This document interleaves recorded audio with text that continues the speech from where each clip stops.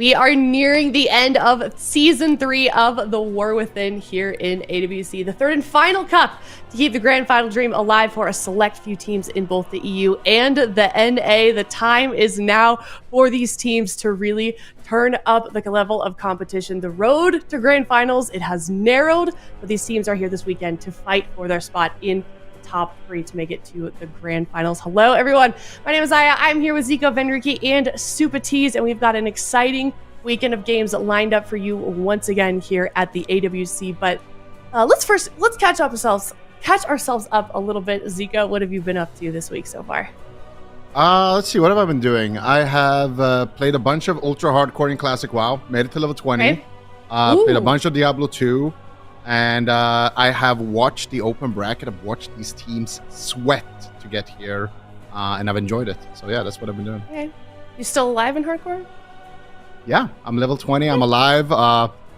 Did a dire? No, I'm playing a warrior. I did Dead Mines, and Nice. my entire group died. Rest in peace to Sunglitty and Defro and Slip. But, Wait, how did you I made it out. then? He Did you roached. roach? I didn't. You No, did. I did not. You did. I did not. No, I don't even that's- need to see the listen, clip. I don't the even clip has need to been see it. analyzed. The clip has been analyzed by the Tsar himself. And he said, All right. I played perfect. I was locked in. If everyone else played like me, we would have made it. So Okay. can't argue with I him. trust that guy. All right, well, let's talk about these games, of course.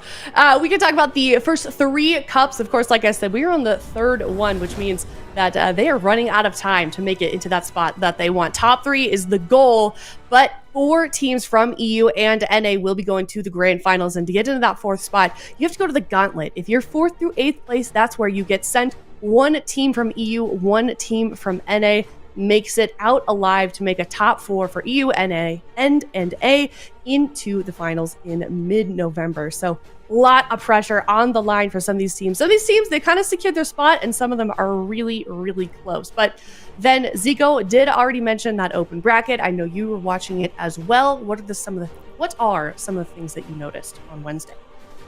Oh, it was really fun. I mean, we're seeing very similar teams, and it's been interesting to see how they adapt from week to week. Some of the highlights for me include a DOBOB. So we got an opportunity to see their team play it out. They brought in some really interesting compositions with the Frost Mage, as well as kind of the return of flappers on the Pharaoh Druid. So they kind of struggled with the Fire Mage and Arcane Mage into jungle, but I love that they've adapted. They're bringing in the Frost Mage, something we really haven't seen that much of this season, and they were able to pull off a win against Full Smart, and they look really good doing it. So DOBOB looking super focused. In addition to that, under pressure, they had an amazing reverse sweep against Buff Mistweaver. They started out with this composition once again, but it really didn't work out for them. It was kind of a similar story. They got ran over. Ultimately, they changed up their composition. They brought in Feasted on the DK. It worked out a lot better for them, and in a kind of a nail-biter series, went to a Game 5. They were able to take down Smite and ultimately secure the win, which was just awesome to see. And then this is one of my favorite series and matches of the entire open bracket was YOLO Inc. versus Dead on the Floor. Very back and forth. I think it had like 5 or 6 moments in the match where someone goes down to about 5% HP.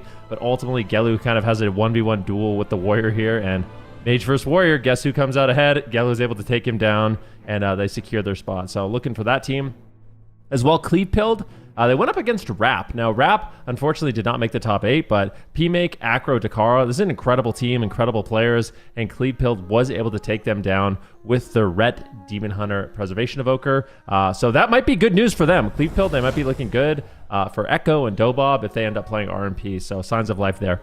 Definitely, we'll certainly be keeping a lookout for that. Something else we've been keeping a lookout for, of course, is the standings. We've mentioned them quite a bit already this morning, Super Tees, but walk us through what's going on here in the EU region. Well, this is the last time to secure your position, and you can see that the race is really tight. We have our top 8, but we need to decide who's going to get in the top 3, who's going to be the final boss of the gauntlet, where are you going to be placing amongst those ranks. You really don't want to be at the bottom of the gauntlet, which of course YOLO Inc. is currently right now. Maybe they can readjust their fate depending on the results of the tournament, but it is just so close. And what's amazing about the standings is that the bracket actually lets us decide kind of almost right away what these results are going to be, Zico. Yeah, exactly. The bracket kind of mirrors the standings. So we do have some great matches here in that lower bracket. Buff Mistweaver versus CLEAVE. Those are direct competitors, directly tied in that bracket. And Full Smart versus YOLO Inc. Same thing there. So everyone can kind of decide their fate in terms of gauntlet standings there. And that upper bracket as well is looking absolutely stacked. Yeah, and don't forget about the lower bracket, because obviously Buff Mistweaver, they were kind of like the MVPs, I feel like, Cup number 2. The newcomers, the only Mistweaver team. They made it through. They beat DOBOB. They had really big upsets. But now they're in the lower bracket because they've been so back and forth with Under Pressure. CLEAVE have been leveling up week to week as well. I feel like they're Rep Paladin McWeedy. I saw him playing Repentance now in the open bracket, and they're getting a lot more wins as a result. And I feel like Full Smart, YOLO Inc., it's the same story. Every team is getting better week to week in that kind of like bottom 4 of the top 8. So my guess is that this bracket is going to be a really sick one out of all 3 so far. Could not agree more. I'm so excited to see where this ends up at the end of this weekend. Zico, given all of these matches that we're seeing here in the European region, what is your matchup of the day for us? Again, it's so hard to pick. I mean, there's some really stacked ones in that lower bracket, like we kind of been mentioning, but I'm looking at the upper bracket. I mean, Streamers on GG Under Pressure is a solid one, but Echo versus DOBOB is my matchup of the day. Echo looking to claim their 3rd cup in a row, kind of rebuilt their roster a little bit. And then we have DOBOB. DOBOB historically has been the team that has been able to best Echo in that previous AWC season. And last week, I said it, I want to see more of Flappers because he was a big reason to why they were so successful in that last season. And we haven't really gotten to see Flappers too much. But in the open bracket, we saw some changes coming in from DOBOB. As he's been playing, of course, we've seen him on the Arcane Mage, but he's also been playing the Frost Mage, like when Rookie mentioned. And we have seen Flappers tagged in on the Feral Druid. That FMP is looking really solid. So I'm hoping that we actually get to see Flappers because he's just been such a big playmaker for this team. Always doing the big dam. Always you don't want to play against this guy. Like, take it from me, firsthand experience. So I'm excited to see if we get to see Flappers and what he can do. I'm excited as well. So we'll certainly be looking forward to that. But let's look at all of the teams, all of the rosters. Some of them, most of them really, especially in EU, then returning for Cup number 3, fighting for their spot in the standings. It's really been fun to see the players and the teams grow throughout the course of the season. What do you make of this? I agree. I mean, we've gotten pretty comfy with these teams at this point, but it is interesting. We're still seeing teams, like DOBOBs. They're going to be more than likely utilizing Flappers a little bit more. You kind of mentioned it, but the depth of compositions all these rosters have is super fun to watch. Like, it seems like from week to week, they're still discovering, exactly what they want to play in these different matchups. They're getting better. They're improving. And we're going to have another opportunity to see them, play it out and see how they can do this week and see if they have any surprises in store for us. Absolutely. Well, the time is here. We're going to get into that first series. But before we do that, we, of course, have to talk about predictions. So before we do predictions for the series, let's catch up on the leaderboard and how the casters did. No. Sorry, I gotta do it. I gotta do it, Super Cheese. Let's see the predictions for the casters. Might not be on the bottom. I'm on the bottom. You've got the coin. You're beating the coin. I'm better than the coin. I'm better than 50%. All right. Yeah. Better than 50%. That's like you listen. I believe in you, Super Tees. You can catch up. You're only 2 points behind me. I don't know if that's a compliment or not. No, I don't know either. I'm just my point is that you could make a run for it. But then Zico, I feel like every week that we look at this, you get another emoji added to your name. Yeah. I feel like maybe we can get something more. There's a little bit more space between the Q and the O there that we could stack with some more emojis. Okay. After this weekend, it's not looking good, Van Rookie, right now. It is not looking good. What are you talking about? It's one prediction. 11 perfect predictions. You're down there at 26. And you know my strategy at down this one. It's one. I mind you, like, I don't know if we could go all the way back to week 1, but things can change pretty quick, Zico. So I know you've been copying off my homework to try to stay ahead. You're playing a bit of a cheesy game, but I see what ends up happening. What are you talking about? What are you talking about? I have not been copying your homowork. I've been putting myself in your shoes thinking, what is Venruki going to predict? And then predicting the exact same thing just to stay ahead of you. And so far, it's been a successful strategy, Van. Yeah, it has. Well, we'll see if you can continue that success. Me and Super T's like you guys fighting because that just means we can catch up. Because you guys are just playing mind games with each other. We need this. We need Yeah, this we right need now. this. Yeah, keep going. Keep going. This is great. We From like the it. hatred We're build. both- We got to Yes. start planting rumors in their heads. Zico said this about you, Ven. Ooh, that's a great About being idea. On the bottom, you know, That being doesn't below surprise him. me, honestly. Yeah. I like that. We're going to get production involved too, see if we can catch up a little bit. But let's talk about this first series, Buff Mistweaver versus Cleave Pilled. And if you were in chat, definitely get those predictions in and see if you can beat us here on the desk or the coin. The bar is so low. But yeah, get that prediction in. And in the meantime, Super T's, I would love to hear your take first on this series. What is your prediction for Z-Rated versus Left 4 Dead? Well, right here with Buff Mistweaver and Cleave Pilled, the audience is in favor of Buff Mistweaver. I think that's just because of their impressive showing last week.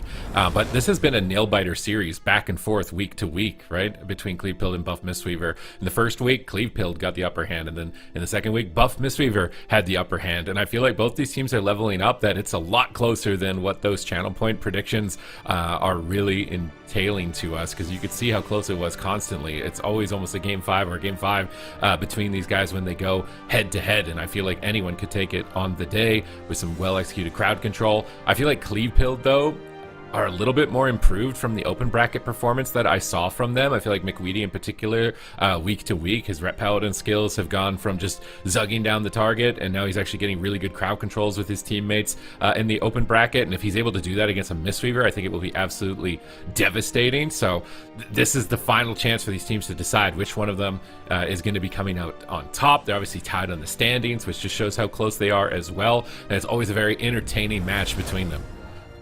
Certainly is, Super T's. Thank you for that overview. So given that, what did you send in for your predictions for this series? I mean, nobody probably cares about mine other than making sure that they didn't line up with it, because that means they're probably going to lose. care. But I went to Cleave Pilled for this week. I feel like as long as McWeedy is doing what I was seeing him do in the open bracket, that their team has a lot of crowd control for the Mistweaver Monk, and the fact that they were able to take down such a strong RMP to qualify, I feel like they're kind of on their A game right now. So I'm leaning into Cleave Pilled for this series. All right. Zico, Ven, who wants to go first? I could go first. Zico can. Yeah, okay. so- All right. So I already know in my head that Venruki most likely went in favor of Cleave Pilled, but I have background information here. I've talked a little bit with Mr. Banks. Yeah, the bank is open until midnight, actually. So Mr. Banks told me that he thinks they have the upper hand in the matchup and that they are going to crush them. So I'm putting all my faith, putting all my coins in the bank, and I'm going to go in favor of Buff Mistweaver. Okay.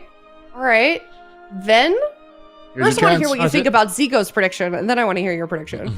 Well, it's just good to know. Like, I like this because Zico, first of all, not in my head. Got it wrong. He thought I went with Cleave Pilled. Right. Absolutely not. I went with Nice. Buff Mistweaver, of course. Yes. Because, like, you want the same prediction as me, of course. Like Bank, I am a Mistweaver fan, and I've been a fan of this team. I feel like they looked really good last week, and in fact, Mistweavers did get some buffs, and I feel like their team had a really good performance in Cup 2. Not necessarily as a result of that, but it certainly didn't hurt. And yeah, I think they're going to win this one 3-1. 3-1. All right, let's see what Chan sent in for his prediction. 3-2. I am also 3-2 in favor of Buff Mistweaver. So, Super Tees, you're kind of alone Right, there. Cleave Pilled. This is Good luck. Yeah, but this could be my chance to get It ahead. could. I need to Yeah, be it could different be. than everybody, all right? This You could do. be my chance. Come on, Cleave Pilled. I need you to swing the hammers down. I need some big Hammer of Light crits right now. I need RNG on my side. I need some big demolishes. If they're getting the big crits, I think they can do it.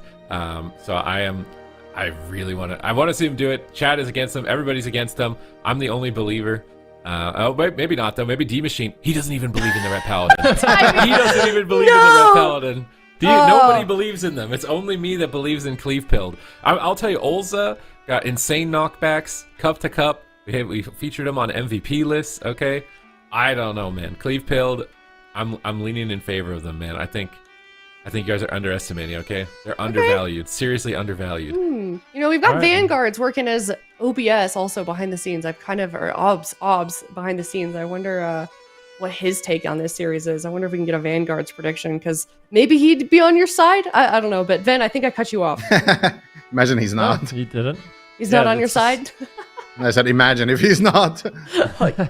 Never know. Either way, it looks like they're definitely the underdog in this case, but that is not the only time that we've seen an underdog win here in the AWC. We have seen it Cup 1 and Cup 2. A lot of upsets have been happening, but we kind of need... Oh no, that was so I am the fast. only one. I am the only Oh, one. the Red Paladin himself has spoken. I have to take risks, though, okay? Like, I'm so far behind, I have to take risks. Oh, Yeah, man. I feel like this is either gonna sink or swim you for sure. For the Definitely. You day. took a lot of those last Good. time, and it worked out for you. Maybe... Actually, last week I lost every prediction. Like that's how Zico passed me. So unlucky. Great start to the amazing. day. Opposite prediction of the Definitely. cursed one, and same prediction as Van. Best opener we could wish for. Could not agree more, Zico. We're heading into game number 1 here. Lower bracket in EU. Buff Mistweaver versus Cleave Pilled. Game number 1 on the Grand Arena. Come on, McWeedy, do not let me down. I am the only one that believes in you. Do not let me down right now, Cleave Pilled. We got Demon Hunter, Preservation Evoker, the running it back with full mains on both sides. Smite's immediately taking to center field, as well as Cassidy. They're going to open up on the Ret Paladin. Ulza blinking in, already offensively, as if he wants to posture towards Bank Mistweaver, which he is going to need to get a lot of sleepwalks if they are going to win this game. McWeedy is charging him down. He rescues him for a Hammer of Justice. That was a clutch setup from Ulza, and he's trying to set up for an Oppressing Roar sleepwalk. He gets it. I really like this aggression on Bank, getting on top of the Mistweaver, getting him into the action, getting him crowd controlled. They'll just let him chill in the back, because with his new Mana Tea build, you're unlikely to win on mana in the late game. You're going to need to win with crowd control and aggression. You can already see the mana difference coming in. Smite taking quite a bit of damage, and the nice thing about the Demon Hunter and the Ret Paladin is you can deal quite a bit of damage from range, so it's going to be difficult for Smite to fully get away as if he was fighting like a warrior or something like that. So I expect Smite to be under pressure quite a bit in this game, but if they don't get crowd control on Bank, I don't see Smite going down. Beautiful triple stun, double onto Cassidy with a Hammer of Justice onto Bank. Great setup there by Cleave Pilled, but big deep breath from Oleja as well. Let's see what they can do. So McWeedy is playing Repentance, but they used Imprison on this crowd control. So Repentance, if he gets one of those on Bank, they can absolutely 100-0 Smite in that, or even Cassidy. So I'm really watching McWeedy. It's been week to week. I criticized him for not going for Repentances earlier on. This week he is running it, but he still hasn't been able to actually secure one successfully on Bank. Olza's been the one carrying the game with crowd control. He lands an interrupt that puts Smite critically behind and forces a life cocoon. Olza is on fire right now, carrying the team on his back, but here comes a deep breath from Smite, hitting the whole team. They use Sanctuary. They do manage to recover, but now Cyclones are coming out from Cassidy. There's pressure from 2 players that they have to deal with. They're switching to Olza. He pre-walls it. Olza really wants to prove that his team is deserving of this win. They're pressuring Smite once again. And if McWeedy can just get one Repentance, I swear, just one Repentance will just completely end the game. They get an Imprison. Can they get the Sleepwalk? Smite time stops. Cassidy's low. There's the sleepwalk. Ulza's on fire. Whoa. Oh, he gets a sleepwalk on the trinket, almost taking Cassidy down. They swap back onto Smite. Can they dunk him? 7 seconds away. A kick lands from Ulza. Ulza's playing out of his mind to carry his team right now. Triple damage coming out from him. He rescues McWeedy in for a Hammer of Justice with Roar, Oppressing Roar. Ulza's playing crazy right now, but he can't get a Repentance. He's cycloned. They want to CC Bank so badly. They want to win the game. He's got no trinket for a couple more seconds. Just one Repentance, McWeedy. Come on, man. Just one Repentance. Please, dude. Full Cyclone lands nicely done there by Cassidy. McWeedy now in some danger. Mistweaver's not looking too bad. They have the Life Cocoon and Trinket back, so I think Buff Mistweaver has mostly recovered at this point, but it's still such a back-and-forth game. Mana heavily in favor of the Sleepwalk lands. Cassidy in trouble. Life Cocoon trades out, but it was on the wrong person. Cassidy, he's in so much trouble. The time stop comes in. He's just so low on health. Oh, this game could be over. Somehow Cassidy survives in bear form, looking for a Cyclone. It looks like, unfortunately, Oleza is almost completely tapped on mana at this point of the game, which is not good. He has no Emerald Communion for 38 seconds. That's the only mana recovery he's going to really have. Bank is much further ahead. They have to end this game now. They do have Bubble and Land Hands. Just bubble for Repentance, bro. Just bubble for Repentance. I swear, just make sure you get a Repentance out of the Sleepwalk. You'll win the game. Repentance him, please. Why is he not repenting him? It's game over, man. It would be just straight up game over. He would be he might die anyways. Please, man, just one Repentance, and they can win this. They're running out of time. Restoral available for Bank. They're still trying to crush Cassidy. Olz is doing anything that he can for his team. I can't believe he's not screaming at McWeedy to land Repentance. Nice kick. It just feels like they're so close to winning. Cassidy fakes it. They go for Imprison. Deep breath from Olza. Smite dodges. Cassidy is still low. McWeedy may need to bubble here. Lay on hands. The team is low. Olza's managed to get mana back with Disintegrates. He gets another Sleepwalk. Olza, this is the hardest carry I've ever seen from a healer in my life. If Olza wins this game for his team, he is absolutely playing out of his mind. Full Hammer of Justice. Cassidy's getting cracked. Another Sleepwalk, and Olza is the God King here in game number 1. The team is on his shoulders, bro. Yeah, what happened to that? Not this live cocoon, but the one before. Did it get time stopped? Was it on the wrong person? Like, that was bizarre. I feel like that was such a momentum swing in favor of CLEAVE Pill, but like you mentioned, the Preservoker from Aleja just doing an incredible job in this game, landing interrupts, landing sleeps, really key stuns, rescuing his team over for more instant crowd control. Just really well played, but that was close. Extremely close call. Oh my god. I swear if McWeedy just gets a Repentance, it's not close at all, man. He's playing it, but we didn't see a single one land. The Imprisons were nice on the Trinket. They almost got a win here. Time stopped him low. I think it was just Life Cocoon, maybe mismanagement from Bank. He's just using it on the wrong target there. I don't think he was expecting to be pressured like this. Olza using Rescue to pull the Ret Paladin on top of the Monk for crowd control. I really don't think he anticipated that. I think it threw him for a little bit of a loop here in game number 1 and gave an edge to CLEAVE Pill, because you say it's close, but McWeedy has Lay on Hands. He still has Spell Warding. He still has Divine Shield. They still have Netherwalk on the Demon Hunter. They got back to Emerald Communion, so they were going to get a bit of mana back. So I feel like CLEAVE Pill, this is a really good game, and if McWeedy can get even just one Repentance off during this, I swear they're going to take this. Yeah, Cassie was forced in bear form a lot this game, so not really opting to go after Smite as much, but just keeping Cassidy really defensive in the match, and this is one of the most annoying things to deal with as a Mistweaver Monk. When I queue it in solo shuffle, if I'm fighting against a really hyper-aggressive Preservation Evoker and a Ret Paladin, or like an Evoker and a Mage, for example, with 2 spammable crowd controls, it is such a nightmare. Complete nightmare to deal with. You're just getting Repentance, you're getting Sleep, you're getting range interrupted, you're getting instant stunned, and Bank has to do a really good job kind of rotating through a lot of his instant tops, like the Life Cocoon here, and they mismanage any of their defenses or mess up any of their interrupts, they can fall behind so quick in this matchup. All right, game number 1, CLEAVE Pilled. At least I'm sitting here and it's like, okay, it looks like they have a chance, all right? I'm not just the only one that's kind of out of left field, just out of my mind with this prediction, okay? Olza is looking like he wants to make a name for himself on that Preservation Evoker, right? We've seen a lot of players over time where you're like, oh, this guy's the best disc, or this guy's the best Prez, or whatever, and I feel like Olza is becoming the president of Preservation Evoker if he can manage to take this series for his team. Interestingly enough, Buff Mistweavers choose a small map. What do you think their thought process is there? How do I reconcile this? Like, I don't know. Yeah, like, I feel like they want a big one. Keep Bank away from the crowd control. Let him win on mana. This seems... Maybe your guys' prediction might be going wrong here. It's certainly possible. I mean, these teams have been very back and forth. Like you mentioned, it hasn't been one-sided either way, so we'll see. I feel like for Buff Mistweaver Monk, they might need to go after the Evoker a little bit more in the matchup. I kind of want to see more Sleepwalks on the Demon Hunter. I feel like for Buff Mistweaver Monk, they might need to go after the Evoker a little bit more in the matchup. I kind of want to see more Sleepwalks on the Demon Hunter. I want to see more Sleepwalks on the Ret Paladin and more stuns on the Preservoker, because like you mentioned, complete playmaker for their team, and I feel like if they can shut down the Sleepwalks a little bit and keep them more defensive, Buff Mistweaver might be able to turn the tide of this match. All right, let's see what they can get done here. What is the thought process for Buff Mistweaver going to hook point against CLEAVE Pilled, the biggest Zug-Zugs in Europe at the moment, as the gates have opened? Hank's playing a different build. He's playing the Rushing Wind Kick build, so opting for a little bit more instant damage. So maybe going to the small map and wants to get more involved, but that means he's more susceptible to Sleepwalks, immediately having to trade out a lot of his cooldowns in the early stages of this match. But it looks like Buff Mistweaver Monk is getting some early pressure.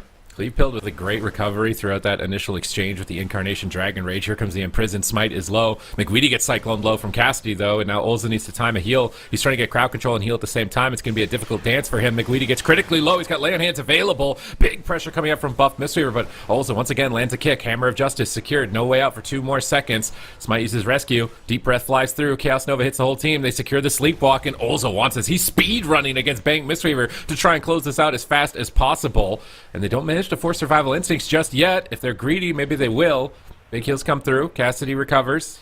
He's looking for Cyclones. Way more Cyclones are coming out from Cassidy this time around, as well as we see the Sleepwalks on numbers. So Buff Mistweaver are focusing more on kind of controlling the damage output of the Ret Paladin and the Demon Hunter, which I think is smart if their goal is to win on mana later in the game. Cassidy is getting good clones here in game number 2. He clones Olza with no trinket, and that forces Divine Shield. There it is. Hammer of Justice into a potential repentance, repentance here. How did he not get that? Away. So one interesting thing about Bank playing this build is he is now susceptible to being cleaved. Like, when you play on top of the enemy Ret Paladin, they might just win here. Play on top of the enemy Demon Hunter and Ret Paladin, everything they do cleaves. So you actually kind of... Oh, Cassidy getting low on health. But I feel like Bank is kind of... He's sick of getting repentance, so this puts him in a position where it was likely to break to just off damage. Okay, so just get closer to them to break CC, but he's still getting caught in sleeps. I really want to see McWeedy actually land a Repentance here. He went for one with Divine Shield and somehow didn't land it. Now he's stunned with no trinket. Is he going to die? They use the Rewind to recover through that, and now they get the Imprison. Trinket available. Trinket Cocoon. He's dead! Oh, they make my a big gosh! misplay, and Cleave pilled Punish. 2 up in the series. Everybody doubted them, and now they got a vendetta against all of you guys. I'm on their good Everybody side, okay? except you, right? I'm the only one. I was still on their side that believed in them, okay? At their lowest point, I was the one that believed. Wow, that's really nice. I'm glad you're here for this team. They are looking really good, though. Clevefield looking exceptionally good in both game number 1 and 2. This really hyper-aggressive strategy. I don't know if I like this build more from Bank. It seems a lot more volatile. You have less cooldowns to rely on. Life Cocoon's going to be a lot longer. Of course, you do kind of free yourself from, you know, some of the crowd control by just getting cleaved on the repentances and stuff like that. But I feel like this is maybe a misplay from Buff Mistweaver Monk, going to a small map against a Ret Paladin Demon Hunter. I don't know if this was the right call. I think they took a gamble and it did not pay off. I mean, maybe they're also thinking that eventually they'll have to win on a small map in the series, given that they lost a blind pick, so they kind of just want to see how this build would work for them. And test it out before they got to that point. Maybe catch Cleave pilled off guard by selecting it themselves. But it did. I mean, it didn't really get to run the course because they still had options. They just didn't trade. So maybe this could have worked, and now they won't know because Banks had all this crowd control. So fast. Cassidy got stunned. Was it really that fast though? Let's see. It's pretty fast. He gets imprisoned with trinket. He's at 70%. Look at his health. He just hammered, I think. He's not walling, and he gets. Oh, I told you the big crits. That was pretty quick. Big crits. Those are the crits that I was praying for, all right? That's why you pray to the light. You pray for the big crits. I'm happy for you. I really am. I mean, it's not over yet, right? I might be getting not. too overconfident here, but I feel like Olza he is ready to go. He is ready to take his team to victory right now in this lower bracket. Now, Buff Mistweaver, it's kind of like they're rubbing, like, you know, the goo in your eye when you wake up and you get, like, the crust from it and you're waking. They got to wake up, man. Like, they're just getting the sleepies out of their eye. They got to wake up here for this series, because otherwise they're out of the competition. They're going to lose their chance to possibly get into the top 3, which is going to lock them into the gauntlet, and it could be the lowest point of the gauntlet depending on the other results of the tournament. So they definitely need to get going here. All right, what are we doing? Same exact matchup. We are going to Ashmane's Fall, so a bigger map. I kind of expect Bank to play the Conduit of the Celestials once again, but we can see that death log there. He went from 50 to 0 in 0.5 seconds, so, you know, pretty quick. I guess it's not pretty quick. Not the quickest I've seen, but definitely not the slowest either. So we'll see what Bank decides to do here. Playing some interesting talents. This is the one where he's opting for a little bit more damage with rushing wind kick, playing in the enemy's faces, trying to land interrupts, trying to get some of that crowd control broken. But I don't know how much I liked it. I'm unconvinced of this build. Every time I see it, I'm just like, it was good, but it got nerfed significantly. So I really feel like for Buff Mistweaver Monk, I want to see them play it a little bit slow, more methodical, try to avoid crowd control, do more swaps under the Preservation Evoker, play the late game advantage, and just try to win a standard game. All right, let's see if they can go back to a more conservative play. They got them the win last weekend, and these series have always been Game 5 nail-biters, so Bank Mistweaver might just need to wake up and get in and ready to go, but CLEAVE are fully engaged, and they really want to make a run and see how far they can go this time in the AWC. They made their debut in Cup number 1, and they have been holding very steady and improving over time, so they could be a very strong roster. This fight has already started. Immediate pressure from Cassidy and Smite as they pull the trigger on their major offensive cooldowns. Cassidy triggers aggressively. That is something that they can look to punish in the future. They get a sleepwalk. They might just punish it right now if he's not careful. Bank panics. He trinket cocoons. He gets slept on his trinket. They're trying to swap back onto Smite. Olza's into the Cyclone. Cassidy Cyclones, but Smite's just dead. He's kicked. What is going on? The pressure from CLEAVE right now. Smite rescues Cassidy over to get a shield. Bank he's still playing the Fistweaver build. He's going to be right on top of the action and completely exposed to crowd control. Buff Mistweaver take a huge risk on match point. Their last chance to earn their standings. Yeah, they get lay on hands. Cassidy's super low on health. Bank with really not that many options. Just in the fight right now, looking for a crackle, trying to maximize his damage and really put it over the edge. McWeedy gets low. He trades up the lay of hands a little bit earlier. This could be the Divine Shield. He's getting super low on health. Ulza seems to be able to keep him alive. Darkness drops down from numbers. Good backup by the Demon Hunter as now they continue their push here on the Smite. Sleepwalks are coming through onto the Druid, it looks like here from Ulza. Smite recovers. McWeedy's low, but he got a Repentance. Can they chain it into anything is now the question. They're going after Smite. No, they're on Cassidy. They kick him. They can't chain it. But it does put him behind slightly here for a moment as he finally recovers Cassidy. They're using Imprison on Smite, limiting his damage. Big pressure. He doesn't bubble! And mistakes fly from both sides as Buff Mistweaver put a point on the board. And now, where are we going to go? Because Bank is still playing that Fistweaver. The big map pays off. They overlap some cooldowns. They don't anticipate the damage. I love this. That is incoming. And, all right. This is a ridiculously explosive match. Like, this is... I love watching these two teams fight because it's just kind of unconventional compositions on both sides, and it is explosive to say the least. McWeedy, we're gonna have to see those moments. You know, you hate to go down without pressing your major defensives, but sometimes the damage is just so crazy. It can be hard to react, or you just underestimate what's gonna happen in that moment. So let's see the moment that McWeedy ends up going down. I think it's a little bit later than this. Bank goes in. This is where he gets the yeah. I mean.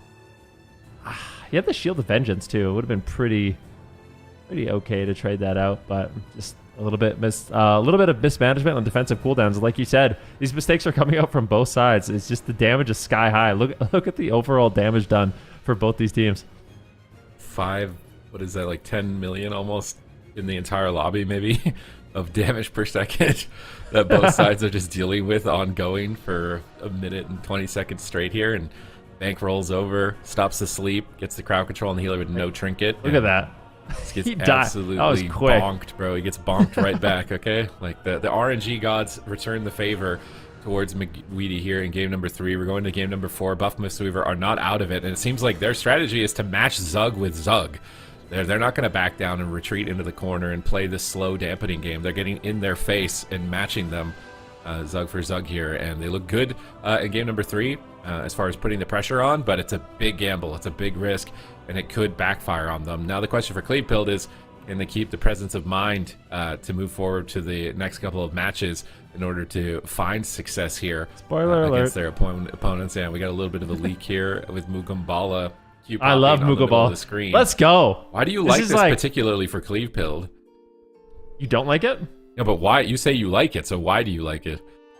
I like it. Well, if I was a fan of CLEAVE, which of course I am, I would say you didn't even predict for them. What is this? You're switching sides? Well, I'm just saying I like both teams. Okay, I'm just saying, like, if I was CLEAVE, the reason why I like this map is Bank is where are the pillars? You know, there's just one big pillar. So if you are a monk and you're charging in, there is so much open space on this map. Like, it's really difficult to line of sight. So if they play on the bottom side of the map, look at this. Like, where are you going to line of sight? There's nowhere to line of sight. This is the playground of Presevokers into Mistweaver Monk. So I think this is a really good choice by CLEAVE. But McWeedy has to be careful. I think the thing that scares me the most about Rep Paladins playing Repentance is if you are playing against a composition that can take 90% of your health in an interrupt, it could be a little bit scary and risky to go for those casted spells. Ooh, big stuns are incoming. Incarn right off the rip again from Buff Mistweaver. Smite's almost dead out of nowhere here. Cassidy gets swapped too. He's getting destroyed. Bank's trying to recover. He gets stunned on his T here. He's not connecting the heals. Are they going for the sleep? Do they get the rescue to the high ground here from Smite onto Cassidy? McWeedy's trying to chase back up. And Numbers is able to get up there almost immediately. Demon Hunters are quite the acrobats here. They get it in prison over onto the healer, but Numbers is cloned. And I think Cassidy is going to be key if Bank Mistweaver can pull off a win here. His Cyclones need to be perfect, but he got kicked on one, and now he's stunned, and the sleeps look good, and Cassidy's getting bursted. Does he choke? Bank makes a trade here and manages to recover him throughout that exchange, but now he's stunned with no way out. Smite goes for a deep breath, but they're dog piling on top of him. He's going for disintegrates and trying to kite away at the same time, but Numbers is still all over him. If they can land an interrupt here on Bank, it could put him really far behind. They go for a Sigil of Fear, but it's on DR. Does at least still hit the Feral, but Numbers is low. Is he gonna? Oh, they clone him low. Nice clone. Nice clone. They swapped a Bank out of nowhere here, and Olza, he's in a stun. No trinket. Sanctuary comes through. Big heal, but now McWeedy is still low. Bank Mistweaver switching his attention to McWeedy, and this is so chaotic. It's just bouncing onto different targets with every passing second. Hammer of Justice is down. Cleave Pill just need one win, one big crit, but McWeedy gets caught. Whoa. Massive damage incoming, and he's stunned. He manages to sit. Now Cassidy gets rescued to the high ground, and the map is backfiring a bit because the Red Paladin cannot scale those stairs very quickly. Bank Mistweaver trades out the Life Cocoon and the Survival Instincts. That's an overlap. No. That's an overlap. Cleave Pill have a chance to just close out this entire series now. Yeah, McWeedy needs to be very careful. He's got the Divine Shield. We saw McWeedy down to 10% health. Smite's low. It's back and forth. An explosive match. McWeedy, please. He uses the lay on hands, but they might get more. This damage is just completely unrelenting. I can't believe it. It's got to be the Divine Shield. They get the lay on hands and the Divine Shield. The big overlap. Big repentance onto Bank. He has the trinket, so he can't get the trinket. Cassidy playing very safe, but I mean, in a huge swing of momentum, Buff Mistweaver gets everything from Cleave Pilled. Oh, they got time stop. They have all of their cooldowns.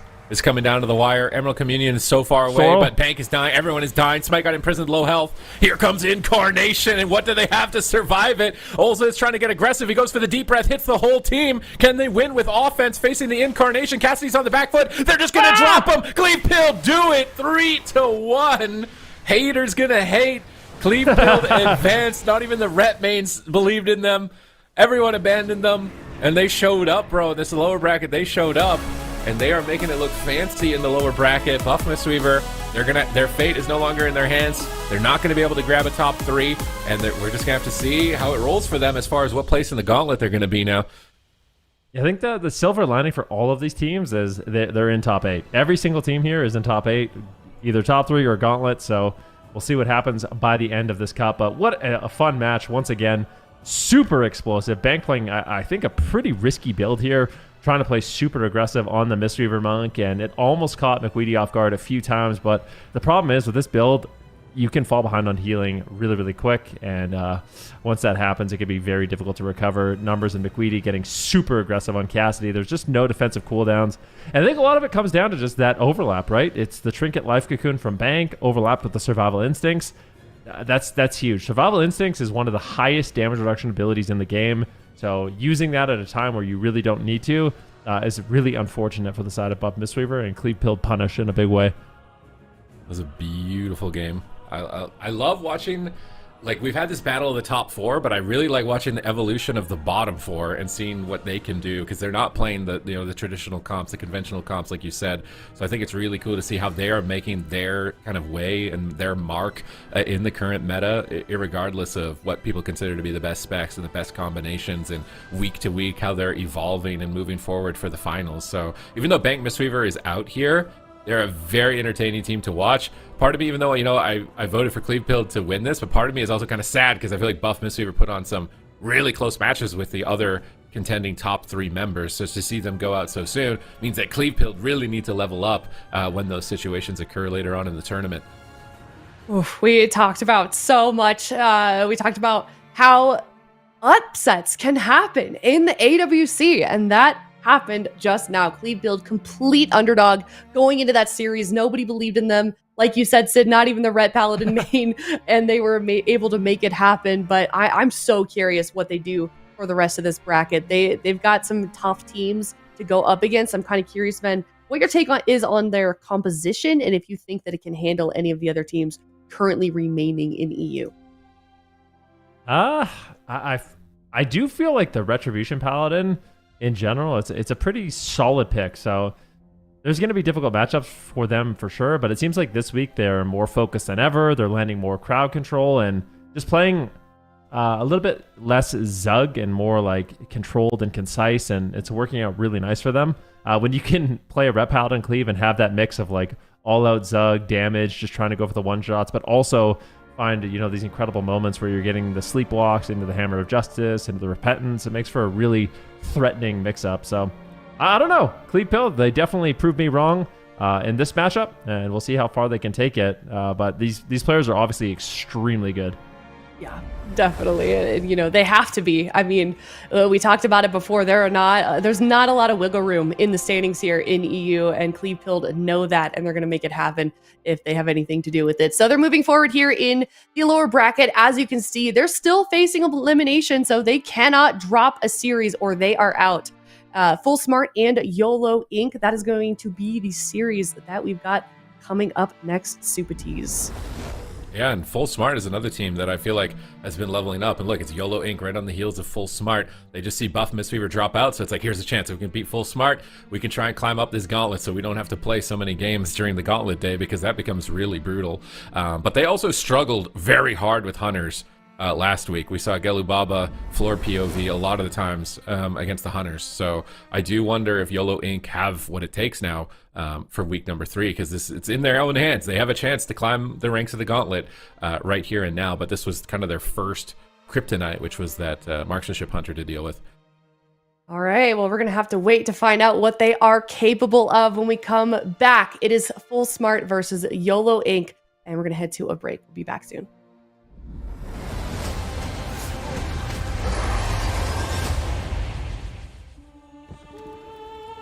The light flickers, and in its trembling glow, you still cling to hope. How quaint.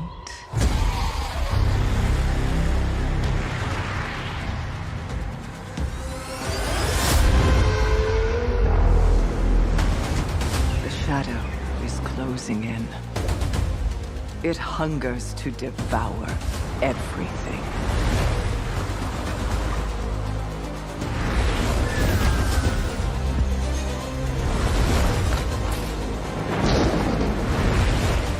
Our home, our kin, our hope. We cannot succumb to fear. We must not falter. There will be no victory without suffering. No survival without sacrifice. You feel it, don't you?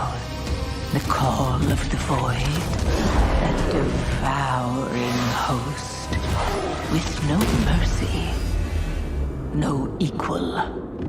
Come, little lights, and be extinguished.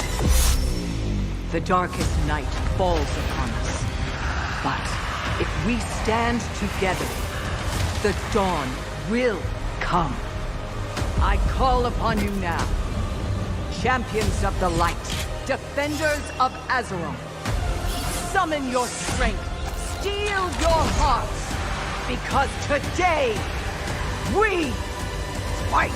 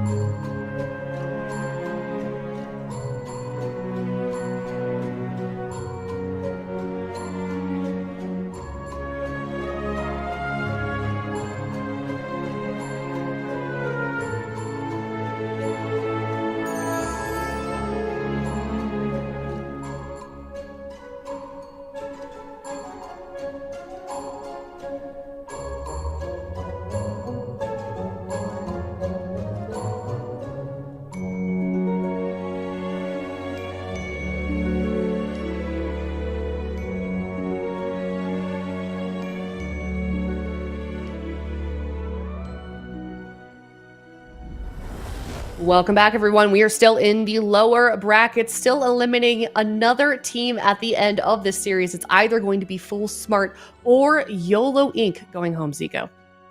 Yeah, that's right. Full Smart or YOLO Inc. Both, doing decent this season, I would say. Full Smart maybe a little bit more disappointed compared to where they usually stand in the standings. But this is an excellent chance here for these guys to play a little bit of spoilers. If we look at the bracket here, Full Smart and YOLO Inc. are, looking like they... Actually, Full Smart has an opportunity to climb above Buff Mistweaver in the standings since that matchup has been played. And Full Smart later on as well is going to have the opportunity, if they win here, to potentially go up against one of those upper bracket teams. And they could really decide how that top 3, top 4 position looks based on their performance in the lower bracket. Oof. All right, a lot going on here in the standings and in this series. But given all of this, Zico, what is your prediction here on Full Smart versus YOLO Inc.? I still believe in Full Smart here. I'm going to go with them. I think jungle is looking pretty solid. Castro and Tony's jungle, always good to watch. And I can't help but notice that Venruki is smiling a little bit here. I don't know. Oh, he's doing it. He's doing the rookie grin. Okay, Ven, what you got? Oh, there it is. No, I agree with Zico on this one. I'm going to Full Smart. So, YOLO Inc., they basically have 2 compositions we've seen them play. God. It's the Affliction, Assassination Rogue, Priest, and the RMP. And I just don't know, unless they maybe try Frost RMP, if they'll be able to beat Full Smart. Full Smart's been looking really good, so I'm going to be going 3-1 in their favor. 3-1. I'm 3-2 as well. I think given everything you guys were saying, also how they performed last week in this same matchup, but we were wrong last time and we were almost all in agreement except for Super Tees. So Super Tees should have went with YOLO Inc. Like, yeah, you should have kept it up. Yeah, maybe we convinced him to change his prediction. But either way, we had the underdog win in the last series, so YOLO Inc. certainly could do it. Do you feel like, Zico, what are they talking about behind the scenes? I mean, if they can take on this challenge, if they can overcome the odds, what do you want to see them pull off here? I kind of like the Rogue Feral. The Rogue Feral, the Rogue Warlock from YOLO Inc. I think it could work, but it's going to come down, for them to win, I think it's going to come down to the blind pick, how well they play it, because I think that's setup that needs big maps for the Warlock to kind of move around. And on the side of Full Smart, I mean, we already know what they're saying. They're saying big bursts, and they're just locking it in. I can hear it so clearly. All right, well, I mean, with a matchup like this, I feel like especially for YOLO Venruki, that blind pick is going to be especially important then.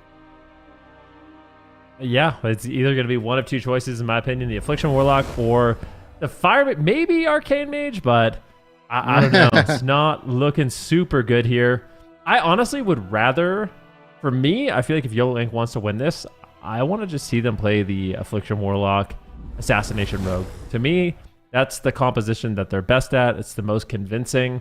Unfortunately, they're going to be going up against a very difficult matchup here. You can see Full Smart primarily playing that jungle cleave, but of course they do have Corki on the balance druid as well. We haven't seen him implemented too much, but yeah, we know him to be an incredible balance druid, and we'll see what they decide to do in the blind pick. Yeah, we certainly will. Difficult decision. It is Full Smart versus YOLO Inc. Game number 1 here in the lower bracket. Loser knocked out of the tournament won't be making it to Championship Sunday. Game number 1 kicking off, Zico. All right, let's see it. And you get your wish here, Van. They're going to lock in the Assassination Warlock. And on Buff Mistweaver, not on Buff Mistweaver, we are going to see, of course, the Full Smart lock in the jungle. All right, let's see. Yeah, this is... So for me, YOLO Inc., the thing that makes them look very threatening is their healer swap. So we're going to be looking to see, can Keto getting swapped to, if Legnor can land the Haunt, get a full row of dots. That's when they're going to be very devastating. Soldat already coming in. Big UAs coming in.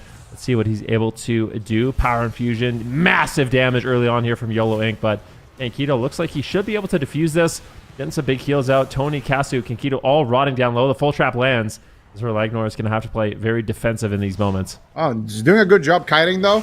This was Casu's... actually, Casu hasn't committed his true shot. A big swap to Kinkido right now as he blinks back to his side of the map. A little bit of damage coming out now onto Tony.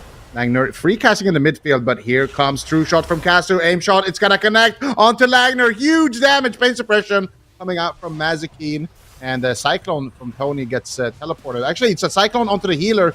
Tony looked like he wanted to Cyclone the pain suppression, but he actually gets fake casted on his kick. So Lagnor going to be able to throw out some more crowd control. But Lagnor still in so much trouble. Casu is just free casting in the back line, forcing out the unending resolve, forcing out 2 pain suppressions and the void shift on his first true shot. Now, this is a Void Weaver Discipline Priest, so can fall behind really, really quickly if you can't get off those Void Blasts. Lagnor in so much trouble. This could be the end of game number 1. All in, full smart. God. They play it very... I think they played it very well. Like, at the beginning, they kind of bided their time. They survived the initial onslaught of YOLO Inc., and then they just turned up the heat and kind of went all in, and they reversed the pressure quite quickly. I actually didn't really like what they did in the beginning. They just instantly tossed a blind on Casu before he popped any of his cooldowns. So he just sat through that blind. They just played defensive in that opener. And then as soon as that opening pressure was gone, Casu was very patient. Look at him. He still hasn't popped his true shot, and he pops it right now when Lagnor doesn't have a trinket, and he knows he's pinned in place, and he can actually get the damage off. Because if he trades true shot and Lagnor just trinket porch, well, he's not going to do any damage. So it's really nice to see that they kind of used Tony's cooldowns to force Langnor's trinket, and then they used Casu's cooldowns to actually get the big hits off. And this was, of course, a massive moment. What actually happened to his Dark Pact there at the end? Is that Fire Breath, or what happened to it? It actually just got chomped instantly. Actually didn't catch that. I can't see... Can't track his Tip the Scales. Oh, I wonder if it was a Tip the Scales Fire Breath. Let's see. I saw a Fire Breath animation. Happened. Yeah, it looked like Fire Breath, but also Casu, I think, is casting some spells, and Mark's Hunters can do some crazy stuff. So let's see. He goes for the Sleepwalk. He moves in. This is a big aim shot. Inkido moves in. Does he get the Tip the Scales Fire Breath? I just cast it. Oh, just cast a Fire Breath. Yeah, look, it's insta gone. Got destroyed.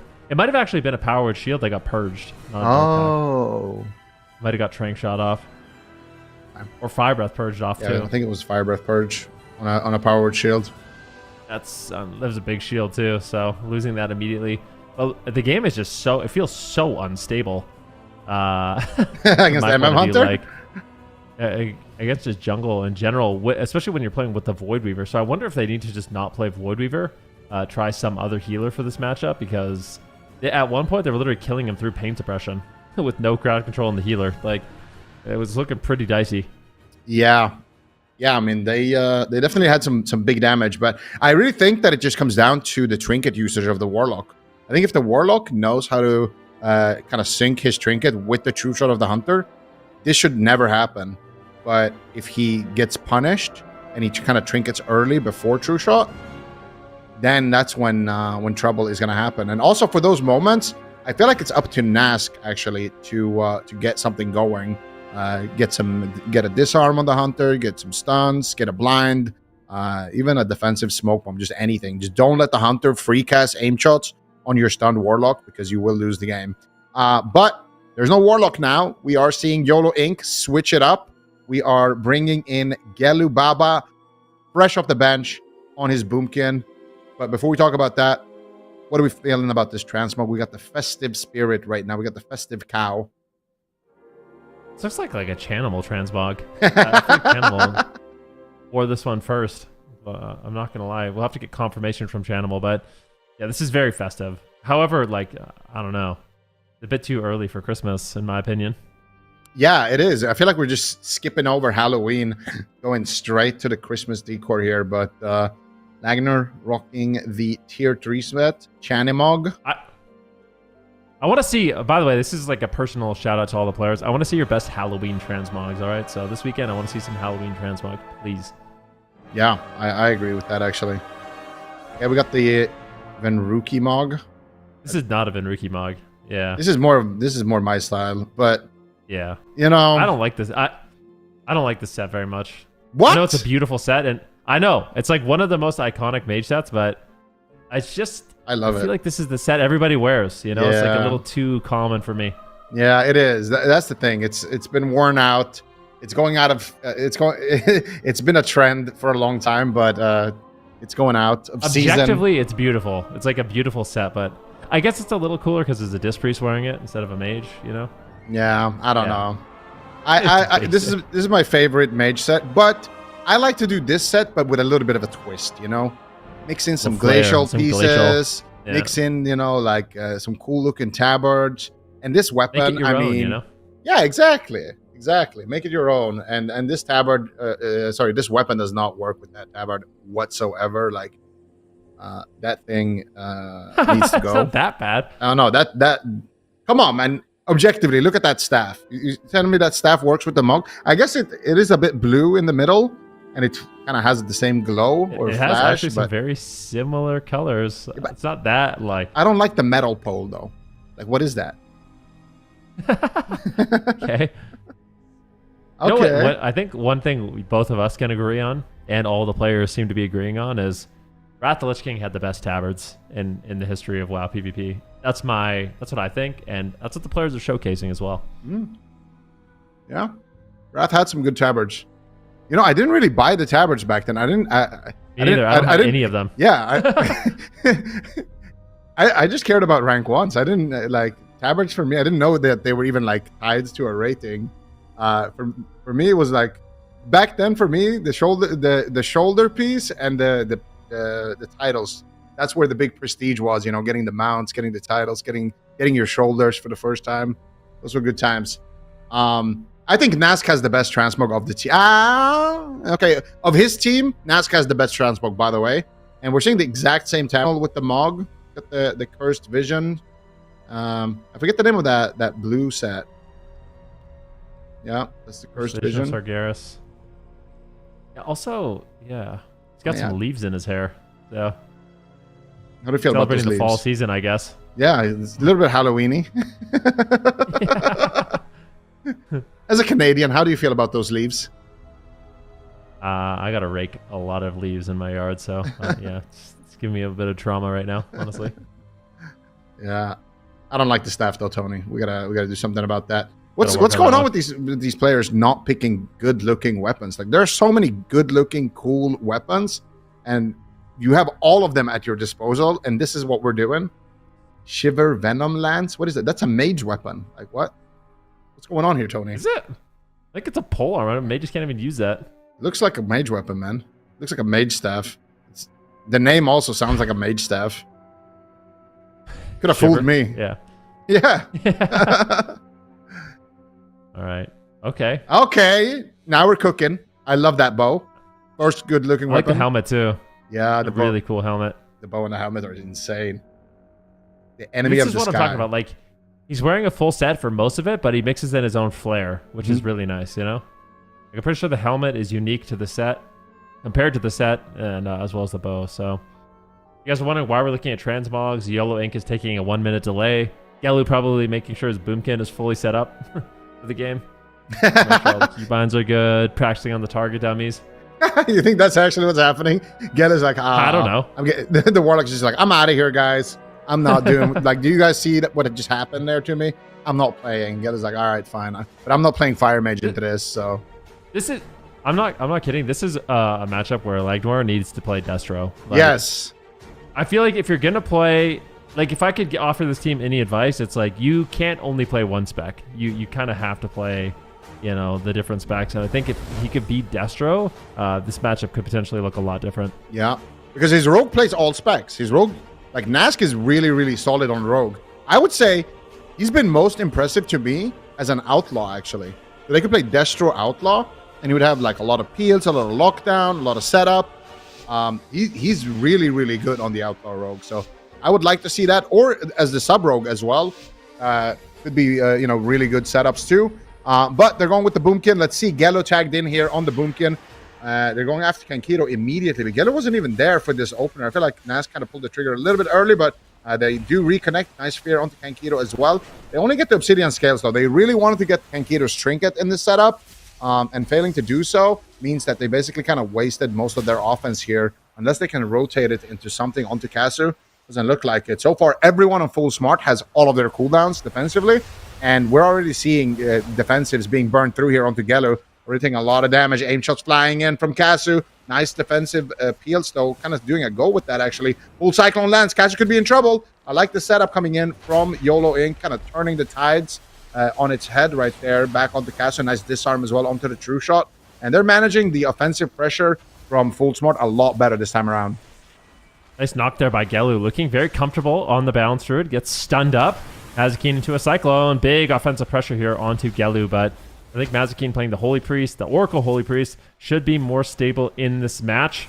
Last one ended at about 1 minute and 30 seconds. So far, YOLO Inc. is looking decent to continue that. However, it looks like Mazikeen does trade out his trinket. Big setup here onto Casu, though. Looking low. Beautiful sap. Forcing out the the community. smoke. He bombs it. Beautiful smoke bomb there by Nas, but I think it's enough healing that Tony and Casu should be able to survive. Still low on health. Kankito finally topping off the team and now looking to get aggressive with the sleepwalk. I feel like Nask is kind of tricksing us a little bit here with that Warglaive transmog. Didn't look like that on the preview, okay? So he might have swapped his weapons again. But Kankito getting swapped to, taking a lot of damage. Nice Obsidian Scales, though. Gets Cycloned on the Obsidian Scales. And he could actually be in trouble now, Casu. They can find some recyclones. Gelu's looking for it. He gets interrupted. Nice interrupt. Sleepwalk onto Gelu as well. And now comes a setup onto Nask. He's just dead. Oh my goodness.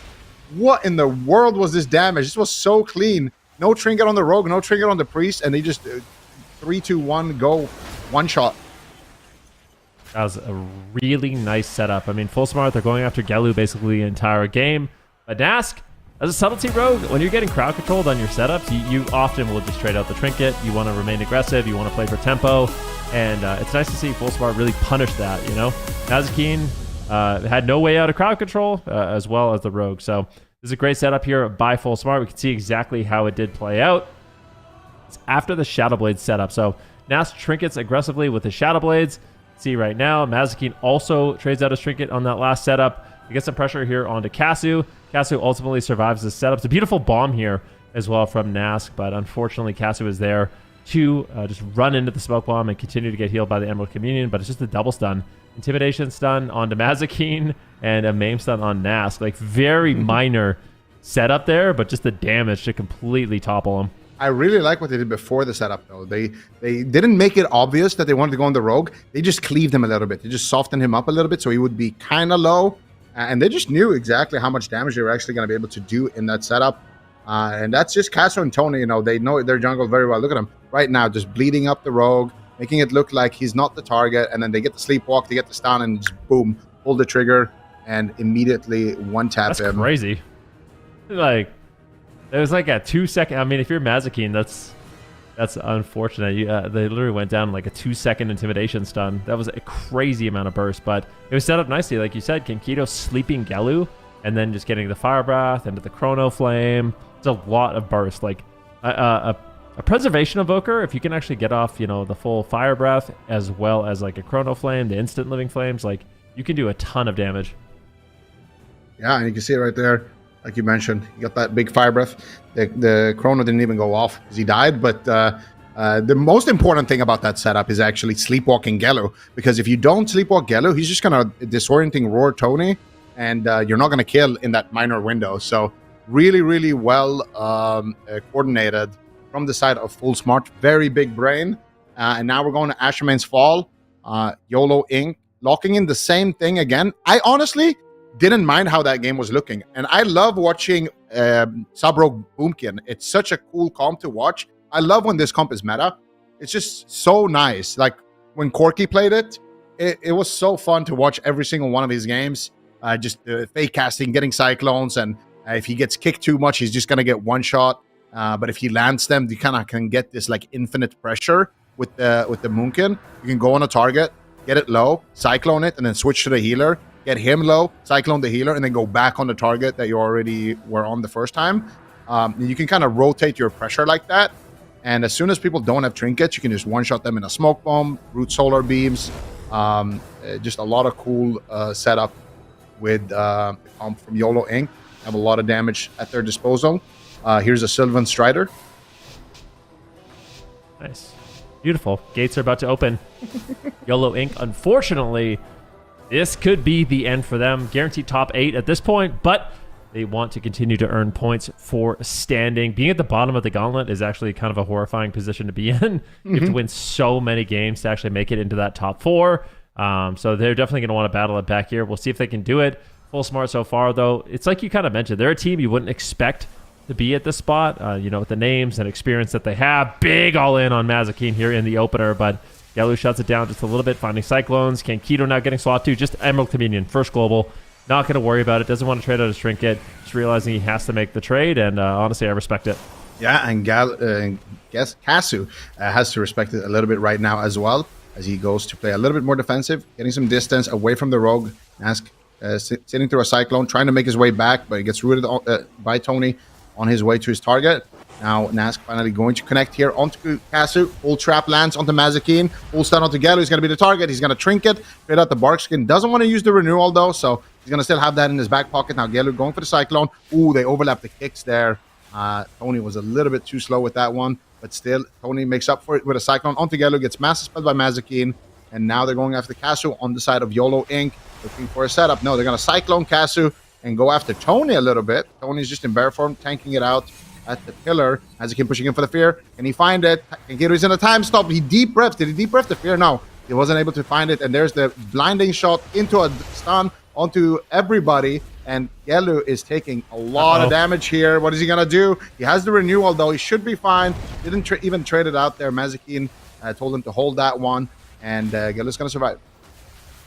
Yep, nicely done there. I like the Cyclone there by Tony, too, just making it a little bit more annoying for Mazikeen to actually top off YOLO, who's still low. I mean, diminishing returns are going to be up here soon. Tony finally under fire. Cheap shots come in with a little crowd control on Kankito, but it looks like time dilation is enough to keep Tony alive. Now Full Smart's going to be looking for a setup here. Can they find it? Need a full trap on Mazikeen. Let's see what they decide to do. Remember, it was Nas that went down in the last game. He's got no trinket once again. Tony low on health. The back and forth game. YOLO just pre-bearing. Now going into a Boomkin form. Maybe finding a Cyclone. Full stun here onto Kasu, but Kankito not in any crowd control. Finally, the cheap shot lands to try to make a setup, but a maim on YOLO shuts down the damage. Kankito will likely survive here. Swap to the healer, taking a decent amount of damage, but trades out the Obsidian Scales. Full trap onto Mazikeen. Kankito with a big fire breath right now onto the entire team. YOLO could just drop right now. 10% HP. YOLO does manage to survive, but Mazikeen had to trade out his Will of the Forsaken there. And now in Angel form, Divine Hymn coming through here for YOLO Inc. is going to keep the team nicely top. They need to find some pressure here. They got a Cyclone to Kankito, but there we go. Smoke bomb. Oh, nice rescue from Kankito. Rescues Kasu out of that smoke bomb. Tony does get swapped to a little bit, though. Needs to be careful. He's on stun there. Oh no, the overlap. They cycloned Tony and stun him at the same time, but Tony does manage to come out there, switching it and dropping Tony to about half HP. Kankito not in any crowd control, and it looks like he's going to be completely fine. And now swap onto Nask. Are they ready for it? Mazikeen needs to be careful. It doesn't get dropped like he did in that last game. Mazikeen, there's the stun into a full trap. And now Tony going for the Cyclone. YOLO shuts it down with Solar Beam. Well played. Nask still in trouble, though. That Guardian is going to fade in a moment. Mazikeen does get a big Serenity heal, and his team will recover. Tony also not going to be in any trouble. Looks like Kasu could potentially be the next target here to get a full fear onto Kankito. But Kasu is just going to play it a little bit defensive here. Just kiting it out, waiting for his healer to come out of CC, and waiting for the next attack. All right, let's see what they can do. Kankito's mana is not looking good, but it's relatively even. Big setup here. Tony gets interrupted. Having to play defensive, cutting away, looking for a potential Cyclone. YOLO on the back foot as well. Finally looking for some CC. Seems like YOLO Inc. is playing relatively defensive right now. Big stuns coming in here from Kankito into the full trap. But Tony's in a stun, so the damage is going to be limited. And that setup is not necessarily wasted, but they're really not able to get a lot done as a result of that incoming stun. Full Cyclone now onto Tony. Fear on Kasu. Setup on Kankito. They're trying to take him down. Emerald Communion trays Kankito, using it at the beginning of the game and at this moment to stay alive. But there's a great setup from YOLO Inc. Yeah, if that beam connected a little bit earlier, it could have just been lights out. But Tony is taking a decent amount of beating here as well at the pillar. No, he went bear form and then instantly went back to cat form. They catch him in cat form, but Kankito not in any crowd control right now. Tony is going to look to try to save Kasu here, as they did switch to him. YOLO gets scatter shot on his Cyclone, looking for the recyclone. Tony is going to find it first. Now, Nask actually gets punted behind the pillar. Beautiful setup here coming out once again from Full Smart.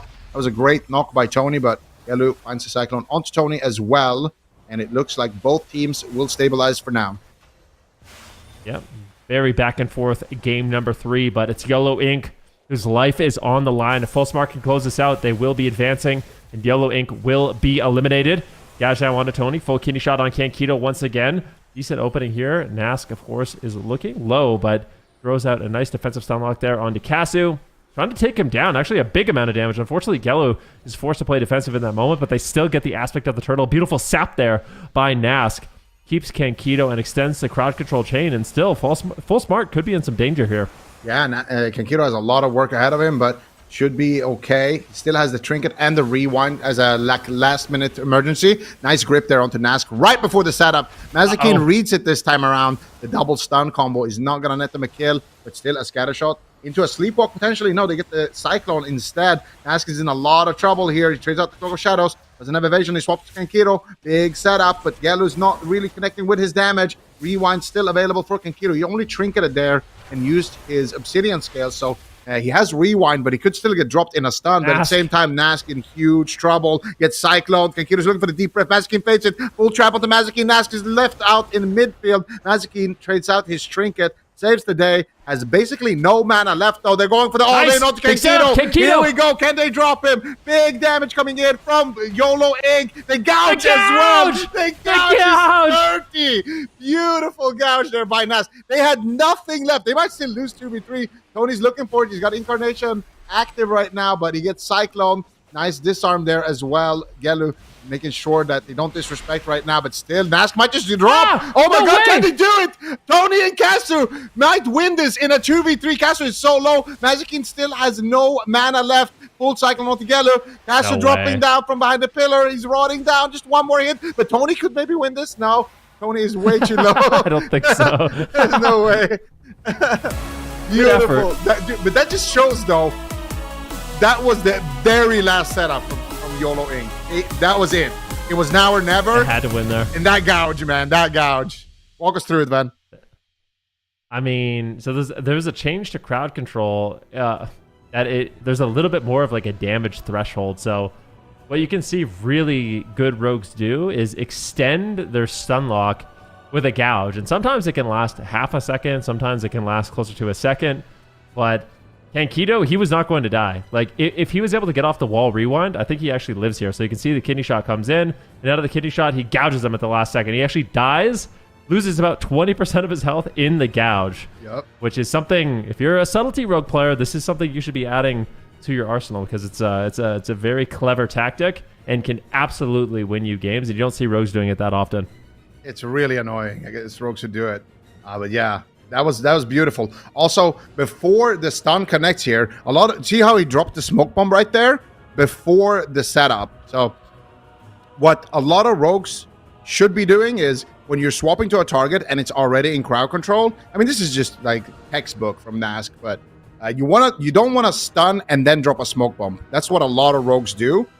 Instead, you want to smoke bomb and then drop the stun. But of course, if you do that, and the target is not in crowd control, it will just blink away or, like fade or, make sure that it doesn't get stunned, because it's a pretty big signal that you're committing to a big go. So you drop the smoke bomb while he's in the fear to save that global. Then you kidney shot to maximize the amount of globals you get for damage. And as you can see with that gouge even, it's barely enough, because the rewind is huge. The rewind for sure just tops him. Rewind Obsidian Scale, if there's no gouge, he for sure lives that. So MVP rogue from Nask, but still, man, that was a really close game. That was a nail biter. Like, if they didn't win the game there, it was over. Look at the Dryad, man, coming in clutch here for Gelu. Gelu actually did a lot of damage during that final setup, 13 million, and what was that, like the last 8 seconds? So really putting out some solid DPS there. But it looks like we are going to be seeing the same matchup, and this looks good. Like, I honestly feel like Balanced Druids, they're looking pretty solid. We've seen a decent amount in North America, but it's been interesting. Like, this has been such a fun season because we're seeing Warlocks play, we're seeing Mages play, we're seeing Balanced Druids, we're even seeing the Elemental Shaman, Devastation Evoker, Hunters. Like, all these different specializations are being utilized, and they all seem like they have different advantages in certain matchups. So a team that can kind of utilize them all is a lot more deadly. Yep, absolutely. Now, that's what I've liked about the meta in general. I talked to Chan about this when I was on the desk with him last week, but he said that because the meta is so fast-paced, it just allows more compositions to actually be played. It just allows more things to work than when it's a really slow meta, because when it's a slow meta, it kind of phases out all of the classes that aren't viable at playing kind of like a long game. So it's really cool to see that and to kind of hear that perspective from Mr. Chan. But yeah, we're seeing all kinds of stuff, right? We're seeing Boomkins, we're seeing Sub-Rogues, we're seeing Affliction Warlocks, Destro Warlocks, seeing everything, even maybe some Frost Mage this weekend. Praying. I think so. Praying. We saw it in the open bracket. Yeah. Nice. I mean, yeah, this is like a preview for a matchup later on, but maybe seeing DOBOB go back to like their tried, true, and tested FMP. The Frost FMP was looking good last season. Maybe it's going to look good this weekend. I don't know. I'm excited to see. Yeah, I hope so. Honestly, I don't even care about the Frost Mage that much. Just show us flappers. But Nask, okay. So Nask has updated his transmog. I like this a lot better. This is more like simple. This is a lot better. It's more, how do you say? It shows more of his personality than his previous mog. Yeah. So Nask already had the best mog on his team. Like, sorry? I said it's unique too. What is this dagger that the black and it looks like really Gut cool. Ripper. I think it's a dagger from Aldrich Valley, right? In Classic WoW. Does it even say? Oh no, it's just a standard. It's an Astral Gladiators claws, but it uses the same look. I think that's not I it. think There's no way that's right. Oh, there we go. Sed's Sed's, yeah, that's the ones. But I think it has the same. I think Sed's Carver shares model with that dagger that you could buy in Vanilla WoW from Outreck Valley. I forget the name of it though. But yeah, Sed's Carver. I think is it a blue BOE dagger in Classic WoW? I think I don't remember. I think it's epic. I'm gonna. I don't think so. I don't think so. I think it's a blue. Your memory is better than mine, but I'm gonna look. It is this blue dagger. That's what it is. Mm-hmm. A blue dagger. Yeah, and I think a lot shares... more classic than me. To be fair. Not rogue. Nah, I'm just kidding. I have actually. I think it does share model with a dagger from Outreck Valley as well. So it's really cool. The Dark Glow, the Warglaive, matches his green orcish skin. Now let's see if they can get another win on the side of YOLO Inc. and bring us to a game 5. Full Smart also locking in a big map, by the way. But of course, Empyrean Domain is a big map, but also with small pillars, unlike Ashamane's Fall. So I think that's what they're going for on the side of Full Smart. Let's see the opener. Nice disorienting roar. Beautifully done. Gelu gets peeled. They're going after Kankido, and he will be the main pressure point in the game. But I can't believe it. He didn't trade out anything. That was a very scary moment, but in certain situations, greed is good, and I think that's massive for Kankido, the fact that he didn't have to make the trade on the first incarnation in Shadowblades. Oh my gosh. Yeah. Oh my god! Insane damage coming in onto Naski. Already had to trade out his trinket, swap onto Kasu. Nice rescue coming in from Kankido. And the entire team of Full Smart is going to recover. Cheap shot onto Kankido now. A little bit of, onto Kasu. Nice knock! He's got nothing! He's got no trinket! He might just die in the opener. Mazakine makes it around the corner. Hits out the Guardian. Beautiful knocks from Tony, man. He's been on point with those. Just stun into knock, forcing out the Guardian without any crowd control onto the healer. And look at Kasu. He's moving towards Mazakine now. Nask is in trouble. What is he doing behind this pillar right now? Nice stun, though, onto Kasu into the mind control. But look at this. Here comes the trap. Nask realizes he's in big trouble. Beautiful defensive shadow step there. Just line of sighting. Nask is reading this game beautifully here. If he stayed behind that pillar, he was a dead man, but still, he might be. Beautiful stun coming in from Tony once again into the knock. Nask, what are you going to do? Mazakine has to trade out the Void Shift. This is why they picked Empyrean Domain. They're playing around these pillars with the Typhoons beautifully on the side of Full Smart. Yeah, really nicely done. Nask needs to cool it just a little bit. He's being behind the pillar a little bit too much in these situations. Mazakine now into a full trap. Nask continuing to just line of sight, and let's see if they can find a setup. Likely going to be Kankido. Seems like the healer swaps are very important for YOLO Inc. to win this game, and Kankido is realizing that. He's doing a really good job line of sighting, making it difficult for Nask and Gelu to connect at the same time. So big props to Kankido here. Lands a sleepwalk. It looks like it will be Shadow Word Death there by Mazakine. Break the sleepwalk, and now they're going after Kankido in a big setup. Yeah, big setup coming in. One more cheap shot, but Kinkito, there was a bit of a gap in that setup. He gets Cyclone. This is what I was talking about with this comp. You can go on the healer and then just Cyclone him and go on somebody else. But Nask in trouble once again, finds himself in a stun. Full Sleepwalk onto Gallo, full trap onto Mazakin. No trinkets available. Full Sleepwalk. And they had the Will of the Forsaken to break it. Nicely done there by Kankiro, though, finding that cooldown. Now the next Sleepwalk is going to be very deadly. Nask has his trinket rotated back up, though, so potentially could do a trinket and then use some defensives on his side. Maybe a trinket Cloak of Shadows, full kidney shot onto Kasu. Nask gets Cyclone. Nicely done here by Tony. Just throwing out some regrowths as well. Tony just playing support for his team right now as they look to find the next attack. Azakin trying to Holy Ward here. I think he did Holy Ward a crowd control, it looked like. Maybe it was a Intim stun. I'm not sure, actually. Scattershot coming out on the Mazakin into a half trap. Nask still kind of low. Full Sleepwalk, no Will of the Forsaken. Mazakin has the trinket, but trinketing a Sleepwalk right now would be devastating because the next full trap could just seal the deal. Oh my god, no! He just dies. Mazakin greets it, and Nask just gets absolutely blasted. Kasu. What is that damage, man? Kasu. Marks Hunter, baby. Big crits, and you're gone. Nask, I was like, all right, he's playing really defensive here. He's down to like 40, 50% health. That's got to be like an instant aim shot from Kasu. We'll see it here, but I feel like, yeah, if you're playing WoW Arena into a Marks Hunter, you've definitely found yourself in this situation. However, these are some beautiful knocks coming in here. If Kasu didn't get Cycloned, honestly, if Gelu didn't slow down the damage, I think that would have just been GG. But Nask just kept getting caught, and I like the fact that they're going after the Rogue. Felt a lot more vulnerable in this matchup than Gelu really did. Yeah, I mean, here's this the is just a... Yeah, here's the dam. Woo! Yeah, it's an instant aim shot. Kasu just runs over, instant aim shot. You're gone. Jesus. That is incredible. I really like these knocks, though, man. This is a big knock montage. I feel like Kasu should have just trinketed here and just commit, man. It's easy to say, you know, when we're rewatching it after the fact, Slow in motion. but but still, man. Just full send it, man. You got true shot up. You never know what happens. A terrible way to play in tournaments, but Okay, Kasu yeah, just sometimes it works. I love this. Just runs in, speeds in. Here's the cheetah, and boom. He tries to gouge him too. Like Nas saw it. What makes this even more painful is Nas saw it coming. He's like, all right, he's coming in. I'm just gonna gouge him. No worries. He had to dismantle him with that too, but he just got popped. Yeah. Yeah, that's how she goes. I mean, I can't even blame... Like, Mazakin, sure, he had Trinket Void Shift, but I can't even blame Mazakin for not trinketing there. Like, if you trinket there, the next time you get sleepwalked, or sorry, the next time you get trapped, you have no will and you have no trinket, there's no way you're gonna, like, you know, there's no way you're gonna be able to do anything. Mazakin just fades the deep breath, and yeah, can't do anything. Can't get in line fast enough. I really... I think most healers would actually sit that. So, a little bit unfortunate, but good setup from Full Smart.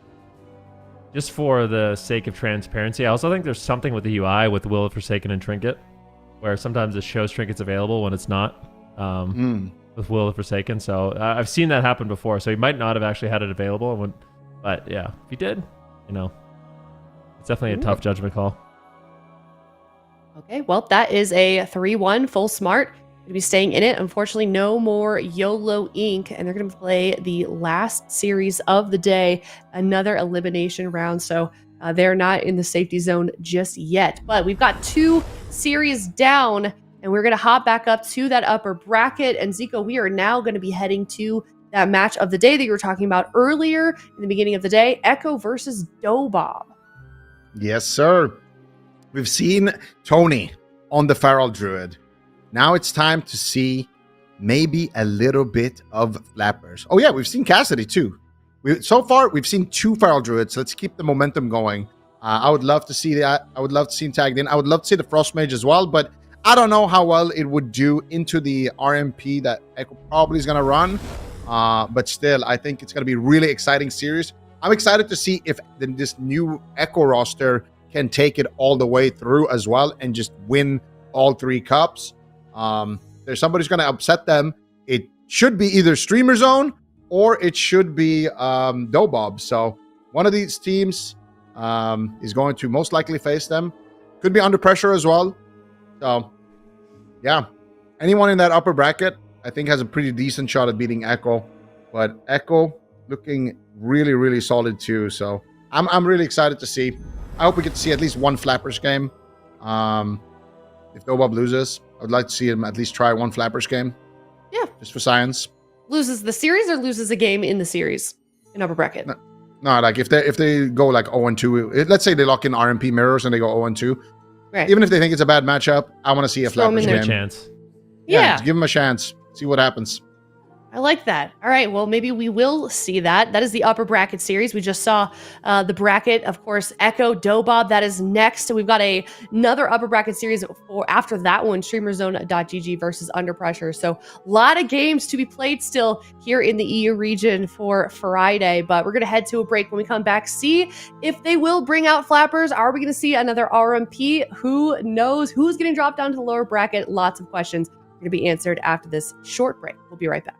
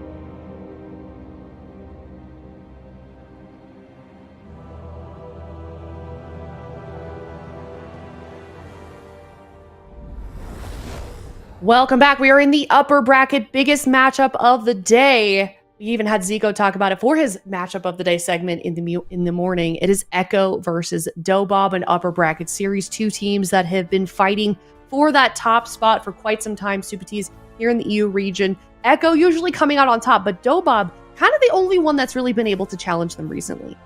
Yeah, I mean, DOBOB took them out in the upper bracket of the first cup, but then when it came to the grand finals, Echo does what Echo does best, which is completely demolish you in the rematch. So now we're moving into cup number 3, and DOBOB didn't have a stellar performance when it came to cup number 2, but as far as head-to-head with Echo, they are definitely looking evenly matched, and you know, ironically, because they're playing the same composition, it can give them an edge. They were able to go down here. Brunhilde got caught just by the skin of his teeth. They tried to substitute in Flappers last week, and it really didn't work out for them. This is when Buff and Mistweaver kind of had their number. So Cup 2 looked like a bit of a struggle. They went from Cup 1, strong performance, Cup 2, struggle. Now we're moving into week 3, and Tessia has definitely been experimenting with the Frost Mage specialization that Venruki highlighted at the start of the tournament. However, I kind of don't think in the mirror that we're going to be seeing any Frost Mage, but I'm curious to see if they do implement Flappers or not, or if they're just going to run the mirror back and just try to perform better against Echo. Yeah, Zico, it sounds like that's not something you want them to do in the actual blind pick, just maybe something if they end up down 2 games to try and get a win off of them or surprise them. Am I correct? It's just so hard for DOBOB because their options are, you know, somewhat limited. Like, what are you going to do? If you lock in the Frost Mage into the Fire Mage, you're probably not going to have the best time. So you don't really want to do that. And I don't know if you lock in the RMP mirror, if you're going to beat Echo. Like, it's been more in Echo's favor. Like, they put up a really good fight. Probably, you know, the best RMP in terms of matching Echo. But I feel like Echo usually comes out on top in that matchup. So if you're DOBOB, what do you actually practice here? Are you going to practice your RMP and just try to swing that matchup in your favor? Could happen. Or are you going to use your secret weapon? Because Flappers is your secret weapon. Like, Flappers bring something to DOBOB that no one on Echo can bring them. Like, you can see Waz coming to his Feral Druid, and he's going to do well. He's going to, you know, Waz form. He's going to be out there. He's going to do great things. But compared to somebody who's only been playing Feral Druid for as long as Flappers has done, he's going to get outmatched. So I think that is one advantage that DOBOB has. But yeah, in RMP, I think, should I say something bold here? Should I say something? Yes. Do it. I think Relza and JT are pretty even match. I think Tessia and Raikou also like pretty even match, maybe slightly in favor of Tessia. He's been looking really good in form. But so has Raikou, to be honest. I would say it's pretty even there as well. I think Waz and what he brings into the team, especially in terms of communication, that is where Echo gets his lead over Brunhilde a little bit. So I don't know if they can kind of overcome that, because I think that Waz, his, like, as a rogue, I think they're both like pretty equal. But Waz communication is, I think, what sets him apart from, I would say, any other player in the game. I think just him and maybe Snuts have that level of communication with their teammates. So I think Waz yapping is actually what gives Echo the edge. Yeah, the Waz yap is certainly OP, especially when you've got a team that's been playing together for so long, such as Echo. But DOBOB looking to make something happen. If you were in chat and you want to see them bring out Flappers, let's get some copy pasta in the chat. Maybe we can give them our energy, because they're certainly going to need it to take on Echo. We've seen them bleed before. We've seen DOBOB be the one to do it. But as you can see here in chat predictions, they are definitely the underdog going into this. So Super T's, I would love to hear your prediction on this series.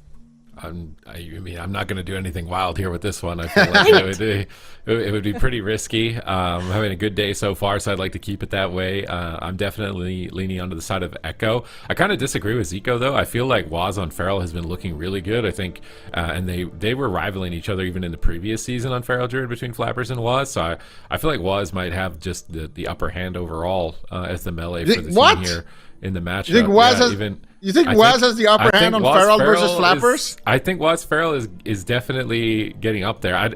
But I don't even think we're gonna I think if Tessia's team locks in Flappers, they're just gonna get owned. I just don't think Feral Mage is able to keep up with Rogue Mage right now. If they locked Feral Mirror, It would be cool just to see them do it for ego reasons, but they're obviously not like a gentleman's agreement to lock in Feral Mage Priest or something against would each other love at some that. point in the series. But I really doubt they're going to do that. I think that the RMP has a little bit of an upper hand. Although I do think DOBOB can win on like some curveball picks. And it's a matchup that's so volatile that I can't say it's going to be 3-0 if it ends up being RMP mirrors. All right, Zico, what do you have? Well, I'm also not doing anything crazy. I don't think it's going to be a 3-0 either. So I'm going with 3-2 in favor of Echo.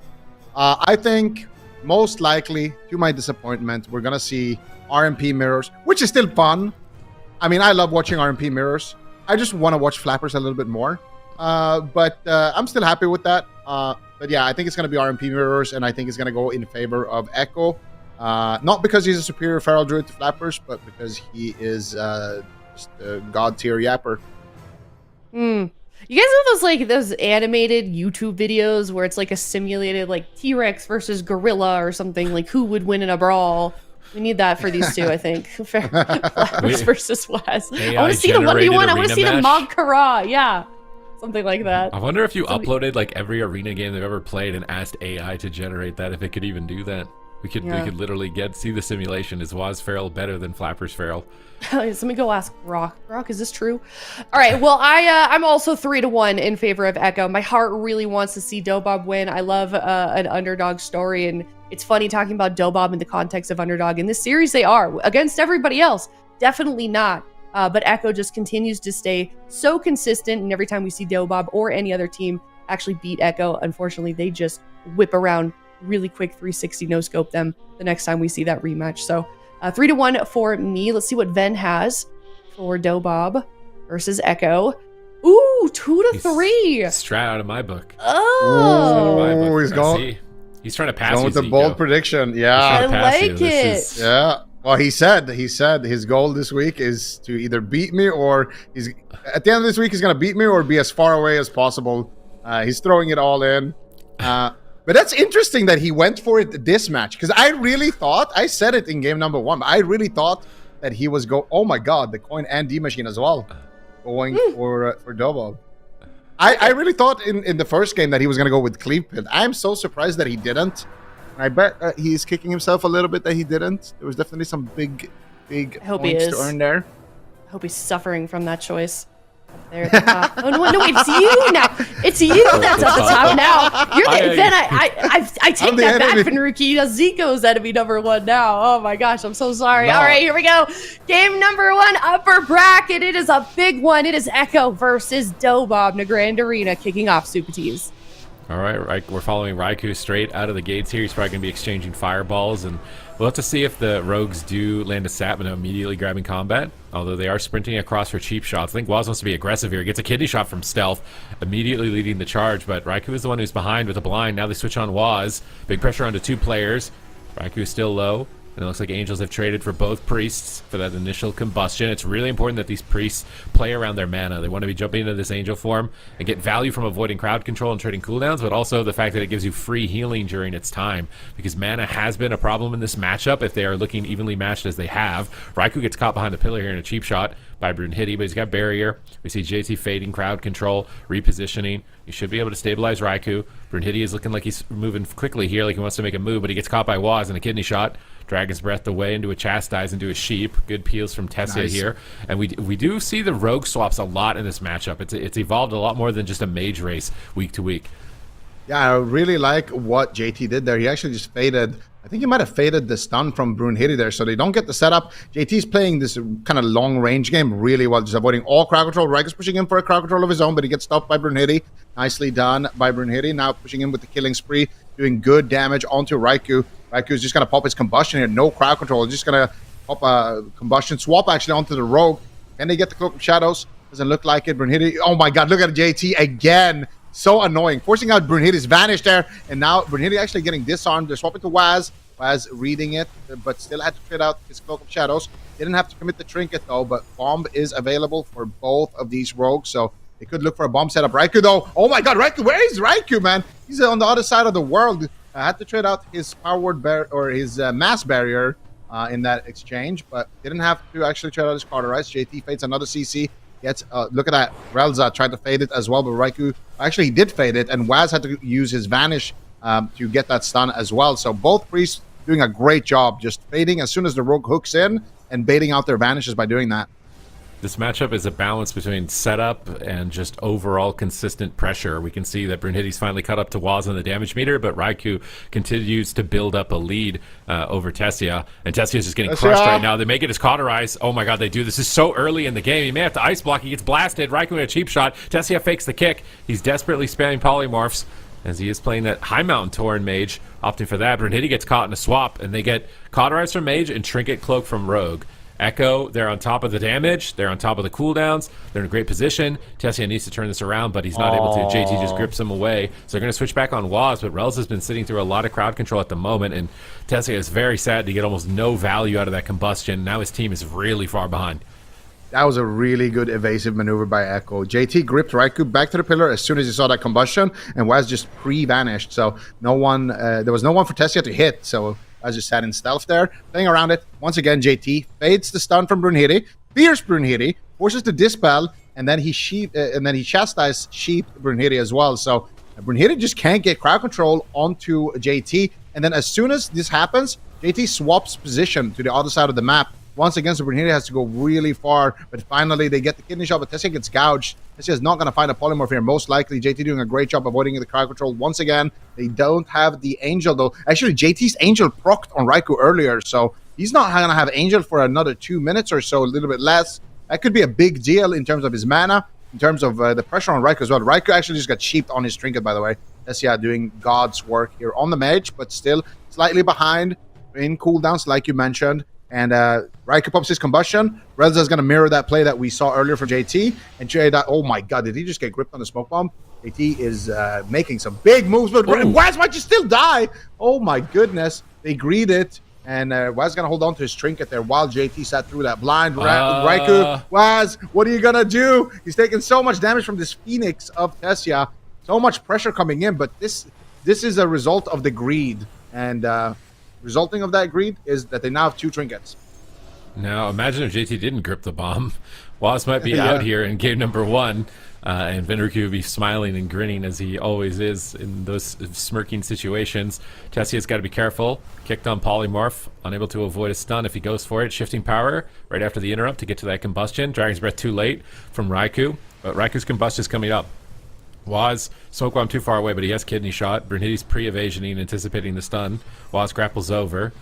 Tessia, oh, is he going to get caught in a gouge stun here by Waz? Brunhilde's there to peel, cheap shots him, but it's before the go. Waz is still holding on to it. Here comes the Adrenaline Rush, killing spree. Nice Dragon's Breath to interrupt. Brunhilde gets gripped out of there. He's just completely out, but Tessia is getting toasted.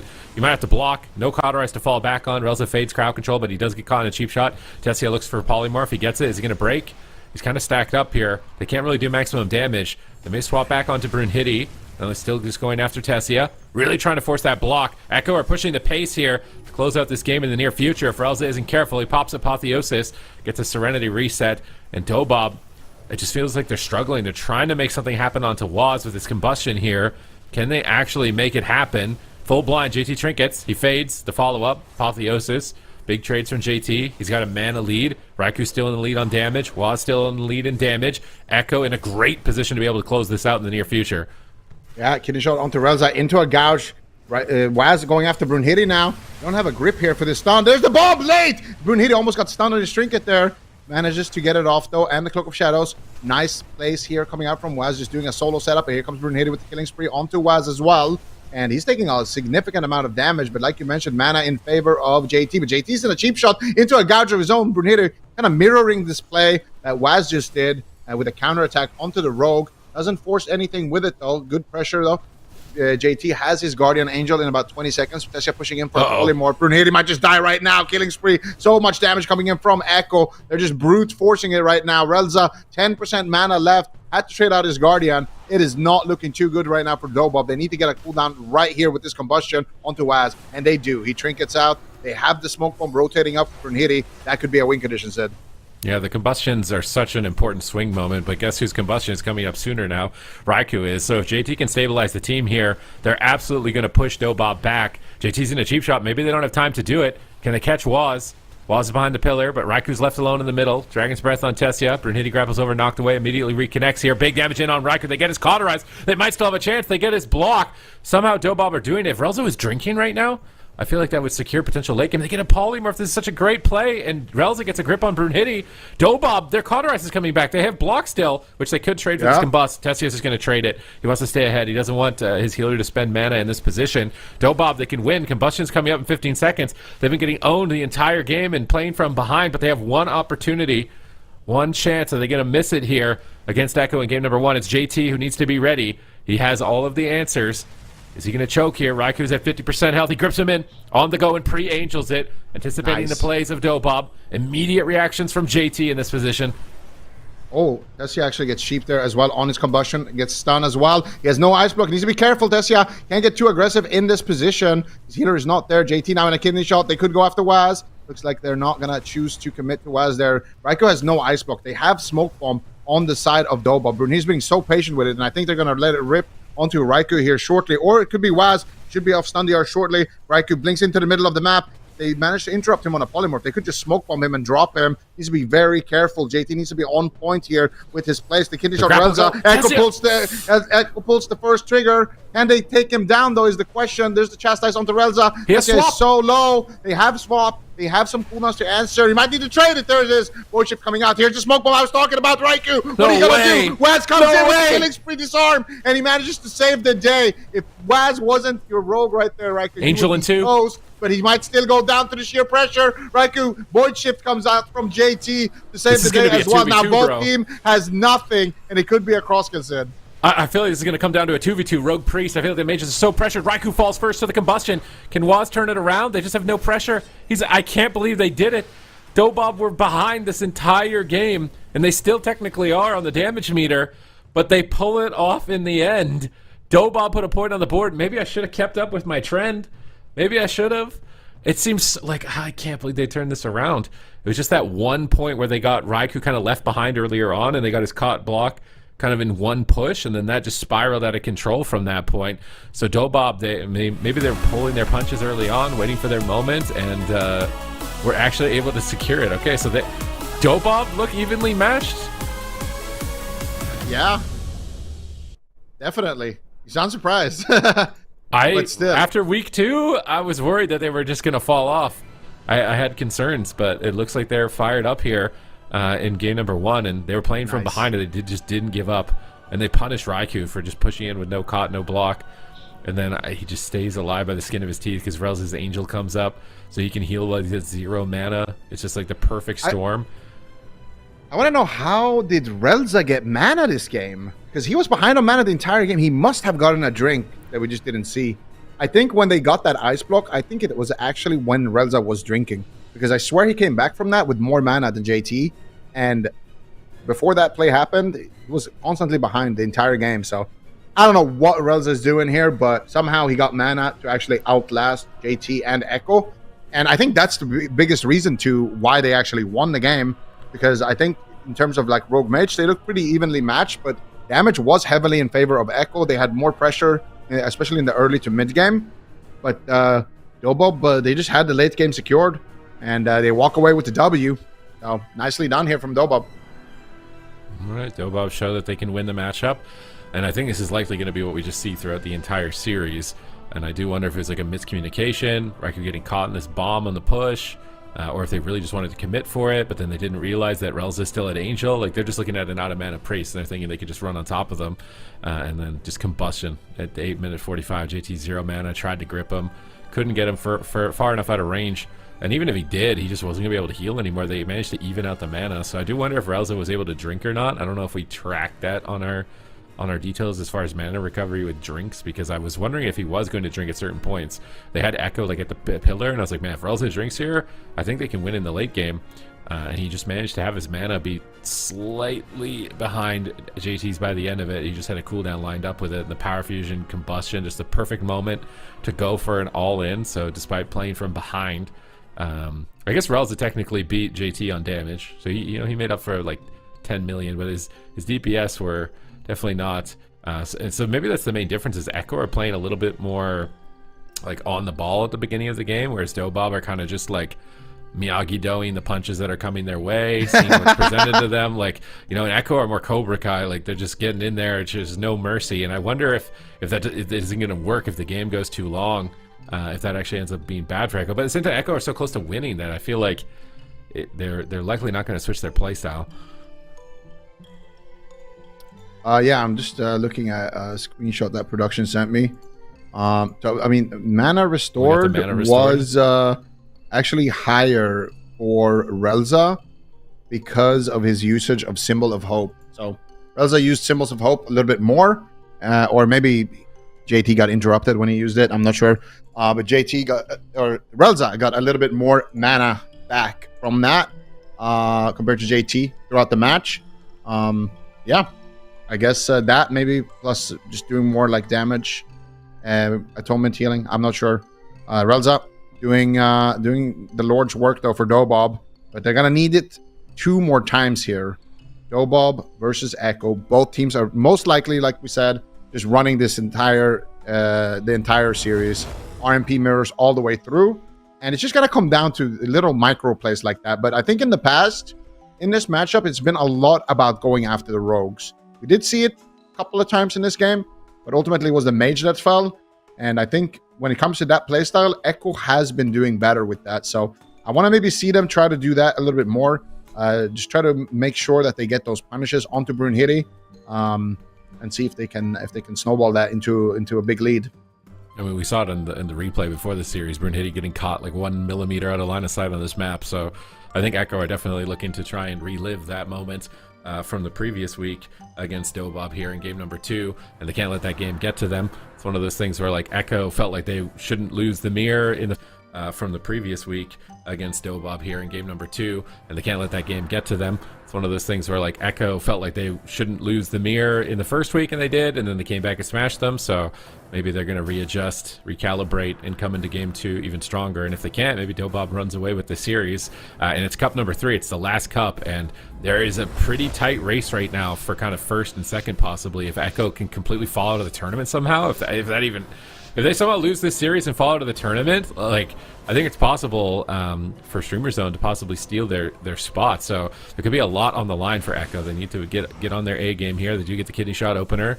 Nice crowd control. They isolate Tessia. Beautiful crowd control from Echo right now. They swap back on Brunhilde, but Relza is going to trinket in this engagement, and he will angel form. JT pre-angels, so he gets to hold on to the medallion. This is combustion from Tessia. It needs to net something. Where are they going to go with it? Chastise and Apollo. They're going on Waz. Not getting his cloak. Swap back on Raikou. They get his greater invis. They'd really like to get more than that, though. I don't think they're going to get it. JT recovers. Definitely think Echo got ahead on that exchange. Pretty trinket is a lot more valuable than what DOBOB were able to get. And Reza fades the between the eyes there, and now gets caught up in the kidney shot. Can Raikou find the polymorph? He gets precog. He gets a full sheep. Brunhilde, what are you gonna do here? Really doesn't want to trade out his trinket or his cloak. Look at JT's pushing. Oh my god, the high mountain was insane! That was insane! That was absolutely insane. JT wanted to go in and fear Relza off of the sheep, and he just got high mountain stunned and stopped in his track. That's, yeah, I think some big plays right there. Relza, though, in a full blind. Waz does continue to change. JT's there with the follow-up potentially. No, Waz not going to get the sap there. It looked like Waz actually wanted to sap Relza, but still a lot of pressure on the Tessia. Can they push for it? They do find the ice block. Regardless, nice massive spell coming up, but Raikou caught up in a kidney shot now, taking some damage. Brunhilde gets disarms Waz right back. And this was Tessia's combustion, not netting them anything. Echo getting a big early lead here. No ice block onto Tessia. Big pressure opportunity here for Echo, but Waz needs to be careful. He's got no cloak. Wait, why do you evasion the mage? Brunhilde's not even here. His evasion's is going to be down now. Brunhilde gets feared away. Gouges Tessia behind the pillar. Raikou gets in there. Polymorph is secured. No block available. Could be a trinket swap. He needs to be close to Relza here. He's trying to go for a polymorph himself, but he's getting cheap shot. Waz is all over him. Dragon's Breath for follow-up. They're so close to the cauterize, but Relza blocks the kill with a massive serenity. JT manages to get around the corner and avoid crowd control for his team. He's in a great position to keep them going here and stay aggressive. They have smoke bomb, but Tessia will have trinket in a moment if they don't go right now. Cheap shot. They're trying to pull the trigger, but Tessia intercepts with a double Dragon's Breath. into a double Psychic Scream, trying to slow down their attack. Tessia with Ice Flows trying to find a Polymorph, but his fake interrupts. He's critically low. Angel form at the last possible second from Relza, and he does manage to recover Tessia. Now Combustion is available for Raikou right now, and he's going to pop it. Big swap on Brunhilde. He gets gripped back to the pillar. They switch their attention to Tessia. He gets gripped by Relza. They're trying to line of sight Raikou's Combustion. They're baiting Waz and Raikou into their clutches because Tessia has Combustion available. If they can catch Waz or Raikou behind here, if they can catch them lacking, it could be a big opening. The Chastise JT, they're not going to press Combustion just yet. They're worried about them getting life gripped, I think. They kidding me? There's the life grip. So they're betting the life grips without Combustion. Raikou gets gripped out as well. Now they can push in. There's no life grip. And after this Angel, he's going to get Ring of Frost if he doesn't cancel Death. He cancel Fears it so he doesn't get caught in the ring. That was nice from JT. Yeah, JT doing some masterful plays there. Looking like Spider-Man with those grips. Gets caught up in a cheap shot. No follow-up CC, though. Nice stops here from Echo. Gouge onto Tessia while JT sitting through that Chastise, but he gets blinded. As the Trinket does not want to trade it, but they also don't want to trade the Ice Block here. They need to be defensive. Full sap out of the blind onto JT. Defensive Smoke Bomb. Actually, offensive Smoke Bomb onto Waz. He might be in big trouble. JT fades and goes into the bomb. Heals up Waz right after he just topped Raikou. Nicely done here. Echo has been defensive for a long time now, but here comes a big punch on the Brunhilde. Trinket, Cloak of Shadows, and this is a big opening now. They have Smoke Bomb available. They could take down Brunhilde later on in the match. Full CC continues here onto JT. He has the Trinket actually in this exchange. This is terrible for Echo as well. Now JT has no Trinket and Brunhilde has no Trinket. Brunhilde could go down in a bomb, but Raikou or Waz could also go down if JT gets caught in a long CC chain on that next blind. Relza pre-fades a cheap shot. They finally find it. Tessia is there to help. He high mountain stunts him. Try to slow it down, but now he's on DR. They can't attack Waz. They knock him away, but there's a gouge. Tessia, no block, 10 seconds. Here comes Combustion. Is Raikou ready? Is JT ready? It's going to be a lot of damage. They grip Raikou around the corner. Waz gets dismantled. Killing spree from Brunhilde. Swap back on Waz. Cloak immediately. I think it's a good trade from Waz. It's going to allow JT to hopefully even out his mana, because I feel like this is the first time Relza's actually ahead on mana. This matchup, a lot of the times deep in dampening, JT gets the upper hand, and they end up losing just on overall momentum. And now Tessia gets a Ring of Frost, but Raikou is out of the match, so not able to connect. Nice Psychic Scream from Relza, though. It's JT. Wills it a little bit late, but he just wants to make sure Raikou is comfortable. Is he still comfortable, though? He's going to recover. Raikou Combustion available. No Trinket Brunhilde. Smoke Bomb is ready. They need to connect onto Brunhilde. They need to bait him away from Relza. Can Raikou pull Brunhilde further away? He grapples over. They can punish. Is Waz going to move over and punish? It doesn't look like it. He's committed to Tessia, but he doesn't know that he has block again. And he has Cauterize still. Tessia is blinking in through the stuns. This is the Combustion. He's line of sighting off to the side with Relza. And they really need this. The Combustion's gone. They don't really have the opening for Brunhilde that you were outlining from before. They cheap shot him. No bomb.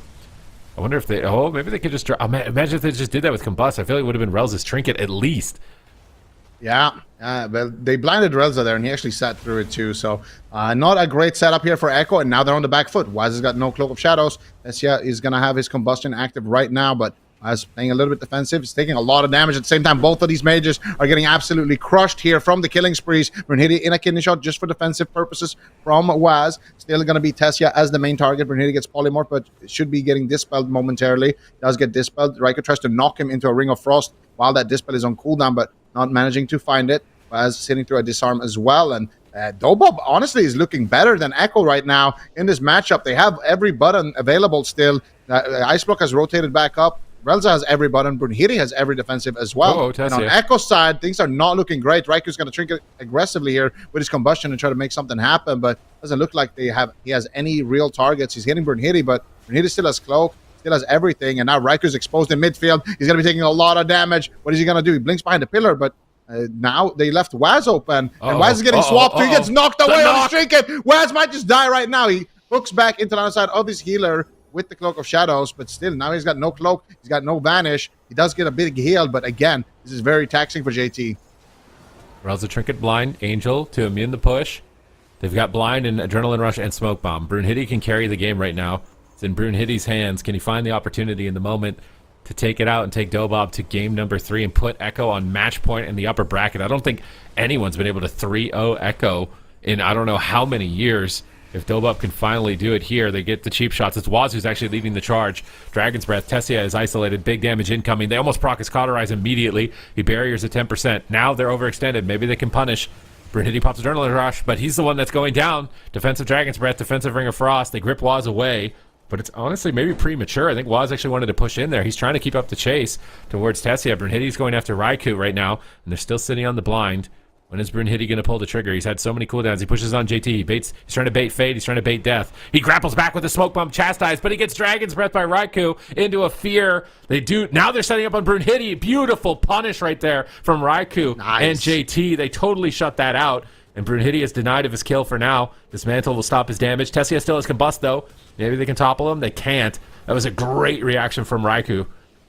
Yeah, beautiful stop right there. And now, all of a sudden, it kind of wasted that smoke bomb. Meanwhile, Echo, they have that bomb available for Brunhilde. They could try to take him down. Brunhilde knows it. That's why he's stacking with Relza like this, because he knows that if he goes out in the open field, he could be a potential sitting duck. But JT fades once again as Brunhilde jumps in. But there's the chastise onto JT, but Brunhilde just grapples over to Waz. Waz gets a big heal from JT, though, as a result of him fading that crowd control. So both priests doing exactly what they should be doing in this position. Tessia just blasting off against Raikou. Actually gets precognition, full sheeps onto Raikou, or actually onto Waz. He gets feared on the Dispel too. Waz is not going to be playing the game anytime shortly here. He gets second Dispel actually coming in. Kidney shot onto Relza. Here's the combustion. Raikou gets stopped on it, though. Big damage. There's a full blind onto Relza. He has to trinket out. They're swapping to Brunhilde. Do they have the damage? If they have the smoke bomb, they could potentially take him down, but no, they're being patient with it. Brunhilde trades out the cloak. Relza trades out the trinket. And now things are not looking too good for DOBOB. They need to make something happen. Look at Tessia still rotting down to the damage of Raikou, but he's responding to Raikou as well,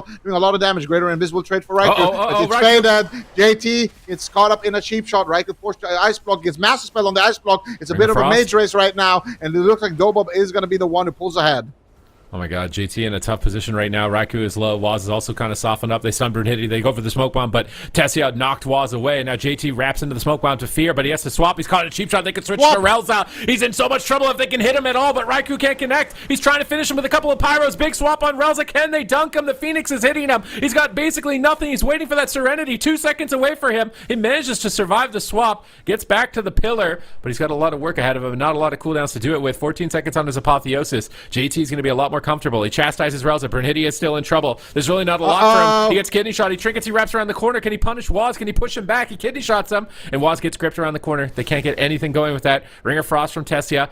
He's trying to shifting power to get to the combustion. He's got it in 9 seconds. They have to win with this combustion. They have to basically kill Raikou through Guardian Spirit. Can they do it? Tessia's tanking damage, knowing that he has Cauterize to fall back on, so Brunhilde can push, but Brunhilde's caught into the cheap shot from Waz. Can he manage to survive here? Waz is controlling the entire battlefield. That combustion is getting 0 value from Waz's cheap shots. Tessia's finally free. He has to connect, but he can't get to Raikou. He's trying to do whatever he can here, but it's just not enough damage. Brunhilde falls blind, full blind. No trinket on Relza, and Echo can take this, but sheeps are good from Tessia. Waz is out of the game. Brunhilde is still low. Relza has Angel in 14 seconds, 13 seconds. Can they survive? Raikou on the back foot, full sheep, no trinket, and DOBOB are actually doing it. Raikou can topple. He displays his back. Just a couple more hits on Raikou. He'll die. They don't have it. Brunhilde goes down with the counter spell. It's just back and forth. Yeah, if you miss it for even a second, you're going to miss a beat. Tessia blocks. There shouldn't be any chance, though, that he can turn this around. Oh my god, Raikou almost goes down, but he stays in it. Echo put a point on the board. We're 1-1, and this is a series that I think is going the distance. I think we're going to a Game 5. Oh, yeah, absolutely. I wouldn't want it any other way between these two teams. This is why it's the matchup of the week. I mean, look at these teams. Look at the rogue diff, though, at the end. Like, I got to say, a huge rogue diff at the end from Waz, making some insane plays, but this is... killing spree coming in from Brunhilde onto Raikou. I think this is when they got the Void Shift and they swap to Relza. And look at Brunhilde here, healing the entire team to allow Relza to actually get survivability there. And then at this moment, Waz did something incredible as well. He kidney shot Relza when they had the pressure. Relza trinketed, got 0.1 blinded on his trinket, and then they managed to turn it around here a little bit later with that CC chain. I have a question though. Where's the high mountain, man? Where's the high mountain at the beginning of the game? We said clip it. Did we get it clipped? Did no one clip that? Yeah, where's the high mountain clip, dog? That was an insane high mountain highlight reel for this season. Just every insane high mountain torrent stun. We'll just make a high mountain compilation and turn it into a YouTube short of just watching torrents charge through people. That was an amazing high mountain. That for sure makes the top 3, like guaranteed of the season. Dude, this greater invis at 10%. It's why he's alive. He greater invis is at 10% health, and then he gets a counterspell and he wins the game. I can't, like, you're thinking it's game, like, look at Raiku's greater invis. It's 52 seconds away. That's actually what saves him at the end of the match, is because when he uses it, reduces damage significantly. If he didn't have that, he was going to be completely toast. and he turns around and combust, counterspells the healer at 10% with greater invis up. It's his last on his, look at it, it comes up in 5 seconds, 4 seconds, 3 seconds, 2 seconds. It comes up, he invises, counterspells healer, and then dunks him with combust. He also displaces before the greater invis. When you displace, it gives you like a tiny heal. Well, in 55% dampening, it's a tiny heal. So you greater invis on higher HP as well. So Raikou buying himself time and also bringing himself to a little bit higher HP by doing that play. Raikou definitely played really well this game too, but man, Echo and DOBOB as well. To like the fact that the games are this close is incredible. I think both of these RMPs are just like at the top of their game right now. All right, we're watching the pinnacle of Europe's finest RMP going head to head with each other, which is quite the treat. As they've been leveling up throughout the season, Echo look to try and maintain their dominance, maintain their position, and maintain their spot on the throne in the European region. Are they going to win 3 championships back to back and basically be the war within champions, just completely dominating the entire expansion? Or can somebody rise up and finally deny them of their empire and push them back? DOBOB has been a worthy challenger so far, taking a series off them in the first cup and looking like they are even better this time around. Echo, they go for hook point. I think this makes a lot of sense with their play style. They're winning early. They're getting momentum early. So pick the map where you're going to be able to push the pace and likely close the game early. Although they are taking their time to lock in composition. This is DOBOB's map pick. Oh, sorry, DOBOB's map pick. Okay, wait, this doesn't make sense to me then. DOBOB, they've been kind of just like holding on until the late game. I feel like picking a small map when you're just the team that's trying to hold on. Yeah, I don't know. Maybe they're changing up their strat a little bit. Maybe they're changing up their strat a little bit. With aggression? Well, yeah, I actually think that Tessia, he shines the most when he gets to play super aggro. I think Tessia, that's his playstyle. He's a playmaker. He wants to be on top of the enemy healer the entire game and just make plays. That's when he looks the best.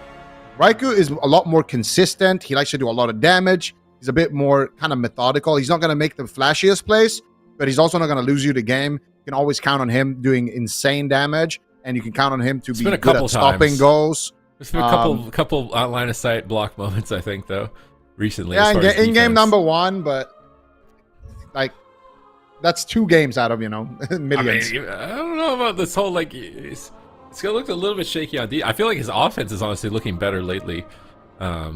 But we got the Tessia mog here. He's mixing the past with the present. He's got like some of the new transmogs with the helmet and the shoulders, and he's taking the Ulduar priest offset.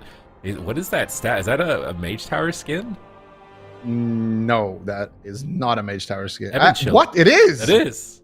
What? It looks Where's like that from? It looks like a flubber staff. Where's that from? I've never seen that. I mean, you're gonna have to play Legion Remix, I guess, if you want to see what version of Evan Chill that. I don't think that's the PvP run. The Mage Tower Challenge one is like a piece of ice. This one looks. I don't know which one this one is from. It's a different color variant of it. What enchant is on it? That is, I don't know. I think it's the only thing I don't like is that like the fidelity of the pixels is kind of just like not there. It doesn't show the cosmetic enchant, just only the. Maybe it doesn't have an enchant. You think it just looks like that? I really don't think it just looks like that. I think it's probably just purple. Probably like winter something on it. Yeah, maybe. Like the Ragnaros winter veil enchant or something on it, but and Raikou, I feel like this is just a animal mog. This is just like the classic. This is my mog. Okay, this was my mog. This is my mog, man. This is from like back in Raikou took this from you. I'm not gonna say Raikou took this from me, but what came first, the Zico or the Raikou? Definitely me. I think I helped him actually get the black market auction house items at some point. But this is a fantastic mog, regardless. This is the TCG Tabard. I think it's called Tabard of the Defender, if I'm not wrong. And it's a full Warlock Tier 3 set. And it's, Tabard of the Defender. And then it is the staff from Legion, from killing Mythic. I don't remember the name of the boss. But there's 3, Edict of Argus. So there's 3 different versions of this. There's a blue one, and a red one, and a green one from killing him on like Heroic, Normal, and Mythic. And I think this is the either Heroic or Mythic version. So yeah, great mug. It's a lot of rare. But it's a pieces, set, I so it's a 6 out of 10. I thought sets were 7. I thought we were defaulting sets to 7 here. Oh, they're capped at 7. JT It would have been a still- 7 if he didn't take it from me.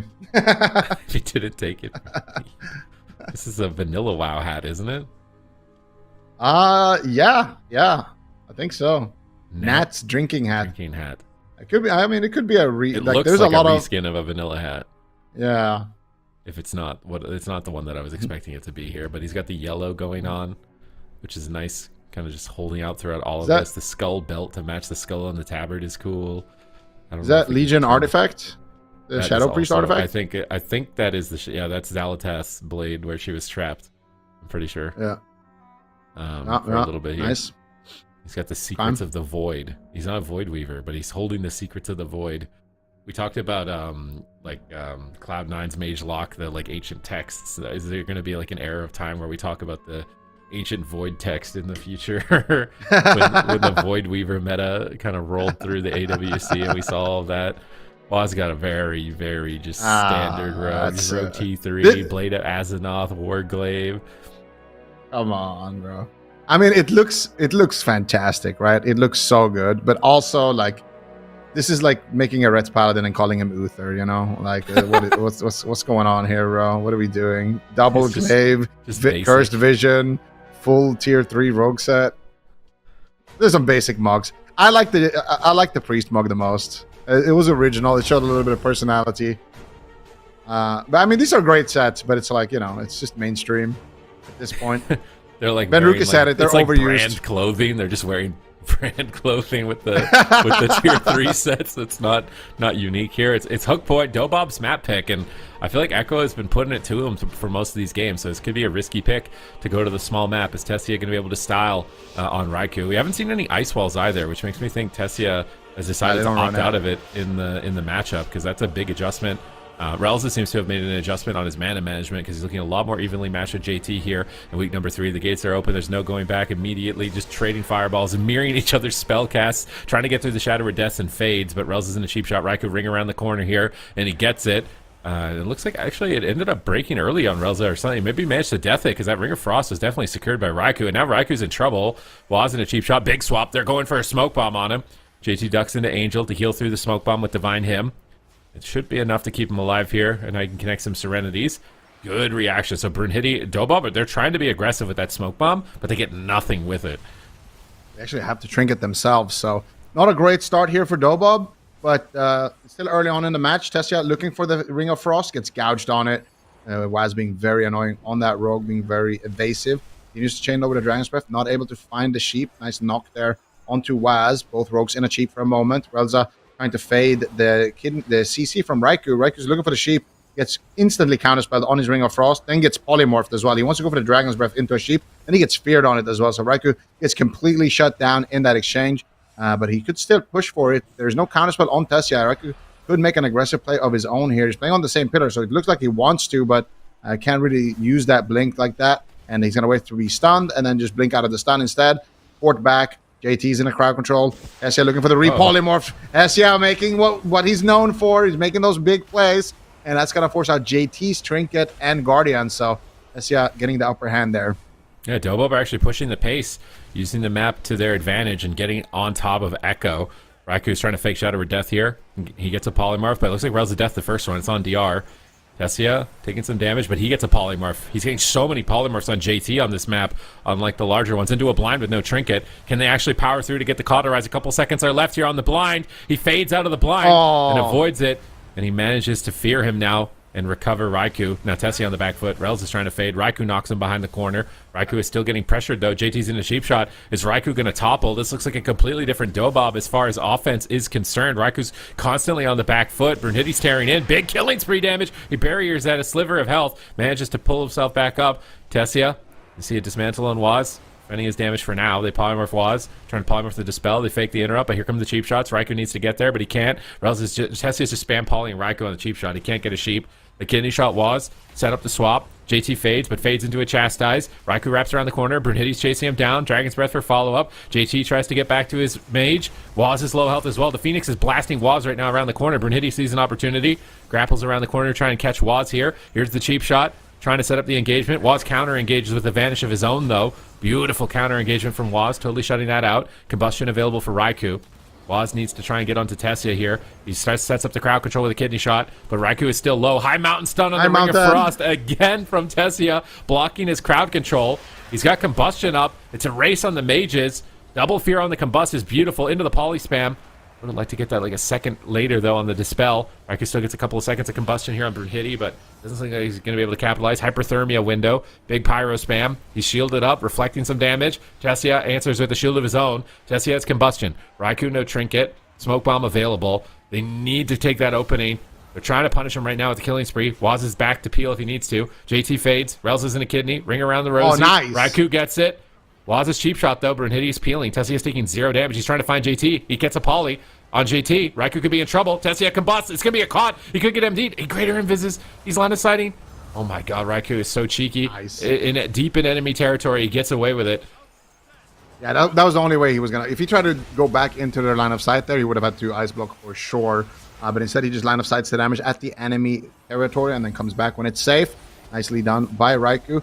And Tessia now getting feared on his setup. But Tessia has been getting the upper hand here with these polymorphs a little bit. Big swap onto Brunhilde. Raikou is just letting it rip with the Combustion. Tessia taking a lot of damage as well. Kind of getting cleaved up. Waz in a kidney shot. Doesn't look like they're going to commit to him. He's just going to get kidney shot into a sheep. AT just fading, avoiding crowd control right now, trying to avoid Tessia. But they want to play on the same pillar on the side of DOBOB. They want to be aggressive, and they want to try to make something happen and push the pace here. I really like that. Reza sitting through a blind, but Raikou not finding the follow-up. Blinks in, gets stunned immediately. Ports back. Oh my god, Raikou actually broke the blind on JT there with his displacement. So he displaced on top of him when Meteor was midair, and it actually broke the blind. So nicely done by Raikou.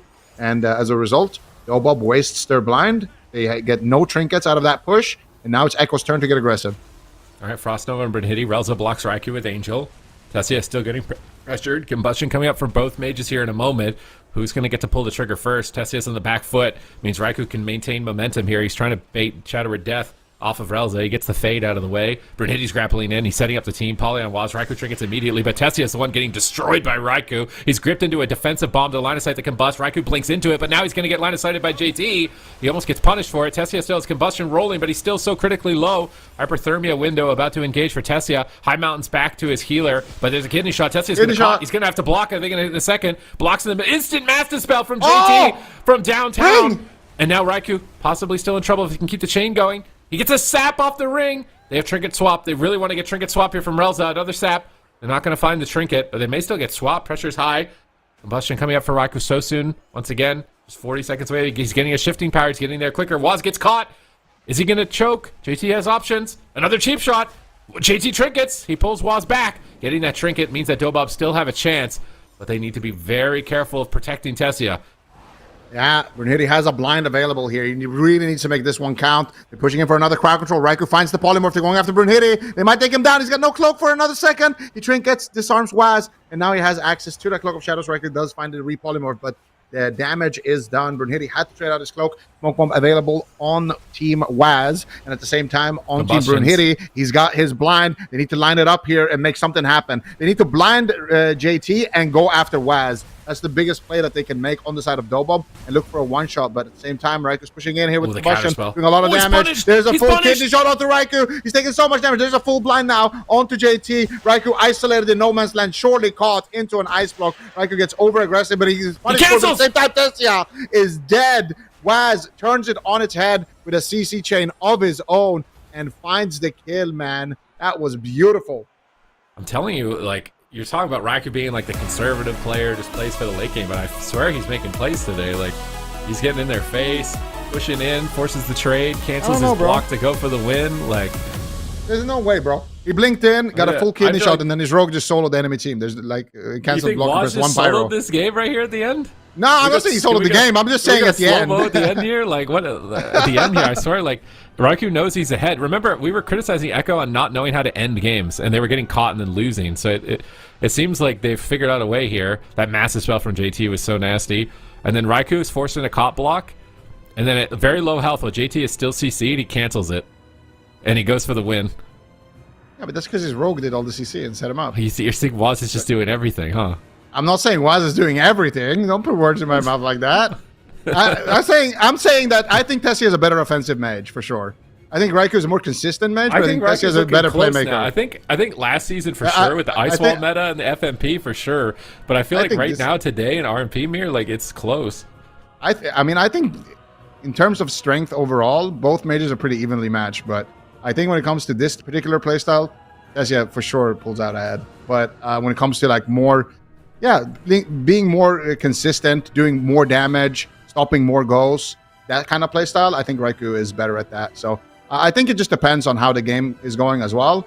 But I mean, you can't tell me that Raikou did anything here at the end, bro. He just blinked in, got full kidneyed, had to block, then came out.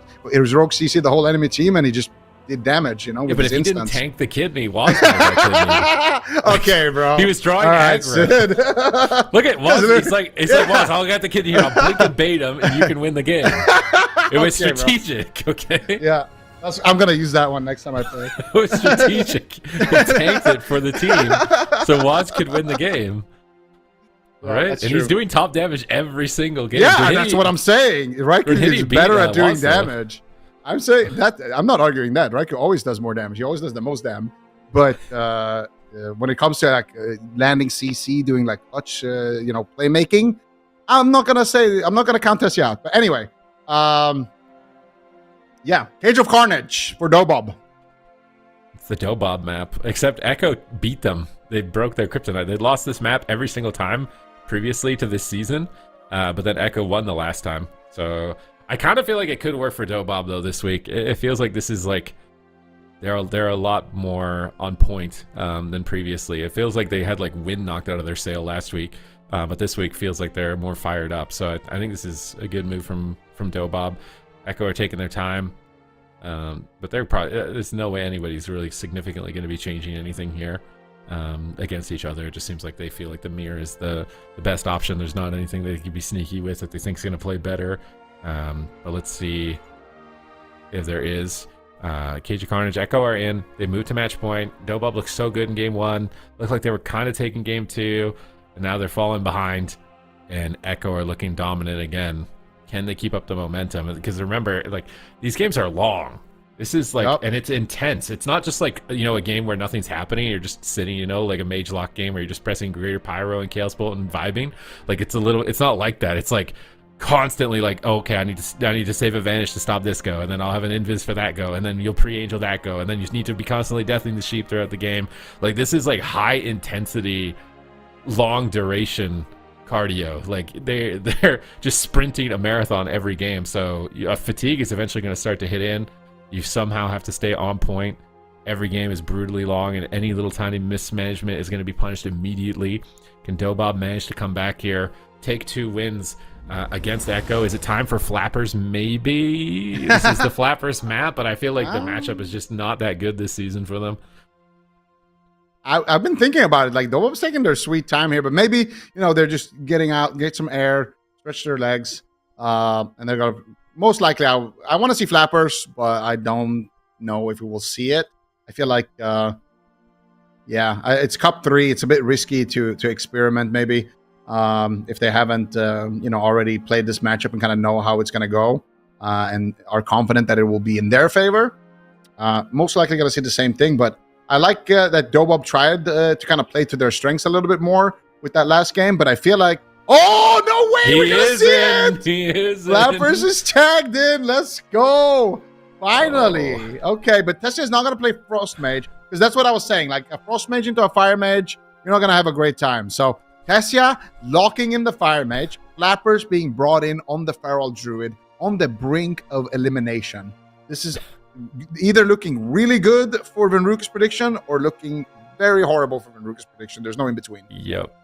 This is okay. I mean, this is the DOBOB main comp. This is what allowed them to get a lot of wins against Echo in the previous season. I've seen Rogue Mage kind of take over, though. I think the Fire Mage adjustment's the main reason for that. I feel like as Fire, it's a lot more fragile. The Feral can't really protect you, whereas with the Frost, you can kind of protect yourself from the Rogue. Venruki was locked in on DOBOB. A couple of people in the chat could also be getting a lot of channel points if DOBOB managed to pull this off, if the Flapper substitute pays off. Like 1 to 3 odds. But at the same time, there's a reason a lot of teams have not been opting for the Feral Mage in this matchup, and it's because they consider it to not be better. But obviously, Tessia and Flappers have the most experience on this comp. So if a team could pull it off, it's going to be them. Relza and Flappers competing for many years, back in the day, and everyone counted them out as well when they were just kind of one-tricking jungle. I think it was back in Legion. That was a very long time ago. And they counted them out, and they managed to win the entire regional and get to BlizzCon. So I don't want to count them out. They have a history of pulling off massive upsets as a roster. They're looking evenly matched, at least like one-on-one for player in this matchup.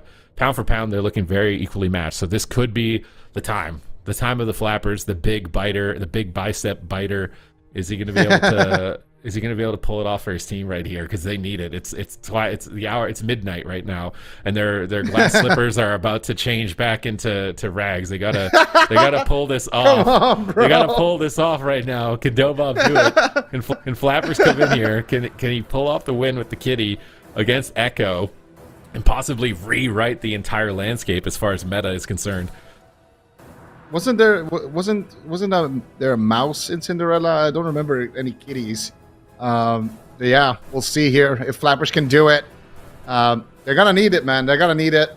Flappers, and this also, honestly, also if it goes in DOBOB's favor, this could spell a big difference because I think Flappers is just such a great Feral Druid. Having him on your roster, if this matchup actually goes in their favor, I think could be a huge addition where it kind of puts the focus on Echo to find the answer. Because I don't know if they will win a straight-up FMP mirror against DOBOB, if that's what it kind of comes down to. But we'll see how it plays out. Game elimination time. Loser will be dropping to the lower bracket. Echo looking to continue to stay in that upper portion. Game is live. It's the Cage of Carnage, and Flappers has been tagged. Let's see. All right. Unleash the beast. This Flappers ready to tear in here. He sees the sap. Raikou goes for ring. They can't stop him. They chastise him instantly. Triple crowd control engagement from Echo in the initial exchange. They go for Dragon's Breath. Hits 2 players. Flappers pre-bears the stun, though. Nice read. Now he's popping Incarn, but he gets knocked downstairs on his Incarn. He's sprinting back in to get to Raikou. He needs to get there as soon as possible, get full bleeds up in this Incarnation window. Raikou jumps downstairs to bait him to jump down, and then he displaces with Alter right back to Relza to look for crowd control. Really cheeky plays from Raikou. I feel like Raikou's getting comfortable on this map, which is not going to be good for DOBOB. Great knock there onto Flappers as well. Raikou actually pushing in to get aggressive here. Look for the Ring of Frost. He finds the full sheep here. Nice setup coming in from Echo. Cross CCing Flappers there in that position as well, but Flappers finds the Cyclone onto Raikou. Relza's in a full blind. Nice shifting power though for Relza. He's going to reset the cooldown of that Blazing Barrier and actually allow Tessia to get an extra shield while his healer's in crowd control, but a big heal is going to come through. The Guardian will still be forced. So far, it's not looking too good for DOBOB here. They are falling severely behind on damage, and that is what Flappers is known for. We need to see him actually get something going. Ooh, Tessia nice gets from caught. Tessia. Big damage, but that's an alter time from Tessia. So nicely done, but they're swapping the Flappers. Big setup, but he's just going to trade out the bark skin. And Waz is just pumping here on the damage right now. But still, big setup from DOBOB. Waz gets finally punished a little bit, but he didn't have to trade out his trinket. They find themselves a nice sheep. They're going after Raikou as well. DOBOB now finally showing some signs of life here, but still falling severely behind on damage, especially Flappers. All right, let's see if Flappers can get something going. He's in a kidney shot, caught out of form. Smoke bomb. I'm surprised he wouldn't smoke bomb here. I feel like it would have been a guarantee. I guess he wants to try and bait the trinket. Knockoff here from Tessia onto Raikou. He's knocked off into the corner. He's really far away from JT. That was a beautiful knock. It's forcing JT off the pillar. He's been having a great time on that pillar. He's trying to reposition, but he's out in the open for a moment.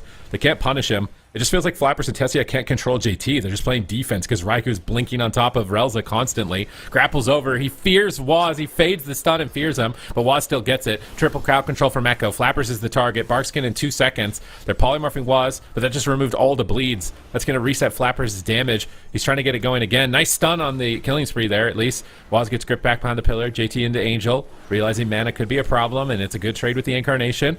So he's going to play more efficiently. JT now wraps into Angel. Combustion's up. Big damage crashing in on Tessia as he's behind the pillar at 10%. But Relza manages to do God's work, picking him back up. Now they switch on to Flappers. But Relza is still just dishing out tons of healing. Gets his team back into the game. And now Tessia has Combustion. He knocks him off the side. Big play from Flappers here. Waz has to trinket on this exchange. And now he's setting up cheap shots onto the team. Raikou gets the polymorph. That forces Relza to trinket. And now Blind is available for Waz. That is the big moment here. Tessia no trinket. Raikou just needs to stabilize. Is he going to be able to? He's wrapping back to JT's side, but now they're stacking up. That means Flappers can get in here and get multi-stuns going for his team. JT fades and fears the Feral away, instantly dispelled by Relza. They're trying to find their time to make their push. They stun Waz. He's trying to stun JT. It's a ring around the rosy right now. Flappers and JT. His Flappers can't catch him, finally getting the bash. But there's the smoke bomb. Smoke bomb. Yeah, is he going to trinket? Super greedy, super Oh my greedy. God, Tessia. He sees it. He sees it. Tessia peels for him, so he doesn't use any cooldowns. But now he's caught in a chastise. Is he going to be able to get back to Tessia to save him? Barrier is up. Raiku's combustion comes up. Blind available. It's a blind bust. This is going to be a scary moment for DOBOB. All right, let's see if they can take him down.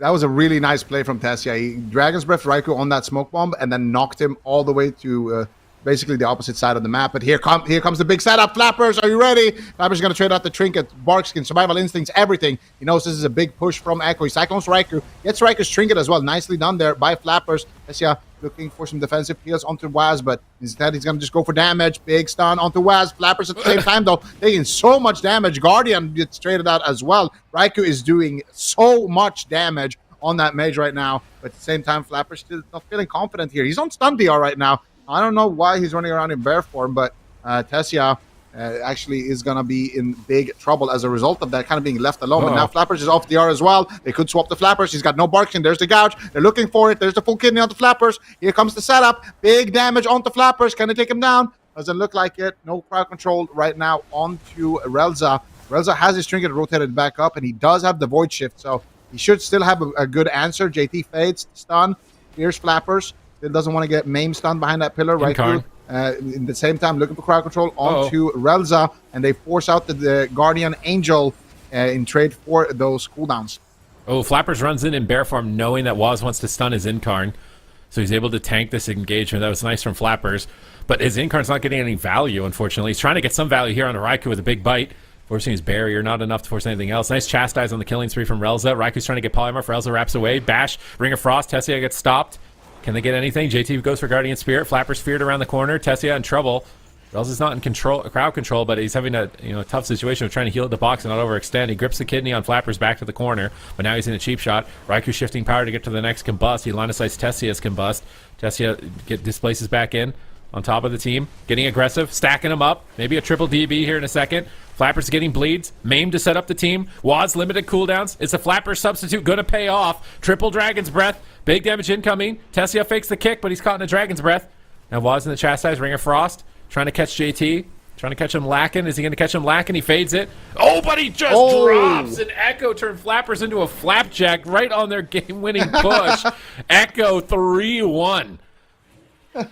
Yeah, that's looking a little bit brutal. Honestly, I didn't like the matchup. I did like what they were able to do in terms of how they played it, and the fact that they did play it. But I didn't like how the matchup actually looked. It just felt like Flappers wasn't able to get going.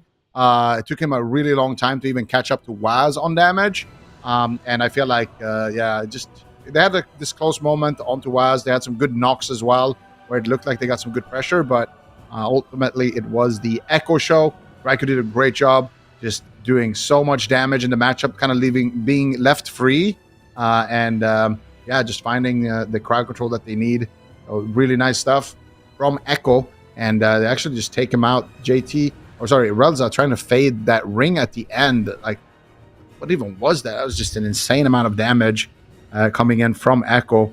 And swapping to the Feral Druid, I guess, is kind of the liability when it comes to this matchup. You swap to that Feral Druid, he's just going to have to sit in bear form pretty much the entire game. So what actually happened here at the end, because Relza did have answers for this. So where is Relza? He's on the other side of the map, I think. And was he in anything? I don't think he was. I'm trying to watch this again. So Flappers, Barkskin's here. He's not really the target. This was earlier. This is way earlier. This is way earlier. So this is where he had the wall. He'd use everything. It was like the blind bust. I don't blame that he used every single cooldown right here. They had to do that. But because they did that, they needed to be hyper aware when the next combust came up, which is right now. Did Relza get knocked or something? Relza is off screen to the right. Raikou moves towards the right. And doesn't. Is he just behind a pillar? I don't know what Relza's doing right now. I think he's out of line for Flappers, but we just can't see him. Yeah, I think so. It's the only explanation I can come up with, that Flappers was like a little bit too deep behind that pillar. You think Relza moved to the left or something, right when Flappers moved? I think to the maybe right? Relza was on the left, and yeah, I don't know. I mean, it's either that or he DC'd. So I think they just lined each other, which is brutal for DOBOB. Oh wait, look at that! What is this? How are we doing Yeah, this? We what? have the technology. Okay, we so, have so the he is on the technology. wrong side. He's on the wrong side. Well, no, he's on the right side because he wants to dodge the Raikou from CCing him. Yeah, he just gets lined. We have the technology. I like Oh this my stuff. God, we have This the is technology. insane production. We have the That's technology. Oof. Okay, 3-1. Echo knocking DOBOB down to the lower bracket. They're going to face off against CLEAVE, and they're going to be fighting their way back up for that rematch. Something we've seen so many times with these two teams. And I wonder if there's really even anything, Super Tees, that they could do differently as they head into this series once again, if we do see it. I think they got desperate. They wanted to see if Flappers could work. Like, the mirror is obviously probably going to get frustrating at a certain point, especially if you feel like you're playing good. If you're just sitting there like, I'm getting JT and Sheep, so why aren't we able to win? Like, let's just try something different and not mirror them. That's probably what they wanted to do, and they were just kind of hoping it would work. But unfortunately, it just seems like Flappers can't get going. I feel like none of his incarns were threatening like at all throughout the game. They just got totally shut down, and then he seems like a liability. He just gets caught, and almost any stun can bust. It seems like he can die. So matchup just doesn't look good once you actually play it out, which means they will likely have to win RMP mirrors if that rematch does occur again. So I'm curious, Super Tees, in your mind, is that a composition that might need more practice, or is that just a matchup that's not really ever going to work?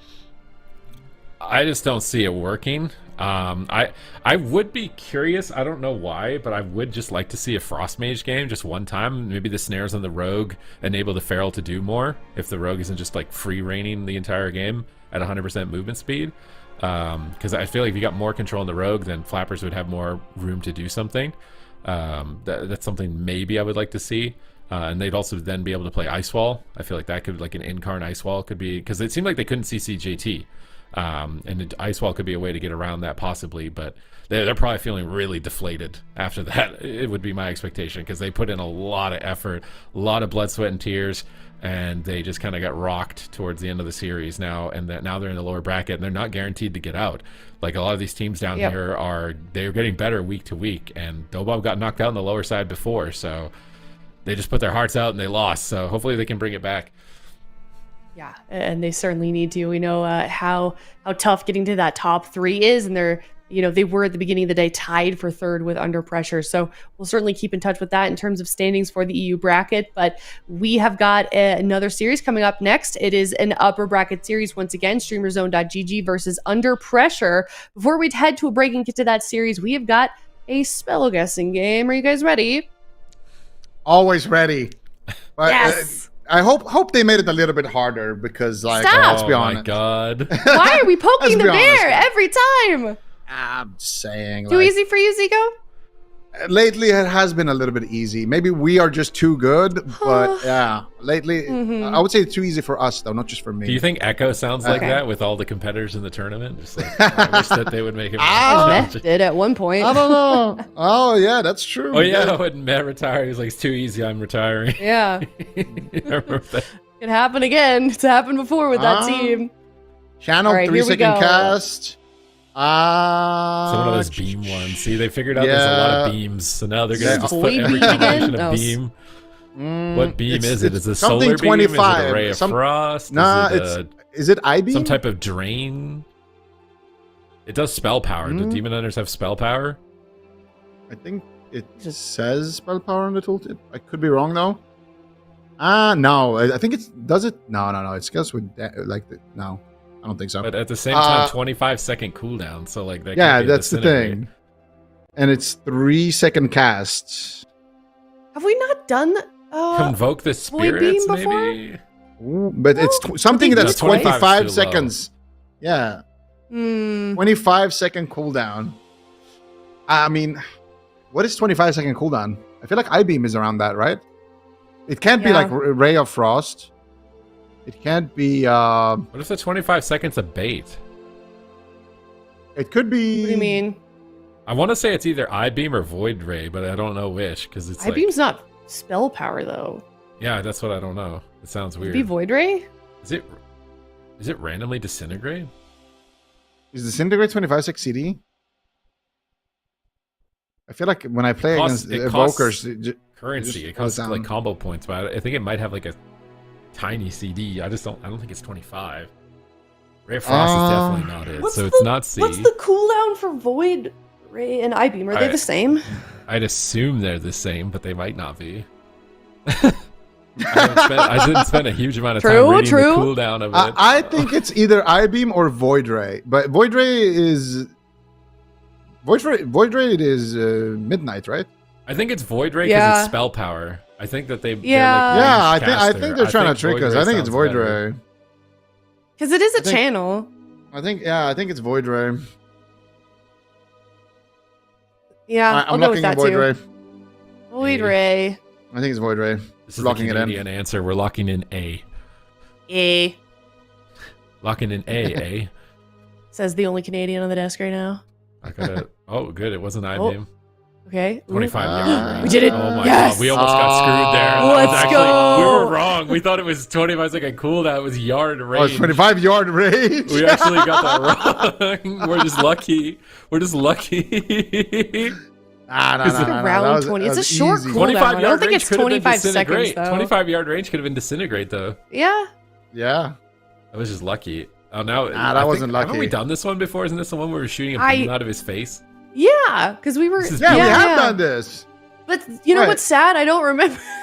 It's coming out of his mouth. I remember it's B. It's B. It's B. It's definitely B. The first time I saw this, I was like, "There's no way they made a tooltip that looks like that with him shooting out of his mouth." But and then it did. But then it did, and I was like, "Oh my god!" Yeah. Yep. Nice. I like it. I told you it's too easy. Oh god. Oh god. Faint? Okay. Something Reduces all that damage taken by- reduces. Go ahead. Sorry. No, you go ahead and read it. By something 0% for that's either an 8 or a 3. Probably an. Actually, I don't know. Usable something. Usable in stuns. Yeah. Skin? Yeah. Usable. Yeah, wait. So is Barkskin is 8 seconds? Yeah, it's 30 seconds, 8 seconds, usable in and it's It looks like Barkskin is 1 minute words, cooldown, though. right? It doesn't look long enough for Barkskin, Up top. right? Yeah. I think it could fit Barkskin. Looks like 2 So what does words this to me. requires? What does I this don't know. requires mean? Like Oh, because they're all requires- saying like requires requires- class. You know, like it it's- level up. It's like level 30 Yeah. or something maybe. Yeah, but requires level and requires Does it- class. okay, yeah, that's what I thought. I kind of need the Okay. options. Instant. It could be Oh. divine. It could be divine protection. Easy. Yeah, I think it reduces all damage. Astro Shift cannot be used in stuns. Obsidian Scales. cannot I be used in think. stuns. I think you need a talent, right? No, you can't use it in stuns. Oh, it Not could be at all. unending resolve though, but unending Yeah, resolve Unending Resolve is it a doesn't longer start with a cooldown. 1. Yeah, It's it a way longer it's a cooldown. 3-minute cooldown. It I'm has pretty to be sure. divine protection. Easy divine protection. Lock it in. Is that 1.5? I feel like that's 1.5, right? Yeah. It could be. I It think- could be something around one- one I something. think it's 1 minute or 1.5. I think it's 1 minute actually. Yeah, because I divine think protection. min fits there. Not 1.5 min. Yeah, Barkskin? 5. I think it's 1 minute actually. Yeah, because I divine think protection. min fits there. Not 1.5 min. Yeah, Barkskin yeah. was an option on this. This would have Yeah. was an option on this. This would have been really hard. Yeah, if I Barkskin think was an Barkskin option, versus divine protection, I think would have been really hard. yeah, it would have just been a toss up. All right, let's reveal it. because I think they're basically the same ability. Oh, Yeah, Too good. Barkskin. We're This too is good. literally the same ability with a different name. I swear. Except I guess you can't use it when you're silenced. I don't know if that's included on the tooltip. At least I don't think you can divine protection. Wait, can you use Barkskin while you're silenced? You can Barkskin while you're silenced. You can't do it if you're kicked. That's the only way you that's can't do OP. Barkskin. That's OP. They're gonna nerf it. Oh, okay. definitely I've never looked this It's closely not at it. C. What is that? it's a little. I don't know. Little fist Why do I- pump. Power to the people. Why does the A look like you'd make your hand like a sock puppet? You know, like A, like it looks like they're facing It's like opposite a- directions, like sock puppets. Yeah, I don't know what's going on with Like you're making a bird shadow on the wall. None of these look right. Is it possible to be none of the above? I've never I seen. feel well, like- Yeah, I think it's D. What? Zico It's just, a little man. you think that there? I've never noticed the pecs on this tooltip. Oh He's yeah, not wearing that's pants true. or anything. It's just like it just goes. The bottom. hands He's a look like paladin. they're He's wearing a photoshopped robe. on. Oh Hands yeah, look like okay. they're photoshopped on. Yeah. I think it's D also. I think it's. I don't think it's C. I feel like it's between C and D, and I feel like it's more likely to be D. I'm gonna lock in If D. it's between C and D, D looks weird to me. I swear that there's nothing in the Nah. middle of the shield on the actual tooltip, though. I don't know. I swear it's just an A empty looks right to me, shield. but I don't know what that is. I think there is something in the middle, but every time we see that tooltip, it's so tiny. You know. Yeah. I think it's Yeah. D. I can D? see like a little Okay. guy just hanging out in there. Little dude. Just a little guy hanging out. These are Okay. too easy. All right. Well, Shouldn't let's you go. be able to like auto lock it in if it's too easy? Yeah. It's not C. Cackles. Zika. It is Oh, C. it's C. Oh, they were Oh, they were God. mocking oh my you. god. Are you gonna take that, Zico? Cackles. Zika. It is Oh, C. it's C. Oh, they were Oh, they were God. mocking oh my you. god. Are you gonna take that, Zico? It's not Listen. C. Dude. They're using Huh. paladin spells. Okay, that's like they're. Yeah. You know what? Yeah, yeah. That's- They that heard doesn't- they heard us all talking about that doesn't Paladin. Well, count. that was mostly Sid, to be fair, but okay. Well, you know what? We've got more chances to redeem ourselves, hopefully, yeah? Okay, production, you win this round. You win this round. But still, we got 3 right out of 4, so you know. Yeah. Yeah. My crystal Leaky ball was faucet. blurry on this Because day. leaky faucet. Jeez. I don't know, man. All right. It's not looking good for Veruca's prediction right now. We're widening the gap, so you know what? You win some, you lose some. That's true. Yeah. It's a good trade-off. He's well, we're just gonna heard do a break Veruca when we go, come "What?" back. Yeah, we just heard him cackle in our ears. We're gonna go to another upper brackets series. Stick around. It is Streamer Zone GG versus Under Pressure coming up next. We'll be right back. The light guides my steps and illuminates my path. The light flows through me, and by its grace am I made one with all that is sacred. The light guides my steps and illuminates my path. The light flows through me, and by its grace am I made one with all that is sacred. The light guides... Liadrin, it has begun. I need you with me on the wall. Lorthamar, the void will envelop us soon. Only the light can save us now. No. The time for prayer has passed. The sunwell will not fall. Not while I draw breath.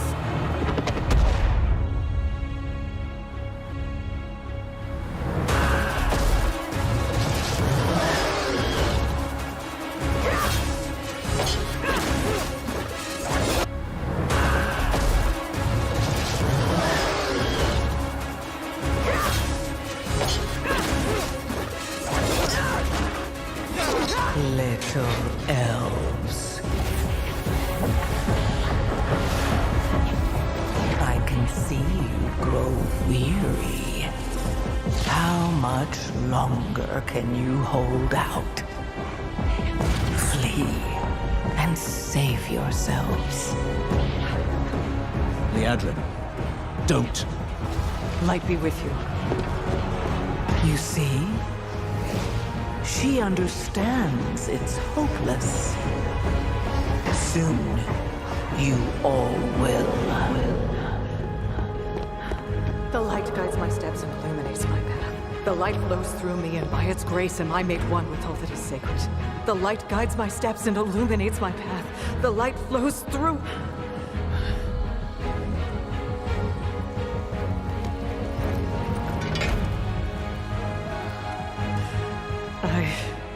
I know that I am unworthy. I don't know if I deserve your help, but I know my people do. Please give them strength. I admire your spirit, but that will not save you. Soon, I will break your world. You can't even break one elf.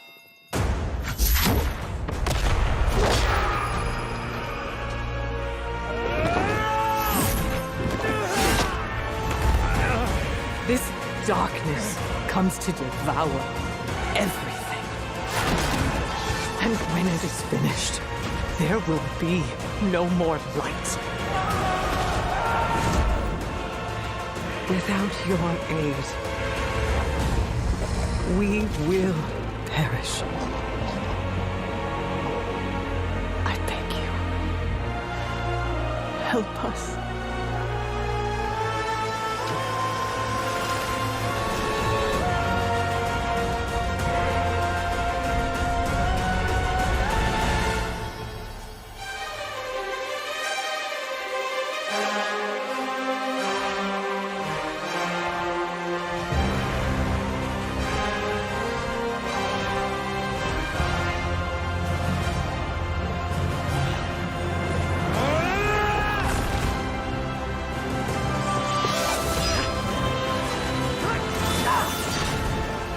The Sunwell will not fall!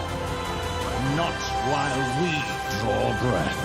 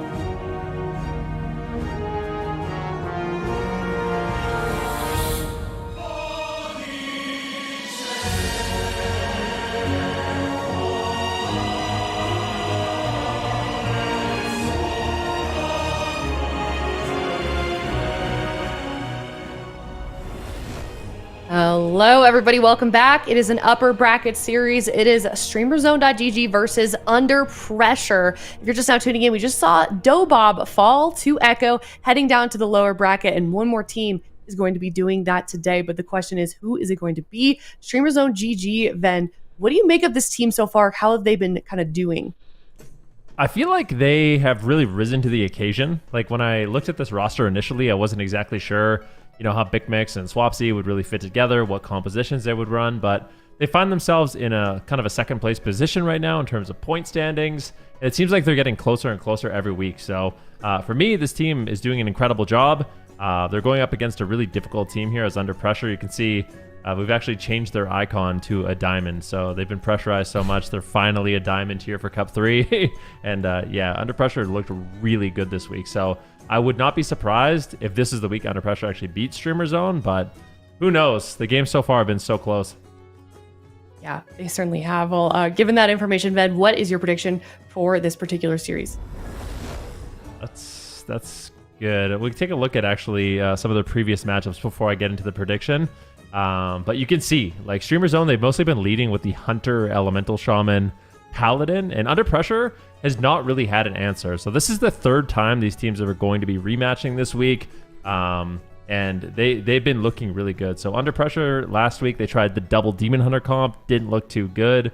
I'm expecting we see some Demon Hunter Unholy Death Knight, something like that. You can see this, the Legion Remix Cleave. Legion Remix, of course, is live if you want to check it out as well. Great way to earn Legion rewards. And Under Pressure representing the Demon Hunters. So it didn't work. Like I said, they tried to throw a curveball, but Streamer Zone was completely ready for it. And I do expect Under Pressure to have something else, because Double Demon Hunter, I hope it's off the table. Yeah, I think so as well. We've got chat predictions coming in here. Streamer Zone GG 63% versus Under Pressure's 37%. So Ven, I'll ask again then, what is your prediction for this series? All right, now that we've talked about everything, I'm going to Under Pressure.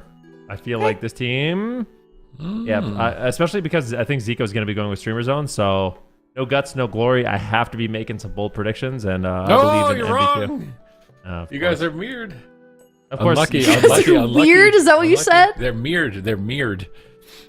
Mirrored. Okay, mirrored. that makes more sense. I'm leaning into Streamer Zone. I'm a BUFFMW and a Swapsy fanboy. I feel like when they're playing together, they are looking really good, looking really clean. I think it's gonna be a close series. It really just depends. I think if Under Pressure doubt themselves, and I feel like what I mean by doubt themselves is if they doubt DK Demon Hunter. Because it seems like they just don't play that in the beginning of their series, and they get owned, and then they switch, and then they win. And it's like, why didn't you just play that from the start? If they're doubting their Demon Hunter Death Knight, then I think the Streamer Zone takes this pretty handedly. But if they do lock in the DK Demon Hunter, it's going to be a lot closer. Right. All right. Looks like this is the most we've been split on the desk Ben is so far. I don't know if that's a good upset. thing or a bad thing, but we'll certainly find out. One of these teams, though, for sure, getting knocked down to the lower bracket. They're going to have to face off against Full Smart waiting down there in the lower bracket. It's game number 1 here, Streamer Zone versus Under Pressure in a grand arena, Ben. Yeah, this should be an exciting one. I'm really curious to see what both teams lock in, especially Under Pressure. I think one thing's for sure, we're going to be seeing MVQ on the Demon Hunter. I would be willing to wager on that one. So as for what healer we see, we've seen Lone Star play not only the Priest, the Shaman, the Druid. We've got basically every option available for Streamer Zone. I think it's likely going to be a Swapsy BUFFMW combo, whether that means Elemental Shaman Hunter, could mean the Feral Hunter and play the jungle. But I think if I was Streamer Zone, I would just be leading with the Survival Hunter, because so far Under Pressure really hasn't had an answer for it. All right. I'm ready, man. Game number 1. The predictions are split. Is this my opportunity to start climbing the ranks here and catch up to the top or not? Because I've been feeling pretty good, feeling pretty hot today. All right, I'm 3 for 3 on the predictions. Come on, Streamer Zone, BUFFMW and Swapsy, don't let me down. And they're going to be locking in not the Demon Hunter Death Knight. They're going with the Ellie Demon Hunter, which they've been back and forth with this, but I feel like more often than not, Streamer Zone ends up coming ahead though. Yeah, I'm really curious to see how Under Pressure does this with the Restoration Druid. It's an interesting pick. For the most part, Resto Druid seems really solid if it's not attacked. So I think for Streamer Zone, a big part of this matchup is going to be pressuring Lontar quite a bit on that Restoration Druid. Believe it or not, if you can just sit back and kind of cast out regrowths, Druids can do a decent amount of healing. So I really feel like for Streamer Zone, the most important thing in this matchup is just going to be keeping Lontar guessing, going after all 3 targets, and if they could do that, they can really force this Druid to fall behind. Stormkeepers are loaded, Bloodlust popped, MVQ caught in a Lightning Lasso, big setup on the Demon Hunter, trying to catch Lontar off guard, probably anticipating the Shaman or himself to be the target, but looks like they will recover with that Ancient of Lore, as Lontar is just tossing out massive heals. BUFFMW is waiting for his opportunity. They force Darkness, MVQ trading that out a little bit prematurely, catches a disarm on his Metamorphosis, he's just going to I-beam that. Lontar, he's in cat form. He's stunned. Where's the trap? Is he Diamond Dice? He knocks him away so he can't reverse it right away. That was clutch from BUFFMW, and he scatters the Demon Hunter to stop the reverse. And the double blind to stop the reverse. That was a really good setup from Streamer Zone. They get the Astral Shift from Jamie. Yeah, nicely done there. Great setups here, and BUFFMW is such a playmaker for their team. Full stun comes in, Lontar, MVQ, and Jamie rotting down a little bit under the pressure, and this is what you want to see. You trap Lontar, then you swap to him, and you just do that over and over in this matchup. We'll have to see how much pressure Swapsy and Jamie can get out respectively on the Shaman. These two have been kind of the big dogs on Shaman in Europe for quite some time. We'll see who comes out ahead. Damage is just such an important component of this specialization. Maximizing your pressure. BUFFMW getting a little bit low. Borog there to top him off as both teams are exchanging blows, but looking relatively stable. Still have lots of cooldowns to trade. All right, Jamie taking some hits. You see a stun Hex on Swapsy. No decurs for that, so that could be really annoying for him. And now they get a Cyclone because Swapsy can't win share. They switch the Cyclone over. And BUFFMW is getting ready to land this trap. How is he going to land this one? He grapples over and Lontar trees. He's going to immune that trap. Borog gets kicked. That means BUFFMW could be in trouble. No trinket. He scatters the Demon Hunter. Searing Glare on the damage dealers. Instantly dispels MVQ. Now BUFFMW is trying to find his opportunity again. He's leading with Fury of the Eagle. Staying close to Lontar. There's a reverse magic, so how's he going to stop it? He can't. They will land the reverse magic on the freezing trap, and now he's caught in a stun with no trinket, and Borog is casting first aid at the pillar there for a second, I swear. And now he's stunned behind the pillar. BUFFMW looks like he's okay, though, with the exhilaration. Quick little feign death, swapping over onto Lontar, as he wasn't able to secure his freezing trap. He's just attacking the Resto Druid, trying to get him to spend mana. Huge hit of damage, though, on him. It seems like under pressure, they've changed their strategies. Just attacking the Hunter, try and control Swapsy, potentially looking to take this game into dampening against the Paladin. Yeah, I mean, the pressure on BUFFMW has been quite good so far in the game. Right now, Bloodlust trades. Jamie looking to get aggressive, and BUFFMW might just fall. Oh my goodness, Aspect of the Turtle comes in at 10% health, maybe even less than 10%. What a close call. Under pressure, really putting out tons of damage here in this match so far. If they can keep this up, they might be able to get a Game 1 win. All right, Borog's pushing in. Hammer of Justice. Oh, they're swapping. They punish the push. He gets stunned on his trinket, catching Borog out of position. Borog seems to be all right now, though. Jamie's low. He's going to burrow. Literally low. He's beneath the ground. MVQ jumps over to BUFFMW, imprisons him, but he's still low. Lontar's in tree. He's tossing out heals, ramping up his hots, getting his team in a position for a push. But it does look like their defenses are looking limited, so Lontar's got to get ready with that Iron Bark, and if he misallocates it, they could punish. He's ventured on a heal. Jamie is still taking the hits. Binding shot, trap, incoming. Where is it? He doesn't want to get grounded on it. He's going to go for the scatter. He gets the trap reversed. Lontar repositions. Borog can get nowhere near them. They just drop a Darkness again. Well, I feel like he's just dropping Darkness to trade with like Ascendance, just 1-for-1 from MVQ, so Lontar doesn't have to spend mana, and it's working. If their strat, which it seems to be, is just get this game into dampening, win on mana with the Druid. Under pressure, in a great position to do it. So Borog has a choice. Does he start pushing in on top of the Druid, or does he run further away and try and drink? Because it likely will be an increasing problem if he can't out-mana him. He's charging in now. He's going to stun the Shaman. I wonder, how do you feel about Hammer of Justice actually on Demon Hunter to stop reverse? Yeah, it could be good. This is a really consistent cross. It's shut MVQ out of the game. Maybe even make swaps on MVQ, but Lontar right now is under pressure. Imprisonment, actually. Defensive imprisonment there by MVQ. The regrowths come in. It looks like Lontar should be able to survive, but at least they get the Bark Skin out of the way. However, there's still an Iron Bark. There's still a Trinket. Under pressure has many, many cooldowns to trade, and BUFFMW is actually the one on the back foot. Going to be high mounting away, trying to create some distance, but against a Demon Hunter, it's going to be very difficult to get away. Full Scattershot lands into a trap, breaks immediately. Lontar goes into the Ancient of Lore, and his team should be completely fine during that cooldown. However, Streamer Zone, it's just another objective that they have to get through. They get through the Ancient of Lore, and during that downtime, that's going to be their opportunity to potentially win the game. All right, BUFFMW, no Trinket. They have a stun for him. Lontar's been getting Maim stunned, so I'm curious to see if he can get some combo points here. He's in cat form. He's using Swipe to extend his hots and get some combo points. Overgrowth. BUFFMW is lassoed. Might Maim stun half out of this. Is he going to go for it? No. BUFFMW is able to disengage away. He's got Turtle available now. Borog is in a bit more of an offensive position here. Full trap. MVQ's out of position. Trying to get back to reverse it, but now he's met by a Binding Shot. And they're swapping to the Elemental Shaman. Trying to switch off those heal over time effects as much as possible. I feel like Lontar's Resto Druid is looking a lot better in this matchup. His mana is looking a lot more healthy. He's not getting caught by those swaps like we saw in previous series. If Lontar can keep this up, his team is leading on the damage. No, sorry, his team is not leading on the damage. What am I saying? BUFFMW's doing massive amounts of damage. Swaps to him. Even despite not leading on the damage, he's doing really great. Yeah, the pressure is looking good. Like, it feels like Under Pressure actually has more pressure throughout this match. Even though the damage overall for Streamer Zone is higher, Barug and BUFFMW are rotting down. MBQ as well, taking some damage, but he's got the Trinket Netherwalk, so even though he's low on health, he's got the cooldowns to trade if he needs it. Moving over here onto BUFFMW, continuing the damage onto the Hunter, getting him down to 50% health.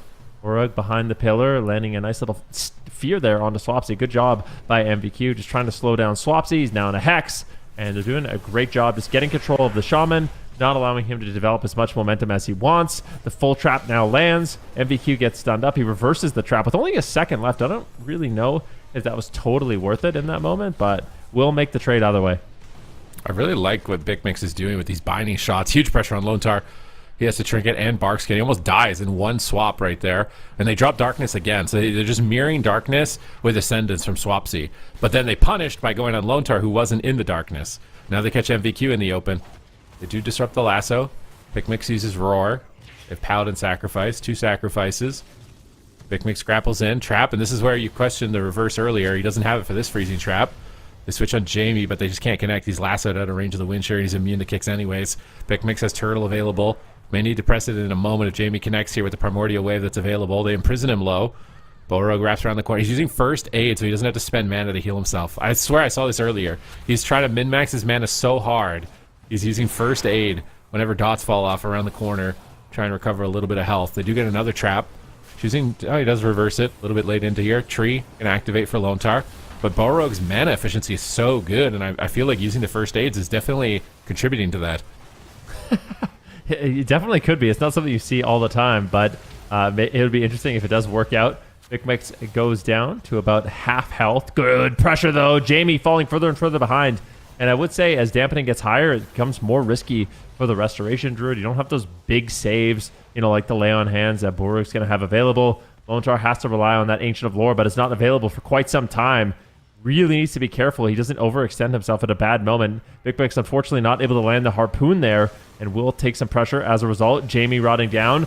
Oh, he might just have to burrow. He does. He burrows, realizing Lontar does not have a lot of healing, and he's going to play it safe. Overgrowth comes in. Jamie's more than fine now. A great trade, but once again, Borg's going to be using the first aid behind the pillar and going for a little bit of a drink. All right, he's just trying to maintain his mana. I think this is important. This is how they can win in the late game. They're doing significantly more damage at this point, so as long as Borog doesn't run out of mana, they can keep up this momentum. Nice pre-Iron Bark on the trap. They're probably not going to reverse on top of that, even if they could. And they're adjusting. They're using Hammer of Justice on Demon Hunter now as well. They get a blind. BigMix is just kiting the Demon Hunter, snaring him, keeping his distance here with a Blessing of Freedom. I-Beam gets disarmed on it. You can just venture retreat off that disarm, though. And he's going to reconnect almost immediately. Jamie takes some hits here. Lontar struggling. Used NS, and he can't now use it for Tree for 7 more seconds. Is this the window? Cast it. He's just going to hard cast it. All right, he's in Tree time. Searing Glare hits Jamie. He can't do any damage for a second. He's going to run around the corner and wait for that to fade. BigMix is stunned. Lasso, nice positioning from Jamie here. Got him so he can't be wind sheared. Borog still maintaining his mana advantage. Commits the Lay on Hands. MVQ caught in a stun. Could swap to him. They got his blur earlier. He's just double jumping around. Goes for the Imprison. Stuns Swapsy. Goes for a Sigil of Fear. Into a Hex maybe from Jamie. Not going to go for it. It's the Stormkeeper. Big Lightning Bolts on BigMix, but MVQ just can't get there. He's wrapping off to the side with Lontar. Big I-Beam to catch him in a main stun. Lontar's big stun right here. He gets Borog to trade. Now they drop Darkness. This is the Ascendance. They're always going 1 for 1. BigMix is still in trouble. He's greedy. Acceleration 6 seconds away. Trades the Turtle. Might be a bubble as well. Jamie is ripping. He manages to hold on. They switch to Swapsy. He looks fine. They're getting off of him. They're going back on the BigMix, but there's a trap. Scatter. It looks like it broke, which is really unfortunate. That could have forced a trinket. Lontar's going to have some mana problems pretty soon, though. We're at almost the 10-minute mark at this point. Lasso on MVQ catching him. He trinket blurs. He needs to make a push with his blur. He's trying to, but he gets disarmed. Doesn't have Vengeful Retreat. Big Primordial Wave from Swapsy. Lava Bursts are incoming. Jamie's the target. He wraps around the corner. BigMix is moving in. Lontar blocks it. He trinkets into Tree and jumps on top of Jamie to try and get the heals. Oh, they're gonna BigMix is still low, but who's going to die first? BigMix or Jamie? He burrows. He's recovering with the Iron Bark. MVQ's caught. He's stunned behind the pillar. He's stunned behind the pillar, but BigMix is dead. They have nothing to trade for him. 5 seconds away from Avenging Crusader. Can they buy the time to stay alive? Borog on the run. In a lasso, just bubbles it. He's going to use the Avenging Crusader. He can recover here with Avenging Crusader and bubble. Stun trap. They need a trap. They Searing Glare, but not going to do a lot here. Jamie might just die to damage. Blinding Light. Borog carrying the game right now. An amazing turnaround, forcing the Nether Walk from MVQ. They're out of cooldowns. Streamer Zone are cooking. BigMix needs to survive the stun. Is he going to be able to hold on? He has survival of the fittest. If he holds on, I don't think Lontar can heal for much longer. BigMix is all over him, traps him, no trinket. MVQ, where's the reverse? He gets it, but now Lontar is stunned on the reverse.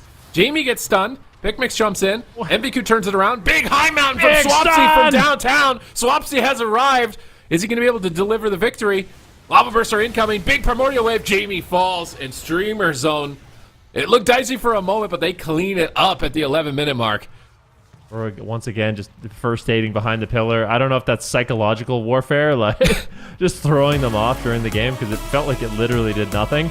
But yeah, the big thing about this matchup and what has consistently been a problem for Under Pressure is they're just losing in the late game. The games are going 10, 11 minutes, and as a Druid, you just don't have those big trades to make. There was a moment where Under Pressure actually had Big Mix low, they had Borog low.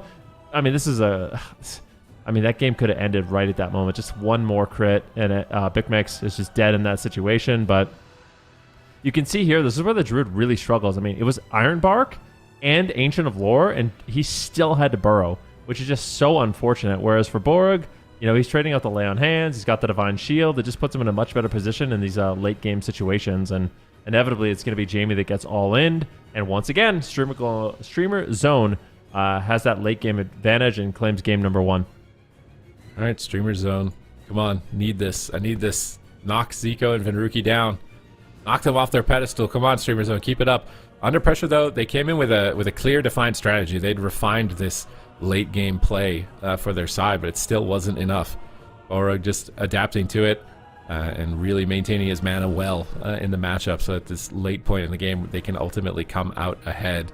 And that duo, I never thought we'd see Big Mex and Swapsy on the same team. It's like polar opposites as far as players and compositions they've historically played, right? Like Big Mix has been running these highly aggressive rogue hunter comps, AWC after AWC, and Swapsy has historically been running those wizard dampening compositions. You'd never imagine that they would come together as a duo, but they have, and they're currently the number 2 seed in Europe, and they're looking to battle to try and steal that number 1 spot, although I think Eka would have to come out in 3rd or something like that for it to actually happen. But they just want to win a cup. They've been leveling up week to week. They've got a solid, well-rounded team of different compositions. They've been looking impressive, and I've been really enjoying their duo. I think Borog is also looking to try and take the throne as one of the best healers in Europe. He's been very impressive week to week. Yeah, definitely. Now I do wonder, for Under Pressure, was that enough of a performance? Was that close enough that they still have, they still have faith in this composition? Because I feel like that was probably one of the best games we've seen from them. I wouldn't be surprised if Under Pressure just decides to go into game 2 with the exact same matchup, potentially just a little bit bigger of a map, giving Lontar some more space on the Druid to ultimately survive. But yeah, the big problem for me with the Druid, like I said, is when you don't have the Ancient of Lore and we get deep into dampening, that's where this kind of the damage profile that Swapsy and Big Mix are doing, where they can kind of hit all 3 targets and also go for like an extended crowd control chain, is probably the most difficult thing you can heal against as a Resto Druid. So if Lontar pulls this off, he really is like making miracles happen with this Druid.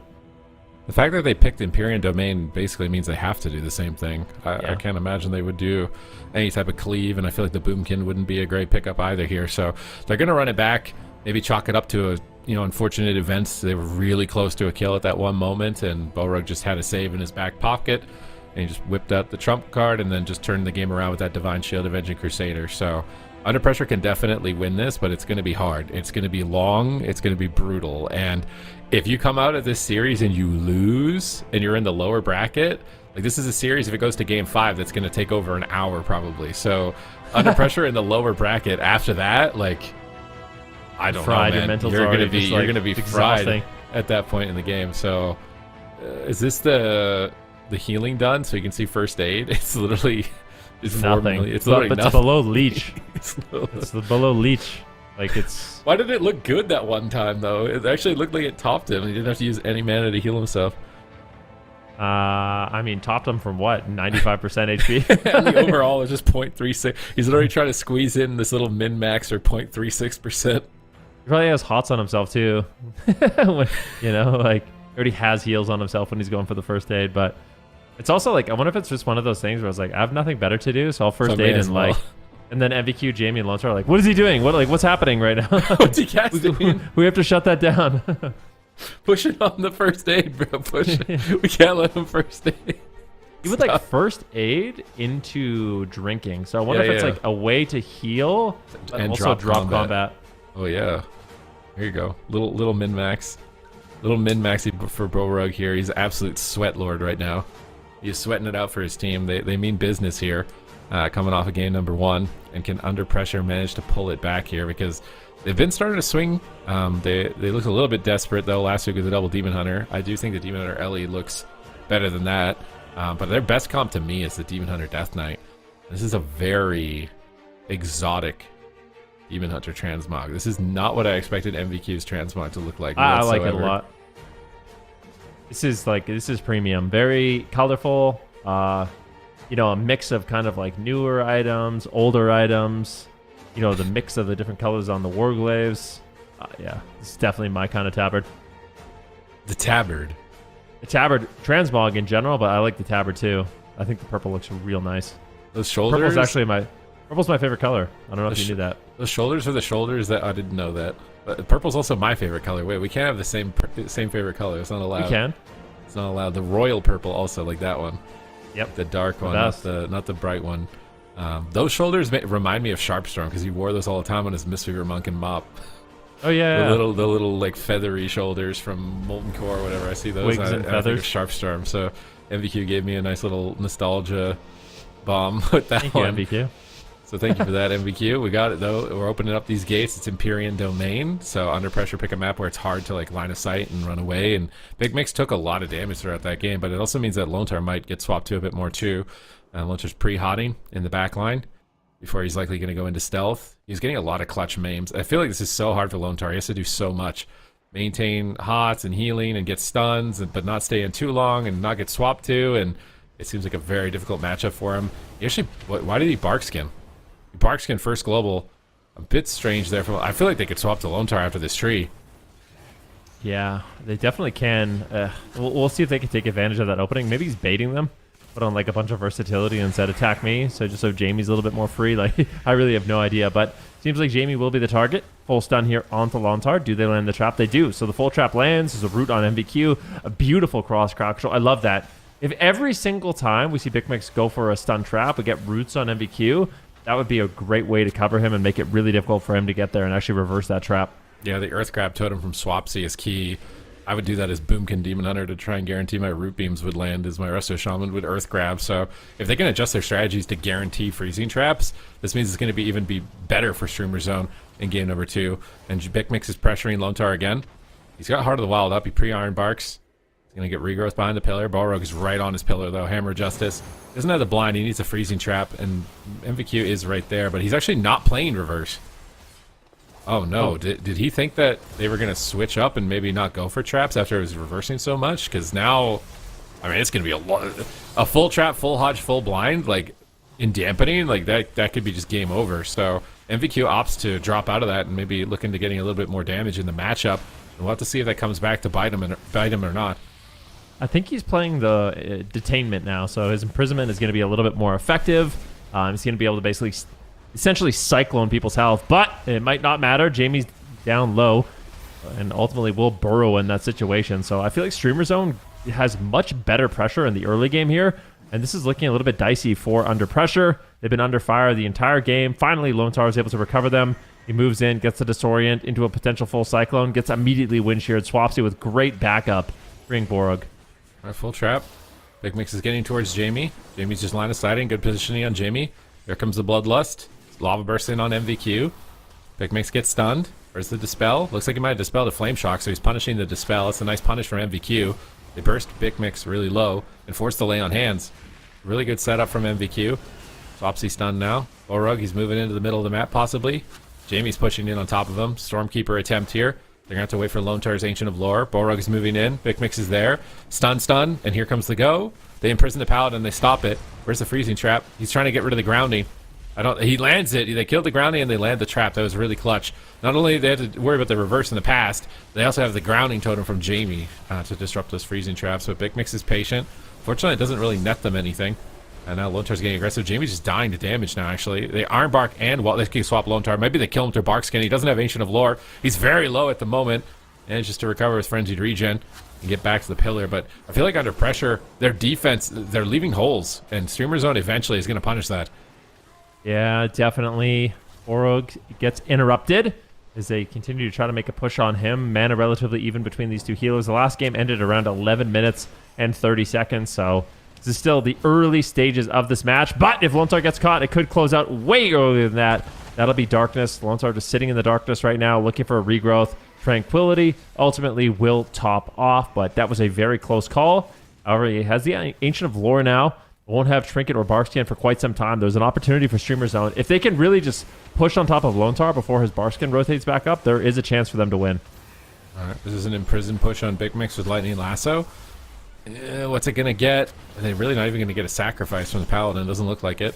Big Mix is jumping over with the disengage, getting in position for a freezing trap. Here comes the silence. Oh, he misses the trap. It hits a Trent, it looks like there. So really good position from Lone Star avoiding the trap. Maybe they scatter him or they swap. They're trying to swap. Oh my god. Oh, he doesn't stop the clone though. Full clone on the Paladin. Nice play from Lone Star. Even while getting swapped to, he finds some crowd control. Is it enough to topple Big Mix? He's being really greedy. Line of sighting at the corner here. Still Streamer Zone refusing to trade. Big Mix has freezing trap, but he's low. Can he go for it? He's feigning death and he's disengaging in. There's the stun. Where's the ground? Jamie grounds. They have to kill ground. The pet's on the grounding. They kill it, but now Lone Star's on the run. Trying to avoid the trap. Borog and another Imprison. They're trying to win with Imprison goes on the Paladin. Jamie's just getting soloed by Swapsy. He got Astral Shift completely by himself. Now Big Mix switches back onto Jamie. He's trying to capitalize on it, but defense is already up. They're not going to be able to punish it. But nice clones from Lone Star again. That forces the aspect of the turtle. Lone Star's putting his team in the match. Another clone. Really well timed. Into a maim stun. Lone Star's having a really good moment right now. A pop-off moment. Is it enough to win? He's so low. Borog's got heals though. And now Lone Star's in a trap. Now they have to focus on defense and protecting Jamie. He just used Burrow. They're kind of stacked though. They could swap Lone Star. So gotta be careful. No Heart of the Wild. This guy's tree.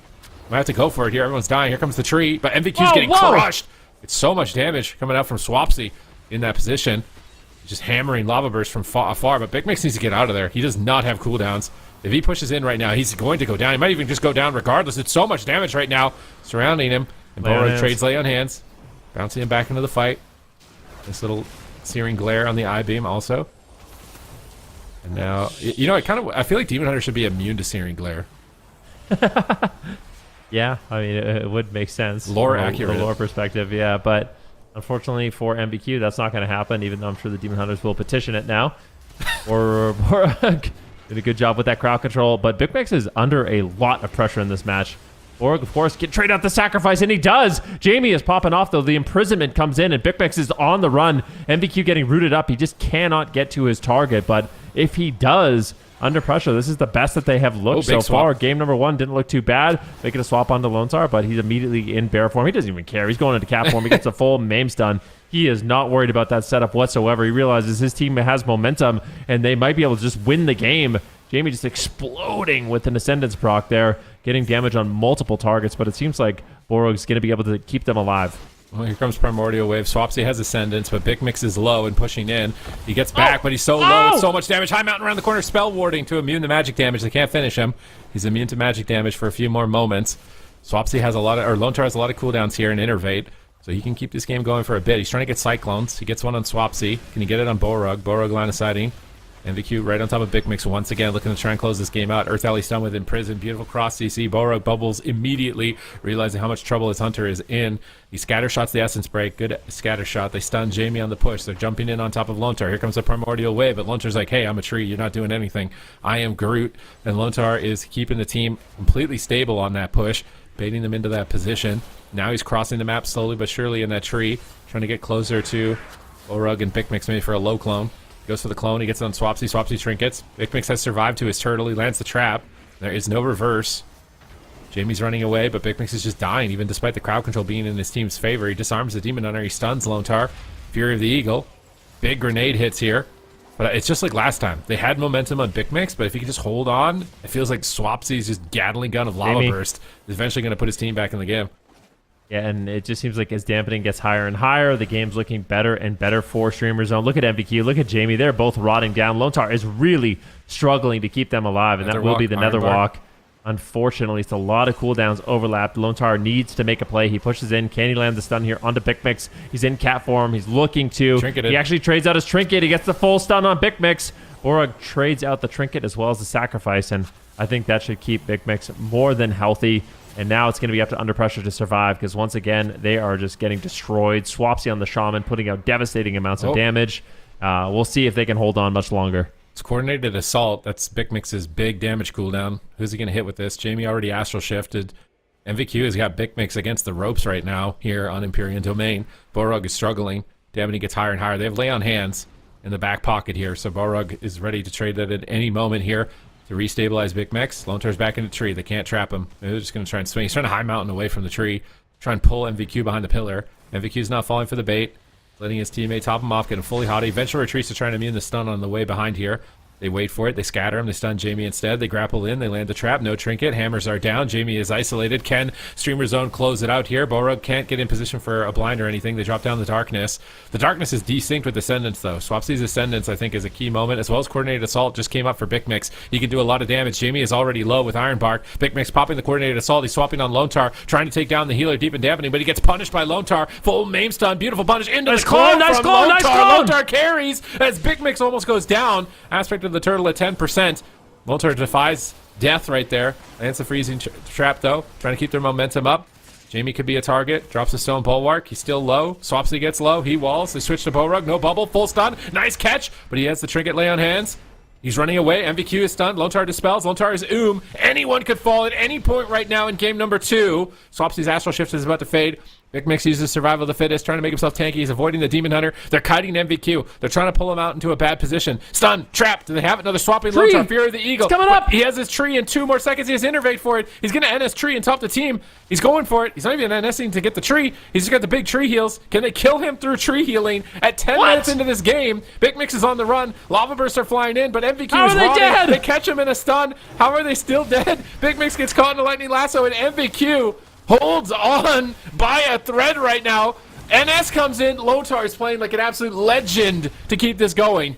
Yeah, he is, but it might not matter. MVQ glimpses away, just holding on by a thread, but he gets shocked and dropped to the ground under pressure.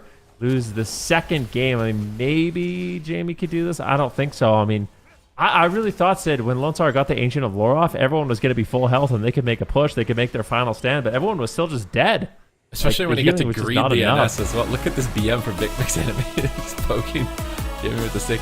The fact that he got to hard cast it also made me think that there's like, this is their big moment, and they thought it was the big moment. The issue is that Demon Hunter just can't do damage. If Big Mix and Swapsy just decide to say no touchy, MVQ can't touchy, and if he can't touchy, they can't win the game. That's what I'm noticing. It's just he can't move. It's like he's fighting a Frost Mage, and they're just both kiting him, and he just can't finish the match. They're so close to the win right here. Lone Tar was playing out of his mind, almost wins the game, and then they just go no touchy mode, and they can't connect to him long enough to recover, and then they're just able to close it out on him. There's just more range damage from the Survival Hunter with the grenades relative to the Demon Hunter, so it just feels like a matchup issue for them. I'm just trying to think of like what can their options possibly be, because it just feels like the better Demon healer Hunter, than Druid, like. Yeah, but he's also, I feel like Lone Tar is making really good plays. He is. Like, I don't even know if I want. Matter? Does it matter? Like, I feel like him on Druid feels like really important. It just feels like MVQ can't really get anything going on the Demon Hunter. So like, could they swap him out for anything? A Windwalker maybe? I don't know if that's worse. Can they play? And what about Boomkin Ellie? Didn't they used to play a ton of Windwalker Ellie? I mean, maybe a little bit. I feel like it's more like an NA comp, but maybe Oh, like they were owning with that in Europe. I think Windwalker has the same problem. I feel like if the Survival Hunter goes no touchy mode, you're not gonna get to him to be able to kill him. I kind of don't hate the idea of doing like Boomkin Ellie, but I don't think you can do Resto Druid with that. I feel like Boomkin Ellie could be actually underrated a little bit. Wizards? Although it doesn't have Mortal Strike. I know it doesn't have Mortal Strike, Comps with but no Mortal Strike just seem like they've not played. I've seen it a couple times on ladder, and I don't know. I think it does really good into this type of matchup, I think. But they're going they're going DHDK. This is where they play not DHDK for the whole series, and then they're gonna play DHDK, and then they're gonna start winning games. And I'm just gonna be like, why did you like put yourselves through 2 10-minute games to lose, and you could have been playing DHDK the whole time? Yeah. Streamer Zone, they're going to lock in the exact same thing. We're going to Hook Point, a nice small map. And under pressure, more than likely, exactly like Super T said, they're going to kind of default to some cleave. It's like, okay, this didn't work.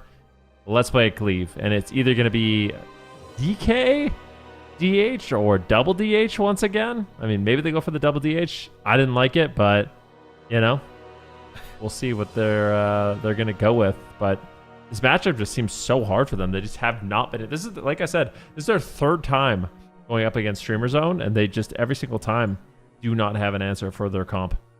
I'm getting intel from Aya that apparently Demon Hunters are immune to like a blinding mechanic in the Priory dungeon, so I wonder if Blizzard's going to patch it in so Demon Hunters are immune to blinding light. It would help MVQ out a little bit in the matchup also in this situation, but they're taking their time. Maybe they don't want to play Demon Hunter, or sorry, Survival Hunter Ellie on this map, because I feel like they could run the Paladin down on hook point.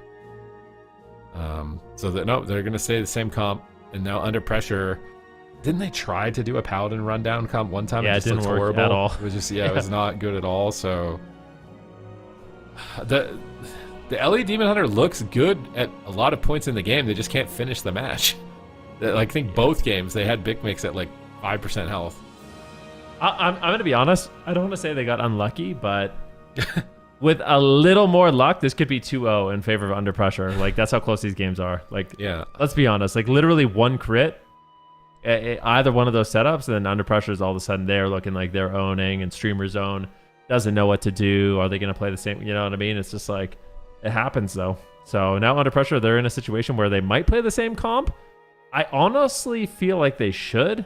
Like, I kind of want to see them play the same thing on a small map. So Big Mix can't go into that kite, you can't touch me kind of mode like you said. And it might be a little bit easier for under pressure to actually stay on target. It's risky, because it makes it more difficult for Lontar, but I feel like it's a risk they might have to take. And I imagine you're going to be getting dampened at this point. And the thing is, under pressure are leaving some holes. I feel like there's been like quite a significant cooldown overlap at a lot of points for them, and I don't know if that could have been evened out, if it would have really mattered, right? Like, those cooldown overlaps happened like 5 minutes into before the end of the game, so maybe it doesn't matter too much in the grand scheme of things. But they're going to go DHDK and Resto Shaman, so this has looked like their best comp. I wouldn't be surprised. You think so? I don't know about the matchup, but I would say that they look the best when they play this. Lotar's going back on the Shaman. Purges for Freedom is in Bops. Maybe it can be a little bit better. Also, Hexes for the Shaman. Could be nice here on the Swapsy. I don't know. Under pressure, I feel like they're just desperate. They don't want to do another 11-minute game. So they're picking feeling good about your prediction, aren't you? Yeah. I think I'm feeling pretty good. I'm not getting the perfect predictions, but overall on the day, I'm feeling a lot better so far. As long as Streamer Zone can keep this up here for just one more game. That little monster that keeps popping up is like startling me every time. I don't know if you're seeing it, but like in the backdrop with the little eyeballs, little yeah, tentacle little eyeballs that that are pop doing. What are they even doing? Like, they're hanging out. Oh, that right there, the two heads. Yeah, the popping eyes up. pop up every once in a while. the tentacles pop up on Koresh. I wonder what the screen's gonna look like in Midnight. Are we gonna pick Silver Moon, or what's the backdrop gonna be in the future? I'm curious to see, but this one is definitely a little bit on the creepier side. Match point, Streamer Zone. They want another shot at Echo. They want to go out of this winning a cup against them at least one time. Under pressure, struggling to find an answer. They've been desperate week to week, and I feel like they've put on a really good show so far in this series, but it's just not enough, and it's got to be fatiguing. So I feel like, honestly, for Under Pressure, this is a better late game strategy. This is like maybe this works and we win fast and we're just in, and if it doesn't work, we're out fast, and then we can just play the next series without being dampened. Right, yeah, because like there's no way you want to go to a game 5 and lose with how long these games are going and then be in the lower bracket. I just can't see that being a good like late game tournament strat for your team. Yeah. If that is the case, I feel like the team should probably focus on one series at a time, you know? Not worry about, I don't know if it's worth losing so you can have a better shot in the lower bracket, but... Yeah, but I mean, maybe you win and just win faster. I feel like this is a faster comp. There's no way DK Shaman it's going to be faster games. Yeah, there's no way it's going to be This slower. game's not going 10 minutes. Exactly. It's just like a mental health decision, okay? Like, you don't, like... Okay. When you play a dampening comp and you dampen and you lose, that is the worst feeling you'll have in Arena. Like... You only dampen when you know you're going to win. Otherwise, you feel awful if you dampen and lose. It's like the worst mental feeling you're going to get playing Arena. So I think this is Honestly, a decent attempt for the series in general, but just better for their likelihood of actually getting as far as possible. And it's a battle for that third spot also. So I don't know. I feel like they've been running their heads against the wall against this team for multiple weeks. This has looked like their best comp overall, the Demon Hunter Death Knight, from the games that I've seen from them. And it's going to be a bit faster paced, maybe more their play style. So the gates are open. We're not able to go back from this point. Streamer Zone up 2 in the series. One more win. They will advance to Championship Sunday to face off against Echo. Houston breaking out of the roots, getting a double blind Eat Sleet here. Lone Tar's looking for hexes. I don't know if he managed to swap his trinkets right away. Lone Tar gets stunned. He's taking a lot of damage. He's going to drop they use the anti-magic shield, but now Houston is left alone. He drops the anti-magic zone, and VQ jumps in with the metamorphosis. They're still going after BUFFMW, though. They've just been leaving Swapsy open. I feel like Swapsy is just having so much fun in this matchup so far. This entire series, he's probably just having a blast. Swapsy, absolutely legendary player here in the AWC. Been around for quite some time. We'll see if they can close it out here. BUFFMW getting swapped to. Beautiful setup there. But this composition is going to look a little bit scarier, I think, for both teams. So this is going to be a faster game. Like Super T's mentioned, Orog's going to be pushing in. Let's see if we can land any kind of crowd control. We get the sting onto Lone Tar into a full stun. MVQ and Houston are incredibly low on health. Lone Tar now into a full trap. This is not looking good. MVQ has no reverse, and they're both just rotting down. Blinding light coming out of the trap, and ultimately Lone Tar will have to trade the trinket. But I honestly feel like he should have sat that, maybe. It seemed like Houston and MVQ were kind of okay. Now they've gotten the trinket out of the way, I feel like under pressure is very exposed. Well, let's see if they can take advantage of that here. Freezing Trap available. Reverse Magic also available. Lone Tar in a Cyclone. Is he going to be able to trap off this? Looks like he's trying to, but Reverse is available here. Reverse going to hit. Houston gets blasted. Swapsy once again just having a field day in the corner over there, just doing whatever he wants. Loading a Stormkeeper up. Big Lava Burst Lightning Bolt combo here. MVQ Vengeful retreats and double jumps to keep the damage reduction for an extra second, but Houston is also a target. He still haven't got his Icebound Fortitude. They imprison the Paladin.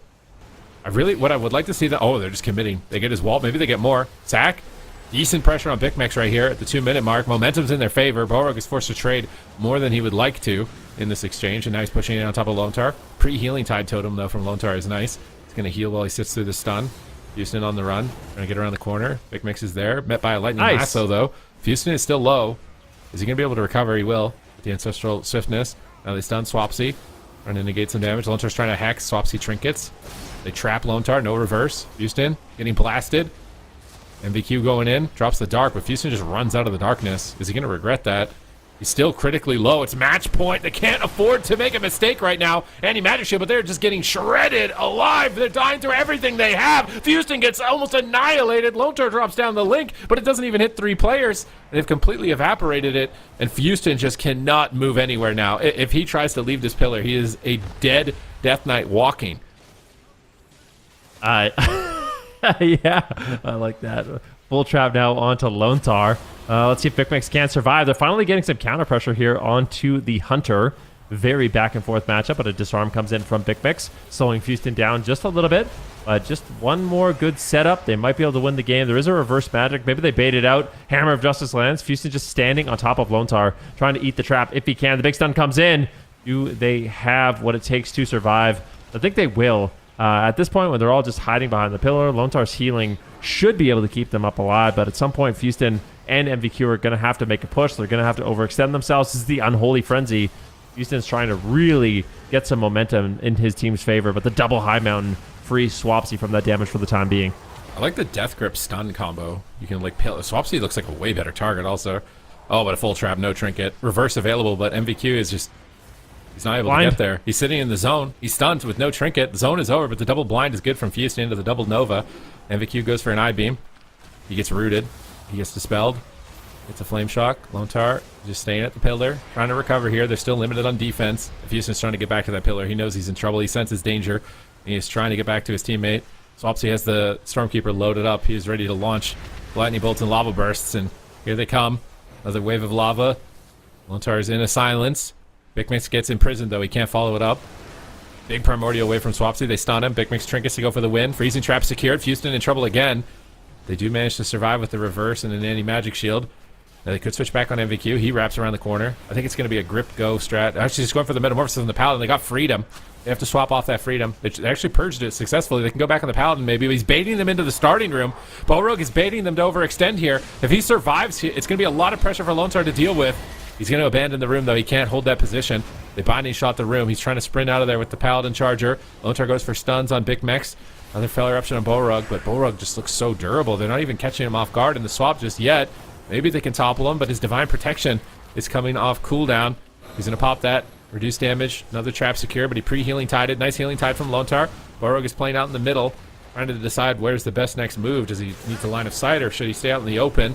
He's at the pillar for right now. They're all stacked on each other, though, so the traps are going to break. They have to reposition. He gets a stun. Nice double stun. They got Houston's trinket. They're still just training the Paladin. It's all or nothing for under pressure here on match point. Can they topple the Paladin? Multiple stuns incoming. Almost getting a win with the high mountain, but lay on hands allows Balrog to recover, and they're unrelenting. They're just gas pedal down. They're all in on the Paladin. It's do or die with Balrog being the target right now. And Houston, limited defense, Lontar repositioning. Oh, the Attic field didn't hit. He's so sad, but he got a grip. Now MVQ, eventual retreat over.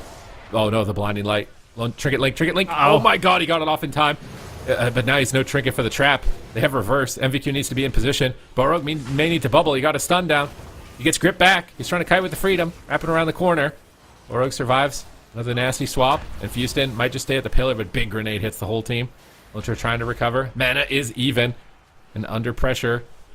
Are underwater right now. Can they recover? Grip into stun. I love the grip stuns. But Swapsy, he misses the high mountain on Lontar. His lasso doesn't get disrupted, but here comes a primordial wave lava burst. Another wave of damage. MVQ is hiding with the blur. Anti-magic shield from Houston. Balrog first aid behind the pillar. Maybe try and drink. If they're going to turtle like this, I think Balrog is trying to get a little bit of mana back. If he gets mana back here, I think it's GG. Yeah, oh, Death and Decay stopped him. Nice Death and Decay from Houston. Lontar silence. Big push on Houston. Match point. Is he going to survive? We'll have to wait and see. Blinding Sleep comes in. Balrog in crowd control. They're going after Big Mix. Houston's low on health, though. It's back and forth. Dampening is high. Lontar tops off Houston, but he's back to half as soon as you know it. And this is danger time here for under pressure. Houston has to retreat to line of sight. Balrog, of course, going to be attacked in this game quite a bit as well. He still has a Divine Shield. This game's looking better for Streamer Zone, though. They're one away from sending Under Pressure down to the lower bracket. Under Pressure just has not been able to beat this team. They need to find somehow, some way, a miracle setup to try to take down Balrog, but I don't think they're going to get that setup. Houston is just rotting down. The damage is completely overwhelming. Swapsy is owning them. Oh, he topped him. Mix is moving in. He actually tops them with an Ascendance proc. Beautifully timed there for Lontar as he keeps his team alive. Sometimes lucky for Lontar, and now he's got his actual Ascendance, so he can probably keep this going, but Balrog is just in the back drinking. He's getting tiny little sips every now and then and regenerating. He might just get full mana right here if they don't get any sort of push. I think he's okay. That might just be GG, I think. That might just be GG. Poor Lontar, man. He has been battling it out in this series. He just can't get a win for his team. He's caught in a trap, but they do have pressure on Big Mix. No trinket. Maybe they choke. Trinket, he gets silenced on his trinket. Can they actually take him down? He's pet stunned. Houston is low. He's on the run. Swapsy's pushing in. He's got a bloodlust for a couple more seconds. Lontar recovers. Big Mix is somewhat falling behind. Maybe they can do it. Maybe they can get a win. Binding shot hits MVQ. Big swap on MVQ. He pops another walk. He's immune to damage. It's not on Lontar, but he healing tides it again. Healing tide totems have been sick from Lontar this game, but now he's caught in a trap. Healing tide's over. Swapsy's loading the Stormkeeper. He gets gripped on it. Lontar's looking for hexes. He's not finding it. Big Mix is on the run. This is the no-touchy phase where Big Mix is going to be kiting them, but Houston's High Mountain Torrent gets him in range of him for a moment. He's getting rooted. Big Mix is on the run. Can he escape? He has to turtle during the imprison. Can he trap during the turtle? He doesn't have it, actually. It's 3 seconds away. He'd really love to land a trap here. MVQ's trying to push in on Swapsy. Swapsy has every cooldown. They need to get off Swapsy. It has to be Big Mix right now. It's do or die on Big Mix. So there's a full trap into a blinding light. That hits two. Houston's isolated. He is desperate. He can't Death Strike. Spirit Link just came off cooldown. He NS's. They dropped the darkness. They're so greedy. They're sitting through this without using the link. Under pressure. Stay alive for another push here. And Big Mix has limited defense. Balrog needs to be the one that saves. Houston on the back foot. Just feels like he can get nothing going. He can't plant his feet. He's just constantly having to retreat. Yeah, really devastating moment here for Under Pressure. They've got no mana whatsoever, but they still have the Spirit Link Totem. They might be able to make a push.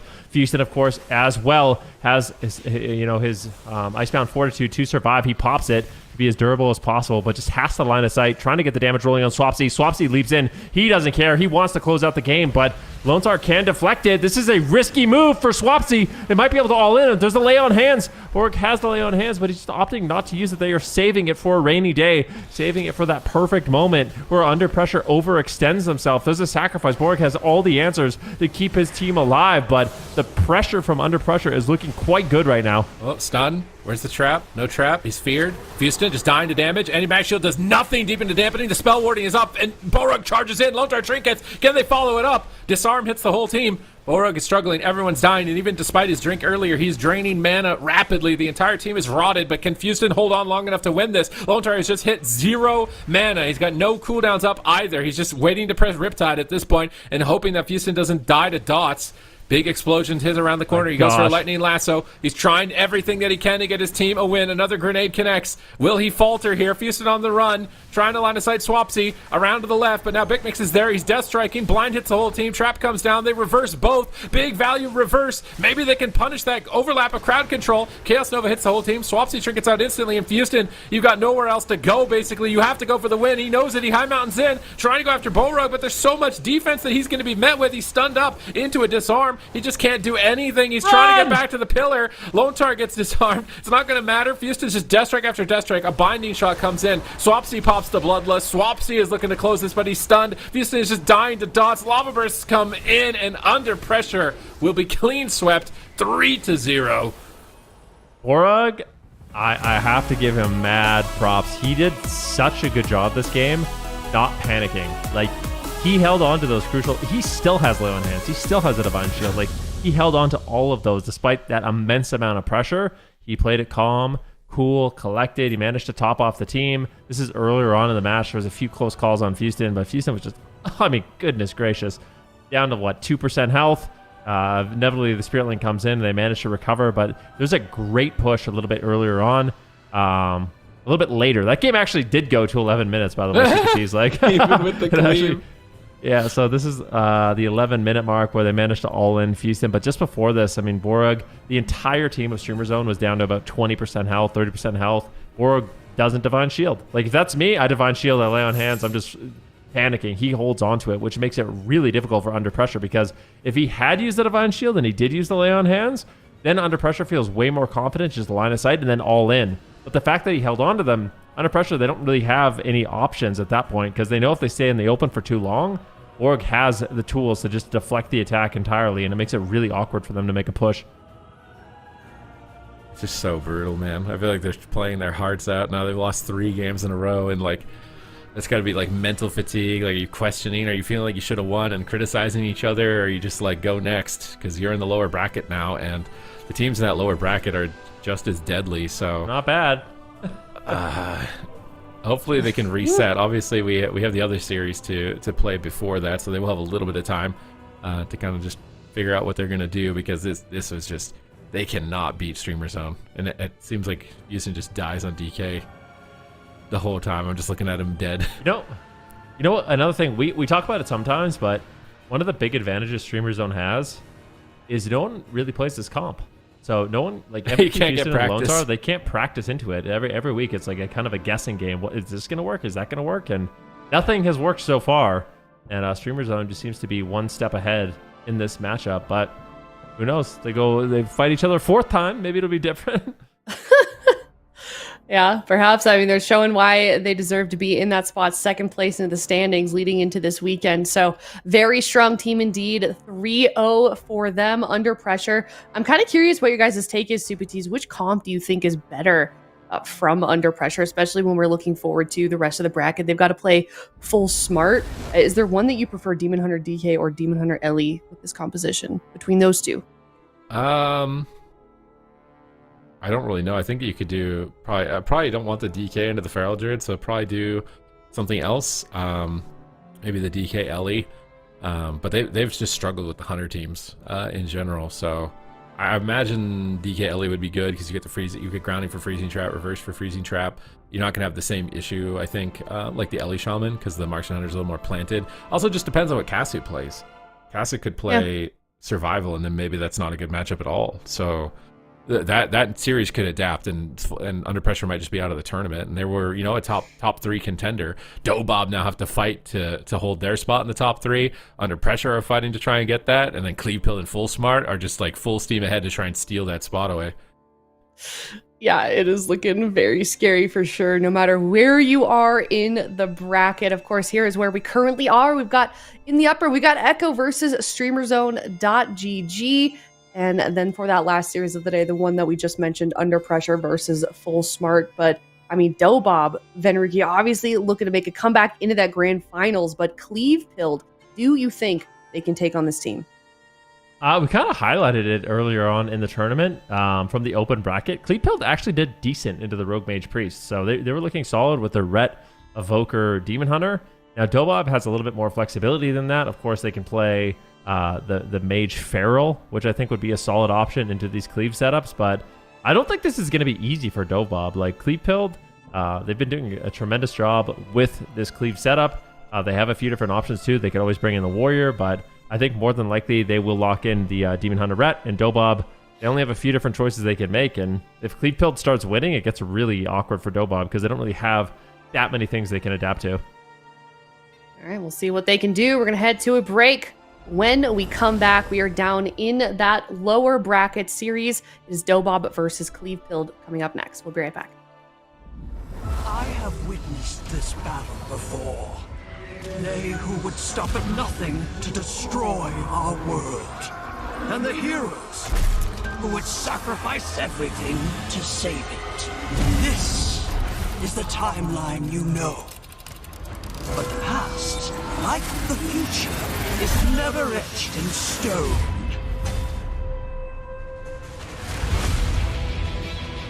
This time, we experiment with new variables.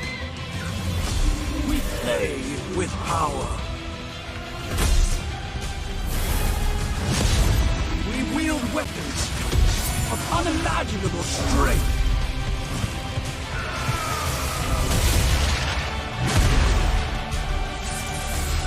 Many dangers lurk beneath the shifting sands of time.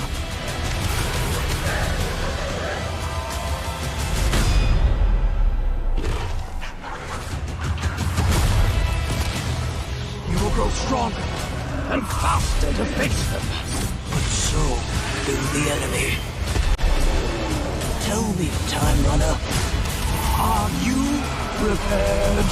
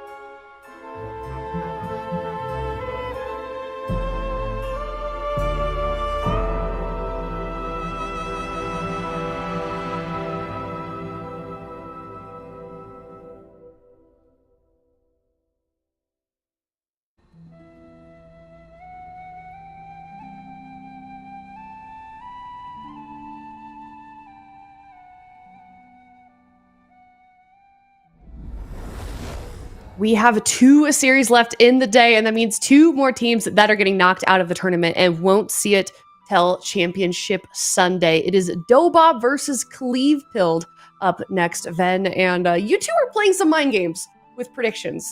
Let's talk about that. I'm losing the mind games. I'm losing my predictions. Zico's Zico's definitely winning right now, unfortunately. Every prediction I make is wrong, and the ones that I am right, he's also right, so it's been tough for me. But this one could be different. I went for a bit of a wild pick here. Okay. All right. Looks like we've got chat 81% in favor of DOBOB. Zico, I'm curious if your take on this series and how you think Ven is doing. What's going on in your head? Walk us through it. There's a lot going on, okay? So, CLEAVE beat a very, very skilled RMP in the open bracket. And I think based on that knowledge, Ven, he's falling behind, you know? There's 2 series left. He's 2 points behind. He has to go for the CLEAVE pick. Now, he might be trying to butter me up, though, to go for the CLEAVE pick. Because he most likely thinks I'm going for the DOBOB pick, and he's trying to play some mind games to make me go for CLEAVE, and he's going for DOBOB. So I'm calling the bluff. I'm going for DOBOB. I think that the RMP that CLEAVE beat is a good RMP, but they were playing Shimmer Mage. They aren't as good as DOBOB. So I'm going with DOBOB. I have 2 points ahead of Ven, so I can afford to go with the safe pick here. And I think it's a risky gamble on his part to go with the CLEAVE build. Okay. We can also analyze the actual game, but we'll do that later. Right, yeah. All right. This is the actual game, all right? Well, Zico's analysis, it was lovely, but ultimately I went DOBOB 3-0 over CLEAVE, so I'm believing in them as well. I think we might see Arcane Mage Feral as an option. We don't necessarily have to see the Rogue Mage, but I think DOBOB's got this one covered. However, let's go. CLEAVE has been looking good. Like, it's a bit scary because I feel like their Demon Hunter Ret, especially with the Preservation Evoker, looked good in the open bracket, and it especially looked good today. So we'll see what happens. Okay. All right. Looks like everyone is in favor of DOBOB. I am as well. I'm the only one that thinks it's going to go to a game 5. It looks like 3-2 is what I predicted. I think you guys make some points. I don't think you believe in CLEAVE enough. I think they might take some games off. I think they might take it to game number 5. Now, they haven't had like a great day, a great, tournament weekend so far, but 3-1 against Buff Mistweaver, that kind of made me see some hope in them. So chat really doesn't believe in them. And the 9%, that is not looking great. Wow. I think they're, yeah. All right. What is the coin? What is the guests? Did we see this? Okay, oh, wow. 3-0 from D Machine. Everyone is expecting DOBOB here. Okay. Yeah. Is this the only time we've all been in agreement? I think so, because I've done some crazy picks, so it's been unlucky. All right, well, CLEAVE Go ahead, Ben. No, I was just saying I've made some crazy picks today, so this time we actually all are in agreement. Me and Sid not doing anything too crazy, but it's unfortunate because if you're not bold with your predictions, you can never catch up, sadly. Yeah. No, very true. Very true. CLEAVE definitely going to have to be bold in their playmaking as well heading into this series. DOBOB, they are the team that has beaten Echo. They've just, made a complete tear in the EU region when they first came together as a roster last season. So CLEAVE certainly up against a lot, Zico, but we've already even today have seen some upsets. Yeah, we have. I mean, CLEAVE beating Buff Mistweaver was somewhat of an upset. Most of us didn't believe that was going to happen, but they completely steamrolled them. So CLEAVE, maybe they're picking up some momentum, and also for them, there's a good chance to upset the standings a little bit. Imagine if they can knock out DOBOB early-ish, like before Championship Sunday. That is great news for the other teams, still battling for the top 3 positions. So CLEAVE has a great opportunity here to just upset everybody. I mean, Under Pressure would certainly love it if DOBOB got knocked out. So that would be fantastic news for them. But yeah, we'll see here. CLEAVE there's no way that they make top. Is there actually a way that they make top 3? They would have to. They basically, if they win the entire thing, they could make top 3. So I mean, it's technically possible, I guess, but Yeah, there's definitely some really strong teams still in the upper portion of the bracket that they would have to get through at some point. They got to pull a dilly poo if they want to see that happen. But we've seen bigger upsets before. CLEAVE have already done it today, so they're going to be working off that momentum that they had from that earlier series today and try to make it happen once again.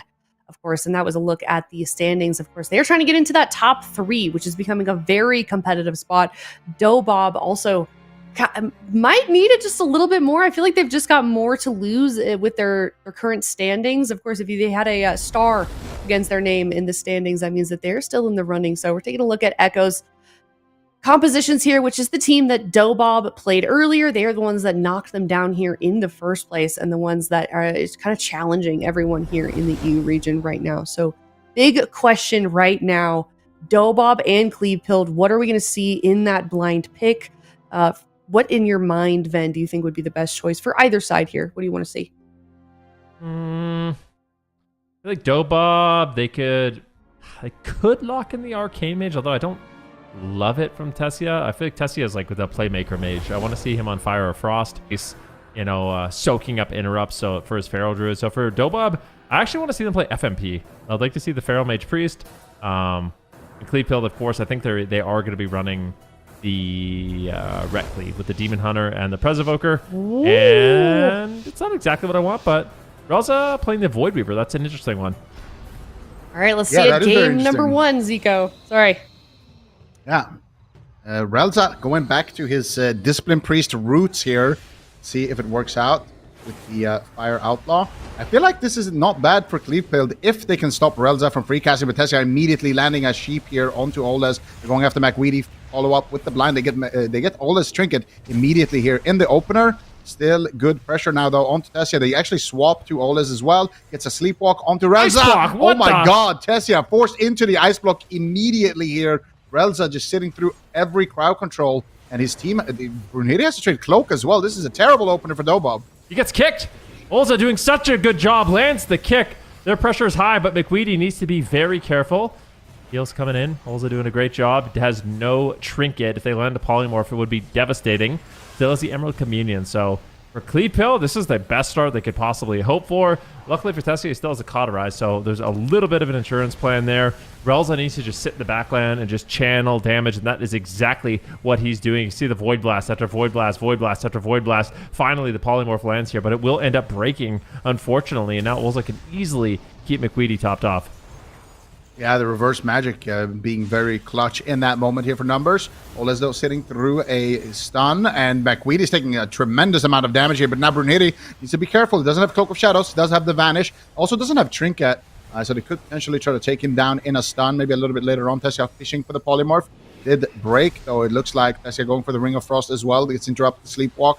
Is going to get lined by Relza. Tessia now caught up in a full stun. Pain Suppression will be traded from Relza, and he's just spamming out damage in the backline. Nice fake cast there from Relza, and now he's going to be able to top Tessia off and get a lot of pressure onto McWeedy. How are you going to deal with this Oles? He's going to trade out the Rewind. Actually, it did already trade out the Rewind. Those the Darkness now being traded out for numbers.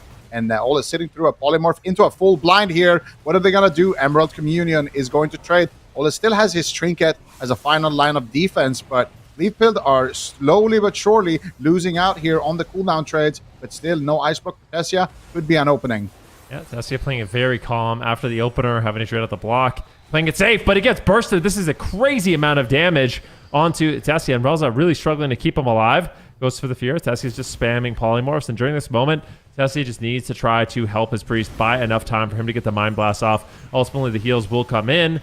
But yeah, it's one of those things where there's moments for Tessia where he has to play very passively, very safe, just try to slow down the game and allow Relza to get those casts off and inevitably heal, because it can be very difficult to stay alive when you fall behind. Imprisonment comes in. McWeedy's a little bit low. Shield of Vengeance might pop here on Brunhilde, who's gotten to a stun, but Relza easily heals through the pressure, and now it's actually McWeedy on the back foot.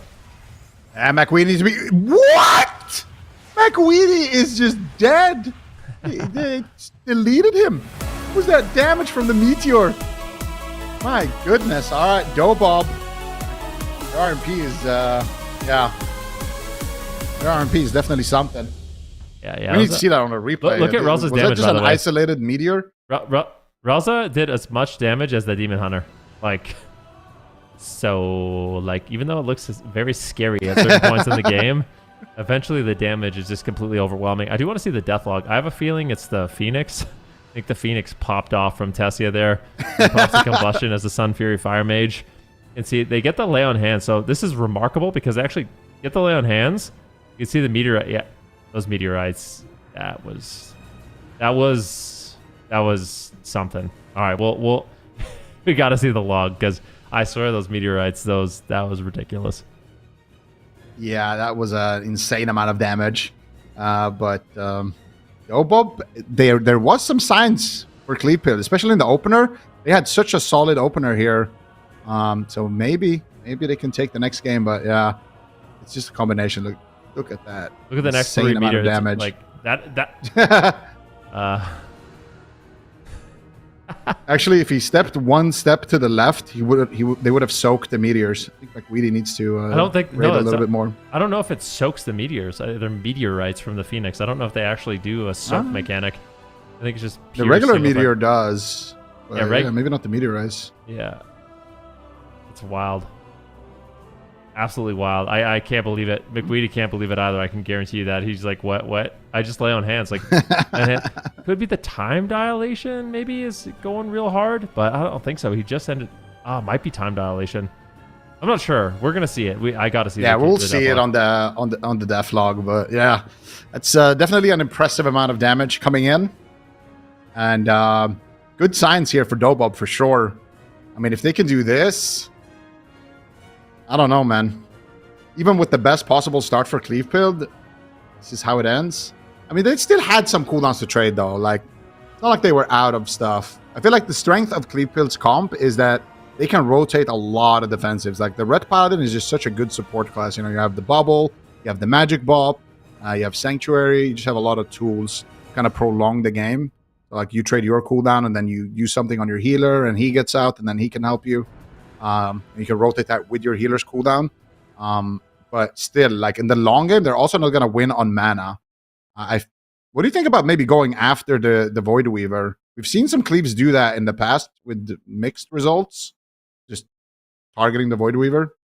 I still am just like, I can't believe he's dead. Like, what happened? Like, I need to see it. Like, that's all I can focus on right now. Like, what killed McWeedy? Who did that to McWeedy? Because that was outrageous. But to answer your question, okay, here we go. Look at the meteorites. Like, that's insane. Meteorites did 1.4 million, 1.4 million, 1.4 million, a million. Time dilation was also ticking for 1.8 million. 1.7. Those are big time. That was like a mixture of a lot of things. But ultimately, he lost almost 100% of his health in a single global. And most of the damage was from Tessia. That's crazy. Like... The meteorites. Most of the damage was from the Phoenix, man. Let's be honest. Here. Half a second, he did 9 million damage. Jeez. That's insane. The Phoenix was most of it. I mean, the Phoenix is crazy. Phoenix is definitely blasting. Cool. All right. So I feel like if you're McWeedy, you kind of just run it back and just hope that doesn't happen again because the game wasn't looking bad, you know? Yeah. Yeah, we just shake that off, just walk that off, and lock in Blackrook Hold. Nice map. And force some close quarter combat on that map in the rooms. I don't think it's a good map for targeting Relza, though. Most likely just going to be everyone playing out in an open field, and Relza's just sitting in a room on max range as much as possible. But they have gotten a lot of good crowd controls on the side of CLEAVE build. I think that's ultimately how they can win the game. You know, like get a Hodge rep or get a Sleepwalk off the rep or get a Sleepwalk off of a stun and try to take somebody down like that. But, man, it seems so tough when the RMP is on point, constantly switching targets between the healer and the rat. So we'll see if CLEAVE can just check that off. But if you're in the lower bracket and you're facing off against one of the best teams in Europe, and this is how the series starts, you can't let that get to you. That's the thing. This is where players are kind of tested in terms of mental. And we got a Griffin here. Is that like a throwback to the Phoenix? The ashes of Alar being summoned. All right. Phoenix is like, oh yeah, it's my cousin. All right, McWeedy. Let's see. I believe in Cleave build. I really can't believe what an explosive start that they had in that last game. Big combustion once again, though. McWeedy needs to be very careful.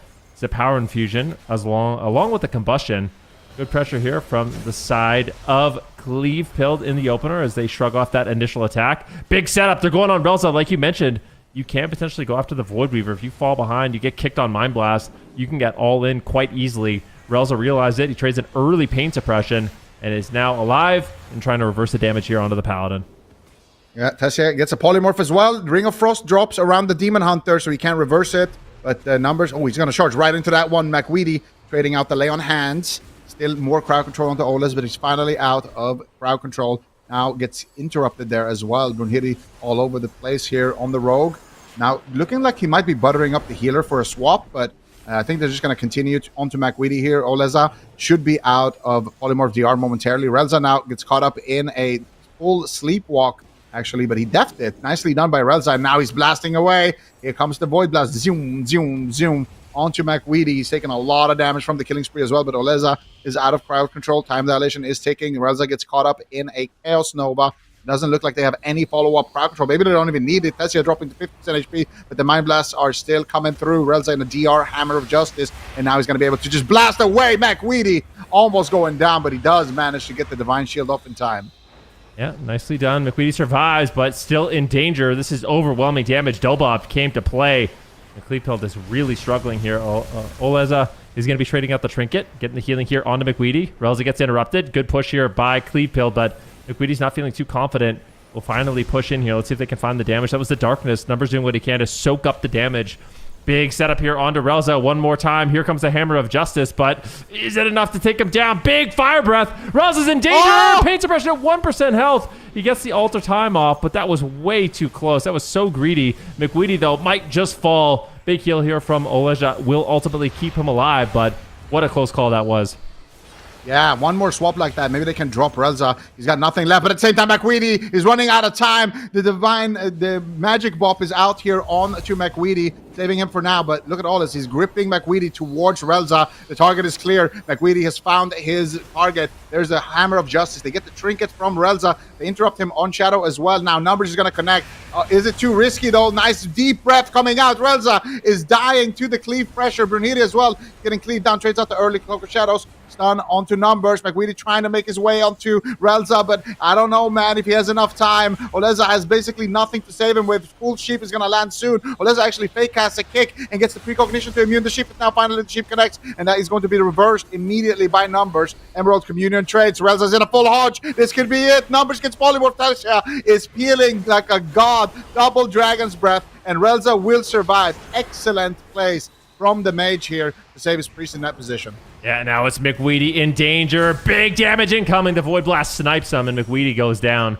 DOBOB up 2-0. And, I mean, Relza, I don't know. He was a cat. He definitely burned through one of his 9 lives there because that was way too close for comfort. But he gets the Void Shift off at about 2% health, and they managed to battle it back. Yeah, that was brutal, actually. Brutal for the side of Cleave Pill. But Relza greeting that pain suppression. It costed him a lot there. Did not respect the Cleave Pills and almost had to pay for it. And it was this moment right here. He had pain suppression, but he's like, nah, I'm fine. And then he just takes a massive chunk of damage. And McWeedy using his human racial right there to get out of the stun. I think that's why Relza thought he was fine. He's like, well, the Red Paladin's in a stun. I should be okay. But the Red Paladin's trinkets and almost globaled him. And then they turn it around. And the problem is when you're committing to the healer, especially this late, you're leaving Tessia open, and Tessia honestly did a great job as well, saving Relza in that one moment. And after that kind of final setup happened, they were able to turn it around and just win on the ret, because Relza is always going to just run away in the open from the opposite side of the enemy healer, and Oleza needs to go in there to keep his team aggressive, and that's where Tessia can just snipe easy polymorphs. So really nice stuff. Nice stun actually onto Oleza's trinket is what led to that kill. Brunhilde, I didn't even notice that, but he made a really nice play there. Oleza trinketing his first stun and then immediately re-stun his trinket, which allowed Tessia to land that polymorph in the first place. All right, here we go. Let's see what CLEAVE decides to do. Are we going to a small map? Are we going to a big map? Because it does feel like what you mentioned is really true. Like, going after the Void Weaver, that seemed like the only moment in the game where it was really scary for DOBOB. So potentially just doing a little bit cleaner setups. Maybe trying to get cross crowd control on Tessia so he's not there to deflect it with the double Dragon's Breath, Ring of Frost, Mass Polymorph type attack, because he really slowed them down during their all-ins. But they only have one more chance. It's scary for CLEAVE because they have to go up against such a good team here in this lower bracket. But if they want to stay alive in the tournament, keep earning points, and avoid the gauntlet, which is going to be a difficult thing to do, they basically have to win the entire tournament. Yeah, not going to be an easy thing. Yeah, they're in a rough spot now for sure, but maybe they can turn it around. I feel like going after the Priest was a really solid strategy, but I want to ask you, what do you think about tunneling the Priest? Because now they were doing hit and runs, right? They were doing a Hodge, Relza trades a cooldown, then they get off of him, then the next time they have a Hodge, they go back in, doing these kind of hit and runs. But we do see a lot of cleaves just W key on the healer from start to finish, try to interrupt every Mind Blast, never let him cast, and just kind of ride him down with momentum. What do you think about that? I'm just looking at the death log real quick before I answer that question. The lucky coin, like both Brune Hitting and Tessie are getting some major value out of their hero talents, These extra damage procs. That was crazy. But yeah, tunneling down Relza, I think it's risky just because you're leaving Tessia open, but it might be like a risk they need to take. A lot of the times, I think it's better to just crowd control the mage instead of actually trying to go after him. For example, we could have Oleza just spamming Sleepwalk on the mage, kicks on the mage, imprisonment on the mage, off stuns on the mage, and then you really just try to chase down Relza and prevent him from doing damage. But for CLEAVE, it feels like that's a strategy that will either work or it'll go really badly, like really fast. So it's a risky one, but they might have to kind of take a gamble here in this third game. Yeah, I just want to see them kind of hard commit. It felt like they spent a lot of time on the mage, and it didn't really, net them anything. But in game one, it did look good, kind of, when they went on the mage. They still had cooldowns, when they died, so that could work as well, especially on hook point. Just tunneling the mage the entire time. Then if there ever is a moment where Relza doesn't have Pain Sup or Trinket, maybe you can go for a big all-in. But yeah, I think for CLEAVE build, they just have to commit to one strategy here, and hope for them it's the right one, because Sirius is slipping away from their grasp very quickly.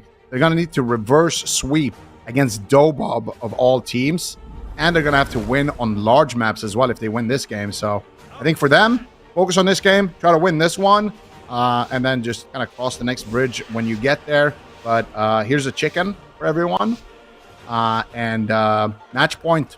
CLEAVE build could go home unless they win here.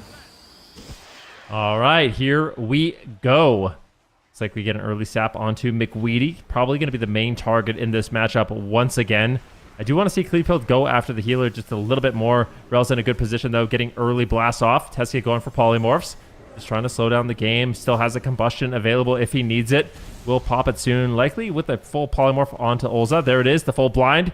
And that is the immediate combustion. Tessia just shimmers in range of McWeedy, not allowing him to escape. They want to get those cooldowns out of the way. Can they? Time dilation used on McWeedy. The big heal's coming in. Tessia, though, getting rotted down. Here comes a big blazing barrier.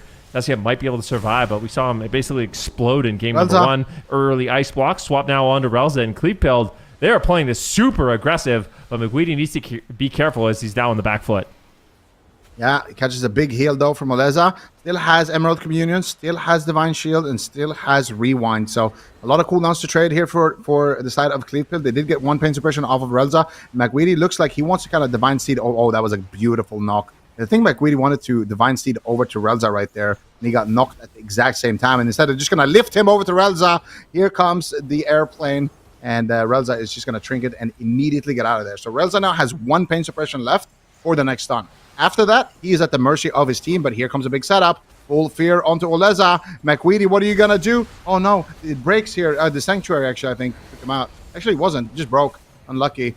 And McWeedy is going to survive. This is great news for CLEAVE. Now they're pushing into Relza. He tried to fade the Hammer of Justice. He doesn't have it available just yet, maybe. They're going after Tessia a little bit to bait Relza to come out and heal. And there's the Hammer of Justice. They're actually swapping up the strategy. They're going after Tessia. Full pain suppression is going to connect. as he is sitting through that stun. Not able to find the follow-up, though, onto Relza, but still a good push. Now, McWeedy in big trouble.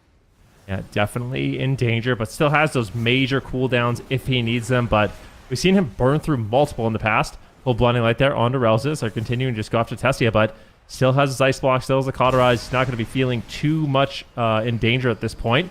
Another stun comes in. We're looking for a Hammer of Justice swap, potentially onto Relza. Big hammer lands, and Tessia explodes, but McWeedy at the same time is taking devastating amounts of damage. Beautiful smoke bomb there by Brunhilde. Denies a little bit of the Emerald Communion healing, but ultimately, it looks like McWeedy will survive. Big Hammer of Justice. This is the all-in they're looking for. There's no trinket. There's nothing.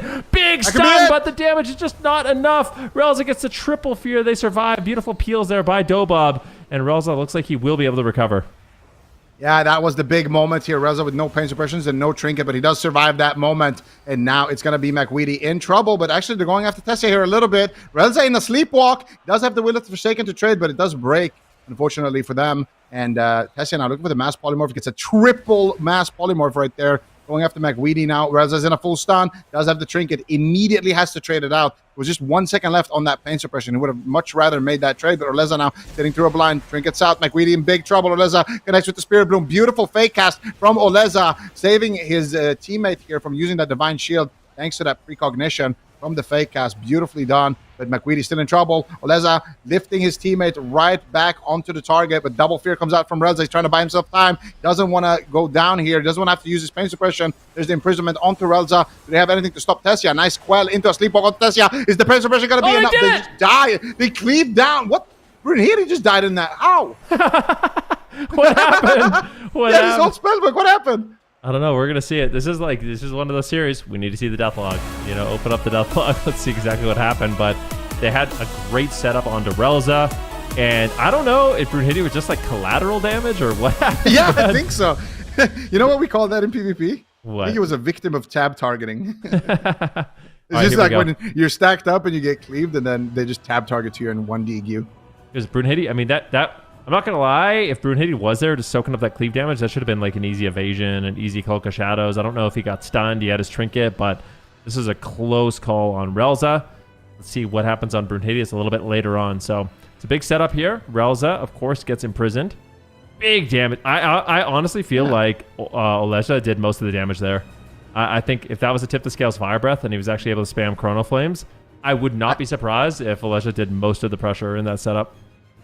It was actually very clever what they did. They stunned Relza, they commit to Relza, and then when he pain suppression, they all just tabbed to Brunhilde, who had been getting cleaved, and just did one global each and sent him. It looked like he took like a Wake of Ashes, he took like a bunch of cleave damage from the ret, and then the DH actually just tabs over to him after. So as soon as Relza pain suppression's here, the Sleepwalk connects on Tessia, and then numbers, trinkets, Fel erupts him.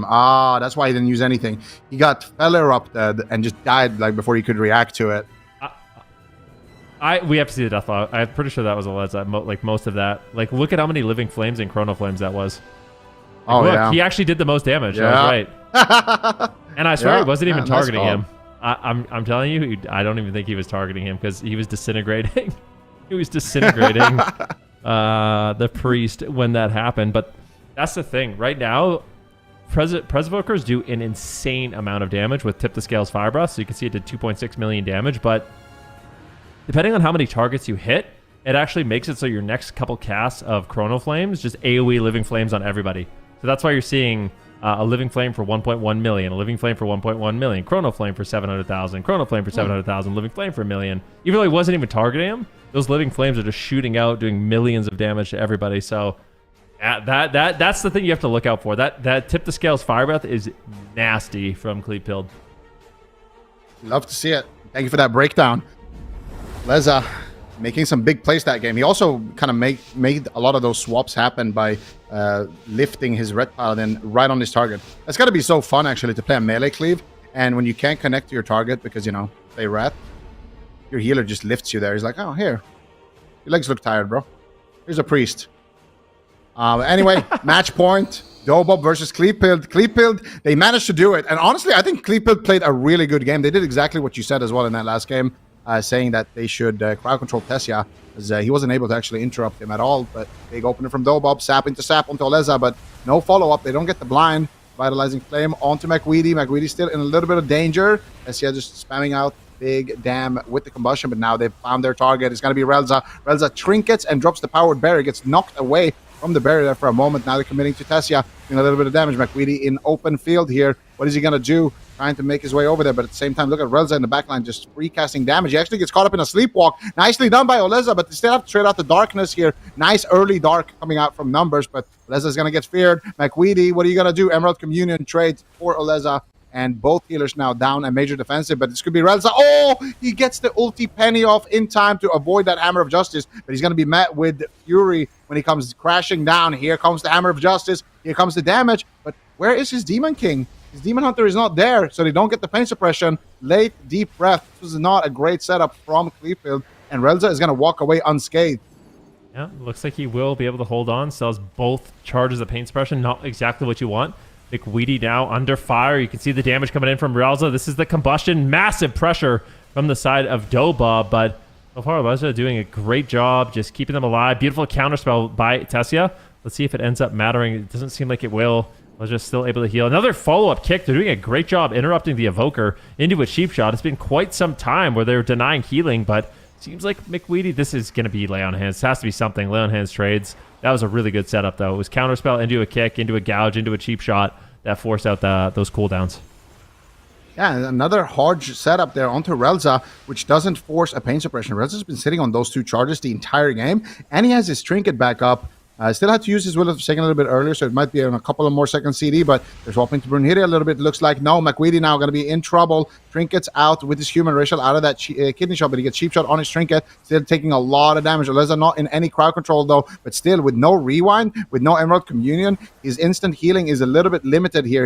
He has no emergency buttons. It's going to have to be McWeedy maybe making the trade, unless Oleza can fake cast a kick and actually get some casts off. Looks like he will recover McWeedy in this moment. Relza in the meantime just spamming out damage. He got the Mind Blast off onto numbers. McWeedy in a cheap shot. Oleza in a cheap shot. Relza blinks in for the polymorph. And he actually, no, he swapped! Beautiful swap coming in. Massive damage. And DOBOB takes it 3-1. CLEAVE, they had no time to react. I barely had time to react, and I'm just sitting here watching, let alone playing. And DOBOB with a big surprise attack with the combustion. Really nicely done there by DOBOB.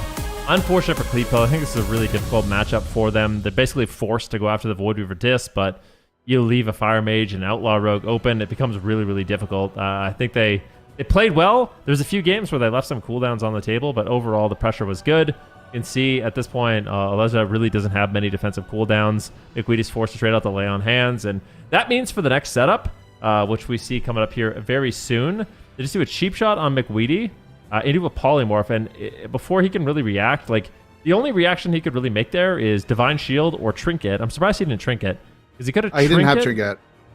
Okay, so he used Human Racial. Okay, so he doesn't have Trinket, but it feels so bad to do that. But it's the only way they live there. But then it's like kind of checkmate after that. But McWeedy had to be Divine Shield and Blessing of Spell Warding immediately, just no hesitation. Otherwise, Alesha's just dead, like we saw. Yep, but at the same time, like here in this position, he doesn't want to use Bubble because he has Shield of Vengeance, and they've been going on him the entire game, right? In all of the games. Well, only in the first game they went after Oleza a little bit, and that's the one they lost. After that, they've only been going on McWeedy. So if you are McWeedy in this position, there's no way you just send an insta Bubble on the cheap shot. I mean, that's the correct play, but it's like it's such a difficult thing to decide, because you're like, well, I pre-Shield of Vengeance this, and I'm almost willing to bet you that that's the reason why they even went on Oleza here. Because they saw, well, he has a big shield. Let's just go on the healer.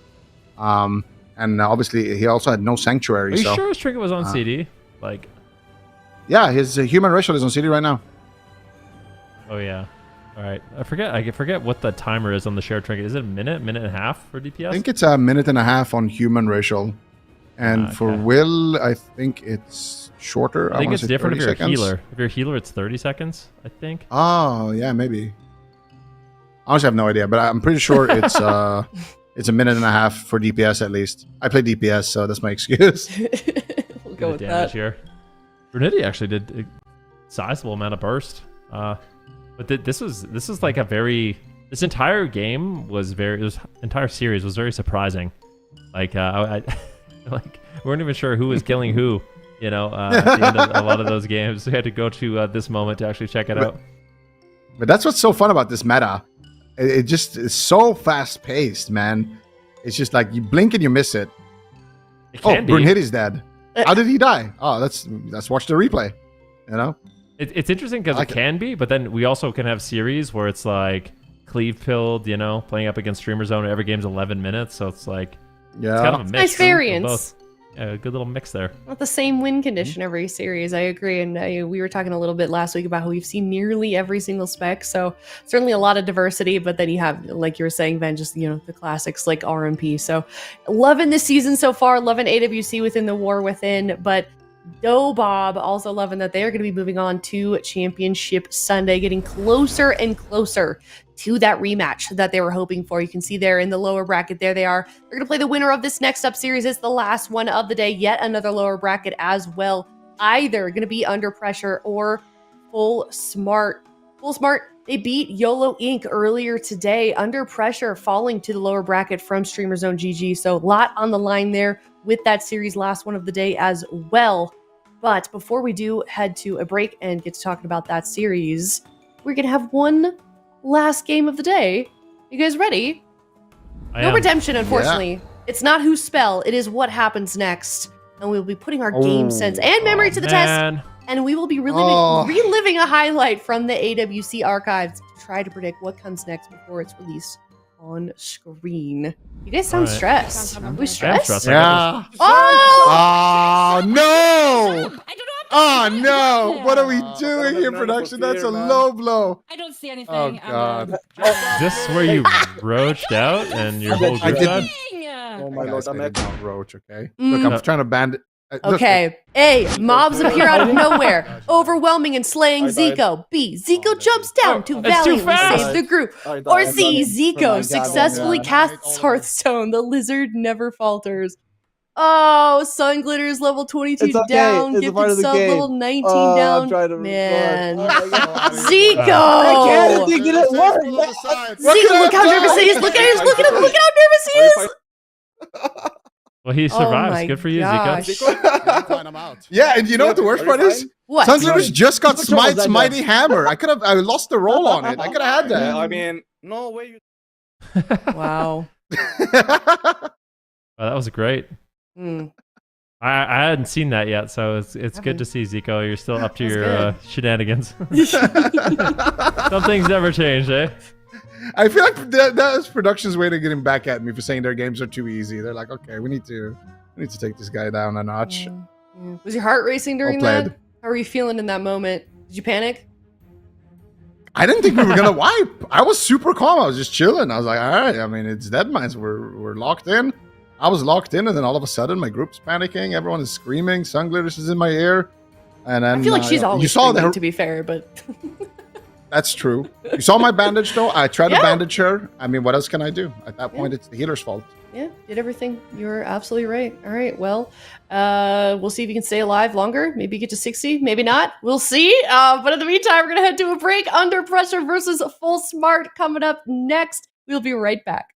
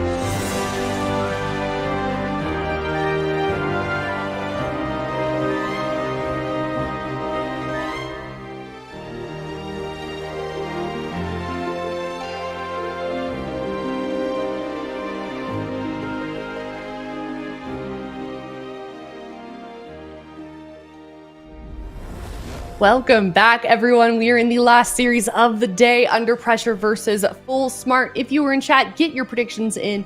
And before we get into talking about ours, I do want to look at the leaderboard. Ven doesn't want to see it. Zico and Ven have been bickering like an old married couple every time we go to a break about getting into each other's heads with these predictions. Mostly you, though, Zico, to be honest. I don't know what you're Zico's talking about. just trying to do his own thing.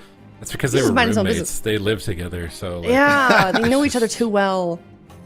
All right, here we go. Like Ben Go ahead. seems to think I'm trying to predict whatever he's predicting. Okay. Just so I would stay ahead. Right. Like I don't know why he would think I'm that petty. Yeah. But I'm just going with trying to predict whatever he's predicting. Okay. Just so I would stay ahead. Right. Like I don't know why he would think I'm that petty. Yeah. But I'm just going with what I think is right, who I think is going to win, the score that I think is going to give us the best viewing experience. So I don't know where he would get that kind of idea, but The man is lying other to your news face now, chat, by the way.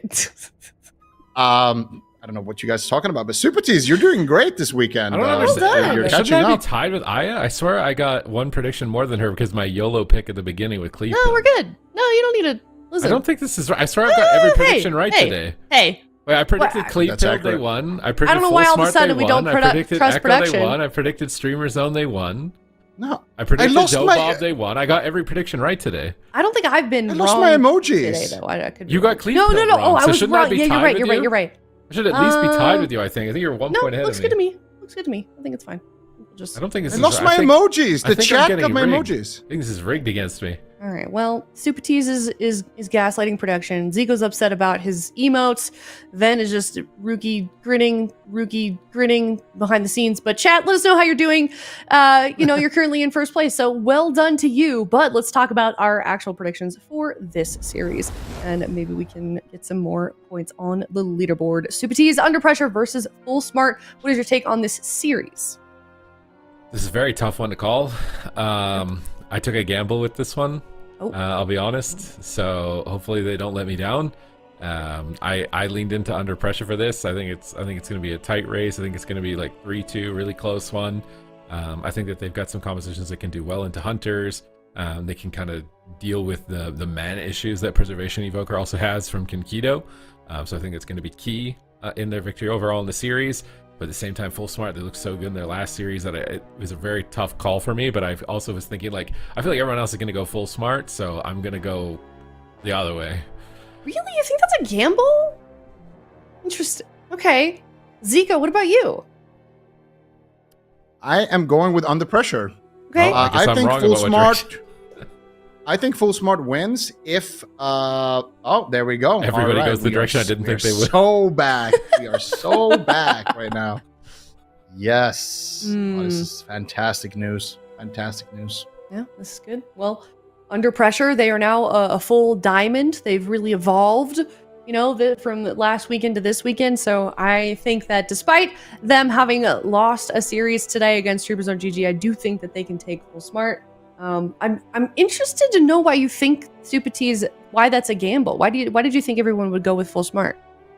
I just feel like the jungle has been looking really good, like week to week. It's just better and better. So they've got like a longer standing roster. I feel like also like Chan was talking last week how he thinks Under Pressure is just like not stepping up to the cuff basically. So I was wondering if there were doubts in that. The fact that they just got dampened in their last series in the upper bracket, or I feel like there's a few things kind of working against them that I thought people would opt the other way, but obviously not.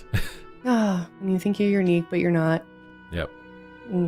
Well, Full Smart looks like they are the underdog just based on what we're seeing in predictions. Let's see what D Machine and the coin predicted. Okay, everyone, even the coin. I feel like the coin is normally on our side. What is happening here? The coin's think at the about that- bottom of the leaderboard. Coin is tired of losing. I guess so. I think someone might be I controlling think they're flipping the it coin. twice. I think so. This is real sus, some of these votes with the coin, but okay, yeah, real funny. All right, well, everybody across the board, including chat, including the coin, is on the side of Under Pressure. Full Smart, they are the underdog. Zico, it sounds like they do have some competition or some compositions that could be strong against Under Pressure. What do you want to see from this team in the series? You know what? I'm just gonna say it. Kasu, bro, I'm tired of it.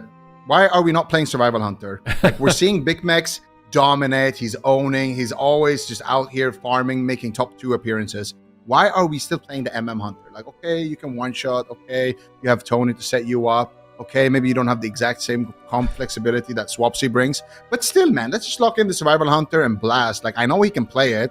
I know, like, Caster can play anything. Caster can play any Hunter. You know, he can play Hunter without talents and still make it look good. So why are we not seeing the Survival Hunter? That's what I want to see from Full Smart. And until I see that, I'm going to go with Under Pressure. I'm sorry. All right, I think that's fair. Let's see, last series of the day. Lower bracket loser not making it to Championship Sunday. Under Pressure, game number 1 against Full Smart Super Team. Oh, he's Survival. Woo!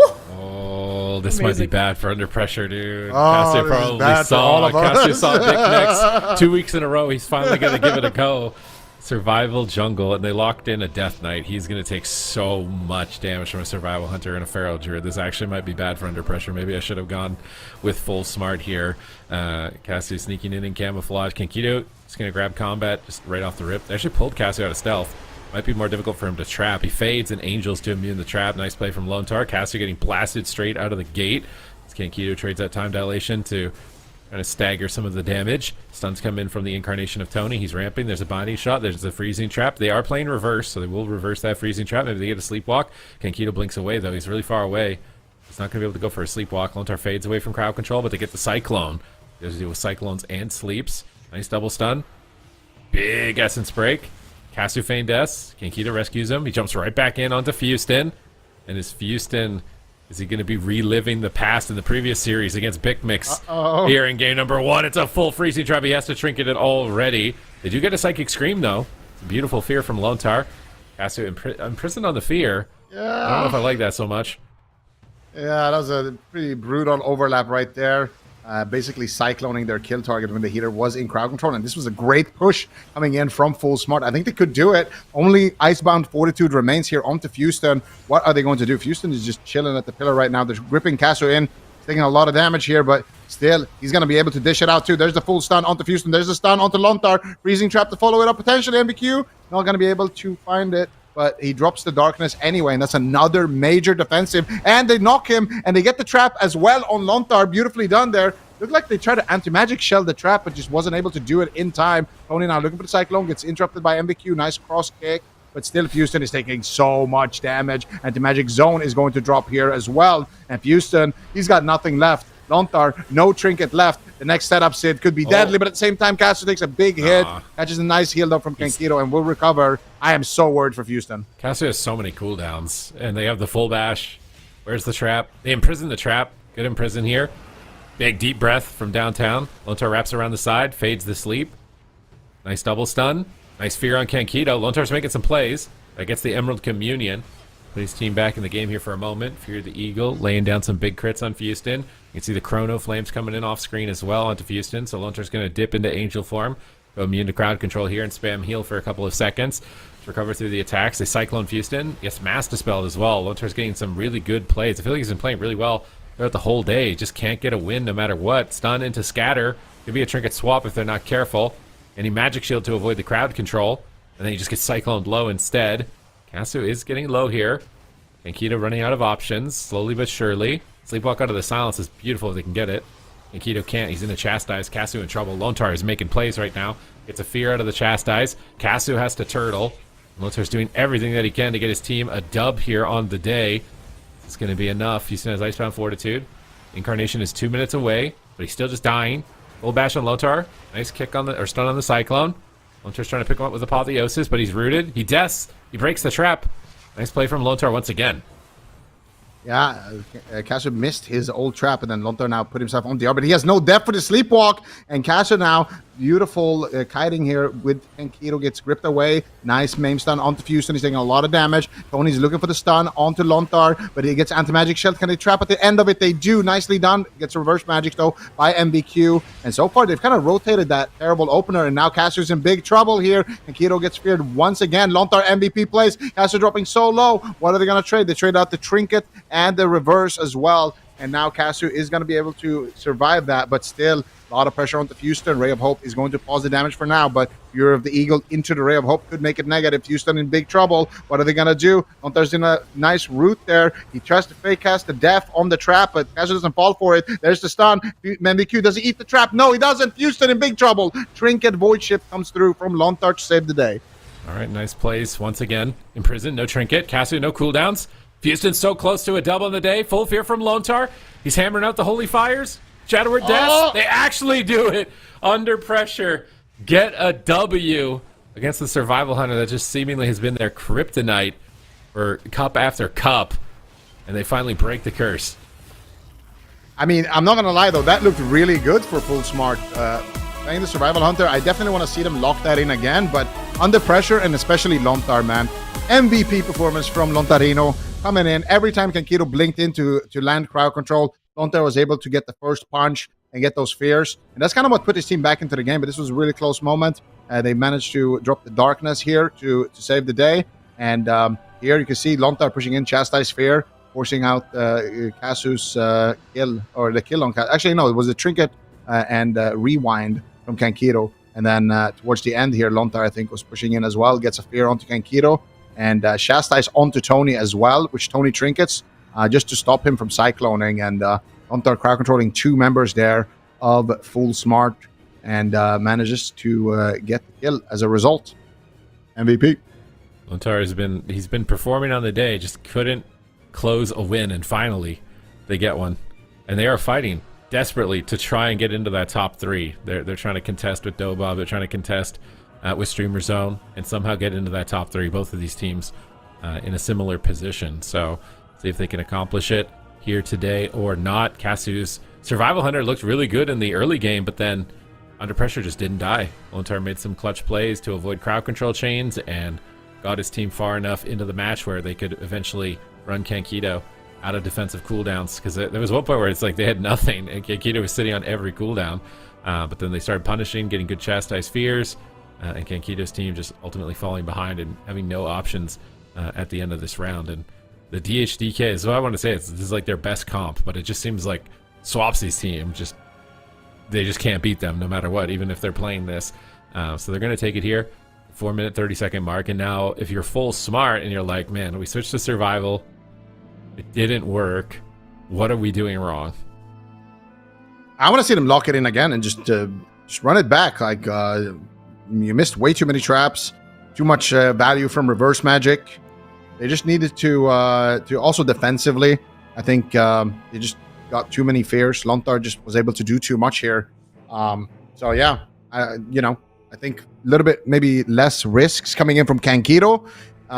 Just try to get those follow-up sleepwalks instead of trying to initiate with the sleepwalks when Lontar is at the pillar. And yeah, from Casu, sadly for him, he missed a lot of his traps, but a lot of it is also Houston using the anti-magic shell on his healer. So he's using a talent to be able to put anti-magic shell on other members of his team, and he's using that to basically cloak traps before they land. So anytime his healer's in a stun, he would pop that on his healer and make him immune to the incoming crowd control, which is really annoying because you have to kind of change up how you play when the DK is running that. You have to like do maybe a half DR stun or wait for it a little bit, bait it, things like that. So for under pressure, I think it wasn't looking too good. They're going to go Marksman. And for Full Smart, yeah, they could go Marksman. I mean, this is a great map for Marksman. Honestly, I think it's kind of a waste on Empyrean Domain if they don't go Marksman, especially because they look more comfortable with it. But I would have liked to see maybe Empyrean Domain saved for later. I would have liked to see at least one more survival pick on maybe a different map, and then lock in the Empyrean Domain Marksman if that doesn't work out. But we'll see what they decide to do here. 15 seconds on the clock. Really running the clock. I mean, maybe Casu just doesn't have the reps on survival. Also, more confident with Marksman. I could see maybe Beast to BM Hunter too. No, they're going to do survival, even though it's a great map for Marksmanship Hunter. They just want a larger map. I wonder why they want a larger map, though, exactly. Like, I feel like they want to be getting in and getting sleeps. Maybe Kankita's going to play a more passive game, but you win with a more passive game on Prez versus Holy Priest? Are you actually going to out-mana Holy Priest? I don't think so. But I do think that you need a little bit of time to get through all of the cooldowns. Because, like, you know, the Demon Hunter is, in a way, kind of like a Red Paladin. It just offers a lot of extra support that you rotate through the healer. So you're going after the DK, you have to go through the DK's cooldowns. You have to go through Icebound Fortitude, his trinket, stuff like that. Then, when you land the trap onto Lontar, you also have to make sure the DK is covered, or the DH, sorry, is covered. And if he's not, he's going to dash over there. He's going to reverse magic, and that's all you get on that go most of the time. And then also adding in darkness into that. And then his own trinket as well. You can trinket imprison somebody, trinket stun them. So the DH adds in a lot of extra things that you have to kind of rotate through, while the healer is also, you know, using his trinket and his guardian and his angel form and things like that. So there's a lot of cooldowns that you have to go through on the side of full smart. I think for them, you need to play a consistent game where they're constantly landing these traps. Because if you have too long of a window where you're not landing a trap, where you're not landing any crowd control, all of those little micro CDs are going to reset. And that's kind of what we saw in the Grand. They had a really nice opener. They got basically everything, but then they didn't get a trap for 2-3 DRs. All of a sudden, MBQ has his reverse again. All of a sudden, Houston has his trinket again. All of a sudden, Lontar's cooldowns have rotated back up again. And that's under pressure's win condition to just keep rotating your CDs and keep up the pressure. All right, let's see if they can get around all of the utility in order to get the crowd control. I'm kind of wondering if I would prefer if they just played Diamond Dice also instead of regular trap. At least you can kind of shortcut at least the reverse magic. Obviously, Survival Hunter PP talents are pretty demanding. You've got to run the Feigned Death one and the Scorpion Sting, so you only got third slot open there. But it seems like the regular trap is just such a liability. It's either going to break the damage, especially with Feral and Survival Hunter AoE and even Prez Evoker AoE. And then there's so many things you have to worry about getting around in terms of actually securing that crowd control, if it would just be better to do that. I also wonder if there's a world where you could attack Lontar randomly and just like triple bleed and just AoE them. I feel like Survival Hunter Feral Druid, if you got triple dots, would actually do a crazy amount of damage. About the triple bleed, I'm not sure. Maybe it could work. I can't say for sure, since I haven't really seen that strategy too much. But the Diamond Dice is interesting because you're trading off a shorter cooldown on your trap, or sorry, a shorter duration on your trap for a guaranteed trap, basically. But at the same time, I think the anti-magic shell is going to stop it a lot. And I feel like the Diamond Dice is most valuable when you're going after the healer. So if you're playing a comp where the goal is to kind of target the healer and limit uptime of one of the DPS, where you don't want to, like if you're playing like Hunter Rogue or something, you know, and you're going after a healer, I think Diamond Dice is super valuable because you don't need the long duration. You're just covering for a stun while you're, you know, doing a big burst. So I think in those moments it's more value. But we'll see what he's playing. There's the nice, okay, scatter shot coming out. Beautiful trade on the anti-magic shell onto Lontar there as he got stunned. So now they could do, Kankiro just tanks a fear out of nowhere there. Cassio in a little bit of trouble, but he had the Dream Breath active, so big heals coming out from Kankiro and kind of preempting that damage. Still big heals onto Cassio. He's taking so much damage in this opener, and they only forced out the anti-magic shell from the DK, so actually they got his trinket too, but still not too much. Nice fade by Lontar, but Tony's patient. There's the trap. It's going to land. What kind of trap? Oh my god! They used the whole spell books, Esban Fortitude and Trinket Guardian from Lontar. All right. Well, that's a great way to start the game for Full Smart. They are very much so ahead if they can maintain this momentum. Kankito in a chastise. Lontar's fears have been carrying the series and really giving his team an opportunity here. They get a double stun, pet kick a clone. Tony goes for clone again. He gets gripped. Great shutdown from Houston on Tony's Cyclones. Is Tony going to try and clone again? He's got to spend some time getting bleeds up. His damage is going to fall too far behind. Cassio has Freezing Trap, Binding Shot, and Intim, so he can cover the reverse magic here if he's able to coordinate the crowd control. But MVQ is just hugging Lontar to make sure he can reverse. They drop the darkness. They have a knock for this. Kankito's there. They knock Houston out with the explosive trap. They stun Lontar into a scatter. They're not messing with the anti-magic shield. I don't think they're going to kill him in a scatter. He gets a big death strike. They disarm him so he can't death strike.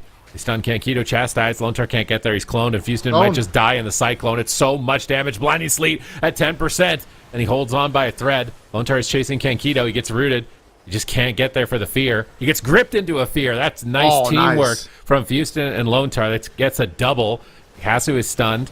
That's going to force the survival of the fittest. And Lontar is doing everything in his power to help his team here. Anti-magic shield, they scatter. They might just drop him. He's got Guardian Spirit and swap if he survives. Guardian Spirit, Serenity, he is topped. And Kasu gets imprisoned, and Lontar is doing whatever he can to make something happen here for his team, to get them into Championship Sunday, to give them the best shot that they can have to possibly grab a top 3 position and get into the finals for Europe. They need to try to land this trap right now. Kasu manages to find it, but the reverse magic is there from MBQ. They need to make sure that he's covered in those moments. Now they're going to have anti-magic shell for Lontar as well, and this is the situation where we're talking about being able to cover Lontar, being able to make sure that he's always getting out is key here for this Demon Hunter DK. But look at the damage coming out from Tony. He's looking for the stun onto Lontar, but Kenkido is going to get feared anyway. Kasu in so much trouble. He's going to trinket out, and he's going to trade out the turtle as well. Actually trading out the Roar of Sacrifice as well. Tony's getting cleaved now. No Roar of Sacrifice available. Tony's going to trade out the renewal. He does have Bark Skin rotating up in 1 second. Might have to press it here. Houston anti-magic shell on himself. This could be an opening here for Under Pressure. Can they find it? Or for Full Smart, rather. Can they find the trap is the question. Cass is pushing in. There's no reverse magic, so they need to make sure that they get this trap here. There it is. Full stun onto Lontar. Full trap. Look at the Kasu almost dying in a high mountain stun. And if Houston high mountains offensively and gets around the corner, but still in big trouble. Can they kill him? Oh, nice stun. Lontar could get swapped to. But no, they do get the Void Shift out, and they do recover. But still, that's a major cooldown. Beautiful deep breath from Kankiro. Lontar is doing whatever he can, man. Grip into stun into fear. A nice combo again. And that gets the trinket from Kenkido. I really like this Death Knight pre-synergy of Houston and Lontar. If there's a chance to win, it's going to be off the back of their coordination right now here, facing Full Smart in game number 2. Double stun. Oh my god, it's so much damage. He trinkets, but it might not even be enough. He gets the Guardian Spear. Tony's looking for Cyclones. He fakes the kick. Lontar gets put into a sleepwalk. Kenkido answers back. And Houston, where are you going to go? He has to anti-magic shield himself to try and negate some of the magic damage from the Survival Hunter. And he's got Guardian Spear up for a second. Just ended. Blinding Sleep defensive. Trying to stabilize with the stuns on the Kasu now. Lontar Scorpion Stung. Houston's going to run for a moment and just do range damage on that Unholy DK. You can see Symbols of Hope from Lontar. Actually gets kicked on it. He's going to come to regret that. His Angel's up in 10 seconds. He fears a triple fear from Lontar. Once again, like a little spider's nest, just baiting them to come in to their clutches and then gripping them down through the trap door. Nice knock. Kasu is there. They AMS the trap. Do they have a scatter? Doesn't look like they have the scatter. They stun him. They're waiting for the AMS. He gets the Angel to immune it. And Lontar, I mean, he's doing everything. They were so far behind, and somehow his team is still alive. They actually might even win. Kasu stun with no trinket. Kenkido is struggling. It's so much damage. Nothing. The pressure is coming in onto Kasu right now. And it looks like he actually is going to stay alive. Kenkido gets a Chrono Flame. Finally gets him topped. Tony jumps after Lontar. Roots him for a bash. Where's the AMS? It's up in 1. They might get the trap before it. I think they immuned it. They have to scatter. Can they win in a scatter through IBF? Surely they don't kill him through IBF and a scatter. He fades the next CC. He gets caught in the clone, pressing Roar Cyclone, but Kasu is low at the same time. It's a race to the finish between these Titans. Beautiful setup here. Blinding Sleet coming out from Houston, pausing the damage, allowing Lontar to catch up here. And the mana is tied between both of these healers. Fury to the Eagle coming out. Nice darkness, though. He gets knocked out of the darkness, actually. Houston could be in big trouble here. Doesn't have the defense. Nice low Cyclone from Tony. Houston is actually going to trinket out of that Cyclone. If they can get something onto Lontar, a scatter shot even might be enough here. Lontar's got no Guardian. He's got no Void Shift. He's got nothing. There's the stun behind the pillar. Houston anti-magic shells himself. Full trap connects. MBQ is there with the reversal, though. Anti-magic zone is going to drop as well. Scatter onto MBQ. And Lontar gets hooked, rooted there behind the pillar, just trying to make them line of sight each other. Tony's trying to carry the game with a full Cyclone. He fake casts the kick, precognition. He gets a Cyclone onto Houston, but Houston is already kind of top. Lontar 20 seconds on that Guardian. Now Cass could be in big trouble. Disengages away for a moment.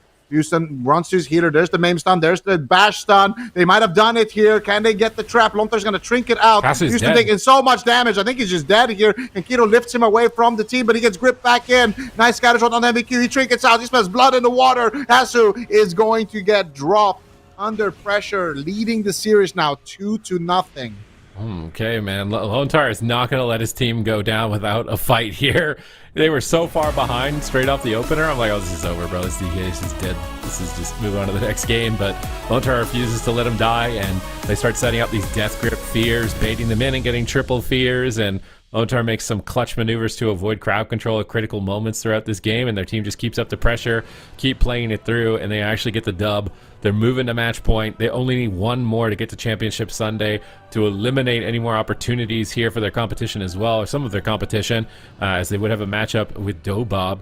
who is a top contender right now for one of those top 3 positions as well. So really a lot on the line right here, and that pressure was just crazy. Houston had really good lockdown of Tony's Cyclones. Like even here at the end, you see him mind frozen at the same time that he's gripping the rescue. So Houston had a lot of good coordination here in this matchup. Really well played with the Demon Hunter Death Knight. Not losing to the Kryptonite that was farming them in the upper bracket, but they need to pull off one more. And I feel like Casu, their team is probably just gathering information. They're gathering intel with every defeat. And as soon as they can figure out what exactly needs to change and they make that click, then it could be rough. Maybe Lone Star's team doesn't make it out. Yeah, no, they're definitely an adaptable team here, but they are in a very tough spot. 1 game away from getting knocked out of the tournament. And they desperately need to stay alive. They desperately need the points. And what can they do is the question here. Still, they had some nice moments. It was a very close match. I do wonder, though, if they're going to just swap composition here or if they are actually going to stick with the Survival Hunter. I'm liking the Survival Hunter. The games are so close. There are so many moments where it's just like there's just need a little bit more damage. You just needed a little bit longer crowd control to actually secure a win. But at the same time, they have been looking very comfortable on the Hunter. We did see Casu get some big one-shots out. So at some point, you know, you got to wonder, like, is he going to go back to the Hunter? What are they actually going to do here? Is he going to go BM Hunter? We've seen that as well in the past. I'm not sure. All right. Are they going to switch gears? They're going to get off the Survival Hunter. It looked hard for them as marksmen as well, though, in the past. I feel like they just haven't. Yep. Been able to get something that actually works. You know what could be weird here? What if they did Boomkin Feral? I know it sounds really weird, but I swear Boomkin Feral. It would be an insane amount of damage on a DK. And I want to say that Boomkin's more durable, but maybe he's not. Just something like, is there some way to get Corki in the game at all? Because it just feels like they've been running their heads into a wall with this. Like, I'm just desperate to the point where I'm saying like Boomy Feral, but for some reason I feel like it could actually work. But I don't think they're gonna do it. Obviously, this is me just fishing for desperation things, and if it randomly pops up after all of this, then it's gonna be an insane surprise. But I kind of think it's unlikely. They're either gonna run it back as the same thing. They're probably just talking like, do you feel comfortable on survival? Is this working? What do we need to do to enable you better? Because I do feel like Big Mix, when he plays survival, he is just scaling the damage meter. Like, he is doing a disgusting amount of damage, and I just feel like Casu is not hitting that same threshold in order to be as threatening of a presence at the moment. So like he's got all the technical parts of Hunter down, but the damage portion just seems to be a little bit lower in that regard. Maybe it's a bit different not having the Elemental Shaman on your team. Although I feel like the Feral's drawing like some aggro as well with the clones, pulling some attention away from him. So it's really just a matter of, do they feel like they're comfortable enough with this comp? Should they switch back? Marksman gives you like the opportunity of just winning in an aim shot at least, right? Like you get good crit combo with an instant aim shot proc, and you know, MVQ might just be dead, or Fuser might just be dead.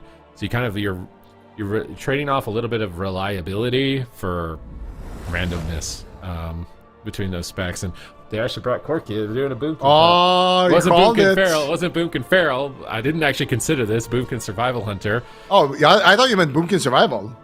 I was saying Boomkin Feral, but I think I'm just fried. So I should have said Boomkin Survival Hunter here. This is a classic composition. This has been like a comp that pops up on the ladder every now and then. And given how strong Survival is at the moment, I could see it having a decent shot. It's just Casu's gonna like basically have aggro drawn off of him because there's a Boomkin. There's a giant laser turkey taunting the enemy attacker. So now he won't be as pressured, so maybe he's going to get more damage out overall. The root solar beams are also nice because they give you a little bit more cover with the reverse magic and stuff like that. It gives you another window of winning the game that you didn't have before. If they're using all their utility to stop trap, then they have to worry about root beam. The launcher's probably rerolling a gnome right now, although I wonder if he has one. We might see some delay time used here if he doesn't, or if he has to lock it in ahead of time. We'll see, I guess, because if he's an undead, then I think Full Smart have a really good shot of winning this. There's no way he's playing undead. They're gonna use delay timer if he doesn't have it, but probably has it. Let's be honest. But yeah, Boomkin Survival Hunter. I was thinking about that when you mentioned the Boomkin. That one of the good things about it is that it's a lot more punishing when you're anti-magic shelling your healer. Like as a Boomkin, you just love that. You're just like, all right, perfect. My target just has no cloak. Like just wasted it, basically. Perfect. I can just blast. So, yeah. For Corki, he could have a lot of fun, but also, it depends, you know. Like, Boomkin just feels like if you're not on point defensively, it's brutal. Like, if you're constantly getting grip stunned and stuff like that out of form, you're not gonna have a good time. If you're constantly getting interrupted and you're not, you know, precogged, it looks really, really brutal. But when you're free and you're kind of on top of your game, it looks amazing. So we'll see. Corki, his team needs him. He's tagged in. Potential last game here of the season before the finals. So let's see if Corki can deliver, or if under pressure is going to take this a clean sweep.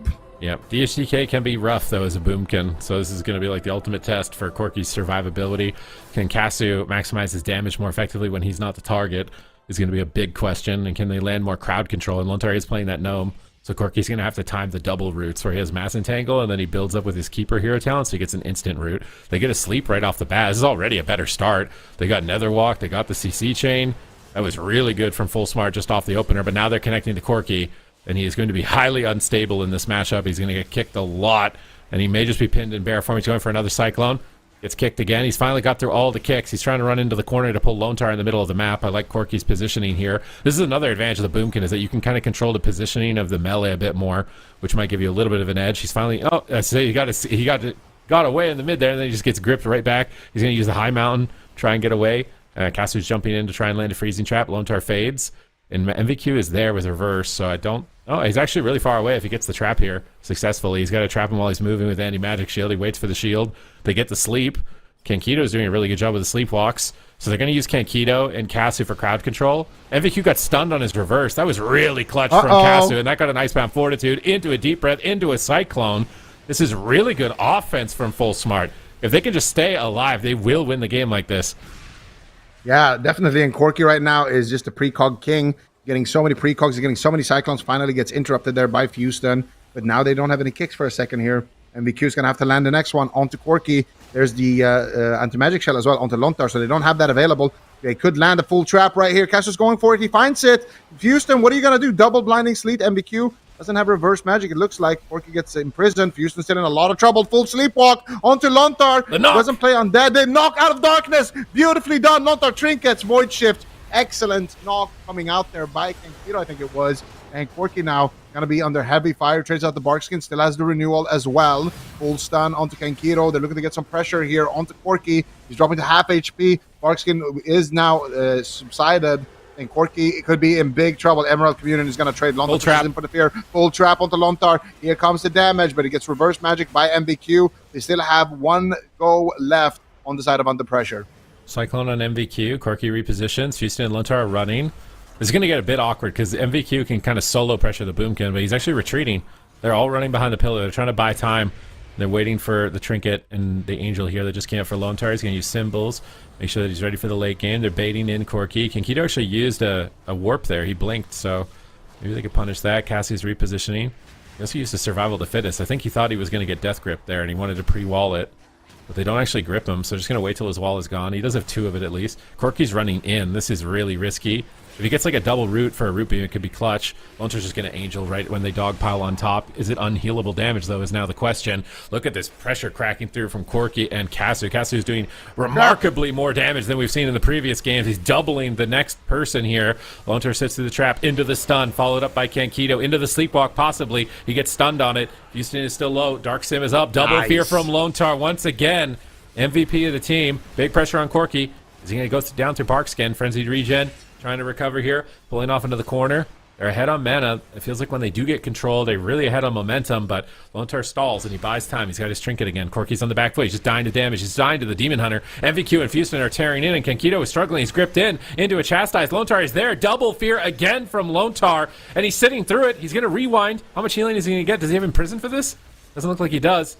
Oh my god, he's just dead. MVQ's just soloing him. Corki gets rescued over into the corner desperately as he clones MVQ. He gets high mountain stunned on his jump. He's trying to stampede away. Kankito blinks beside him. Couple of Chrono Flames, but Kankito's in an imprisoned. He can't land the freezing trap. He has to get through a lot of mechanics. He's going to get AMS'd here. AMS'd on the stun. They have to wait for it. They scatter instead to try and get pressure going for the team, but here comes the I-Beam. MVQ has Essence Break. Corki gets gripped around the corner, but he fakes a kick. He gets a Cyclone on MVQ's Essence Break. Houston could be alone here. He's pushing in.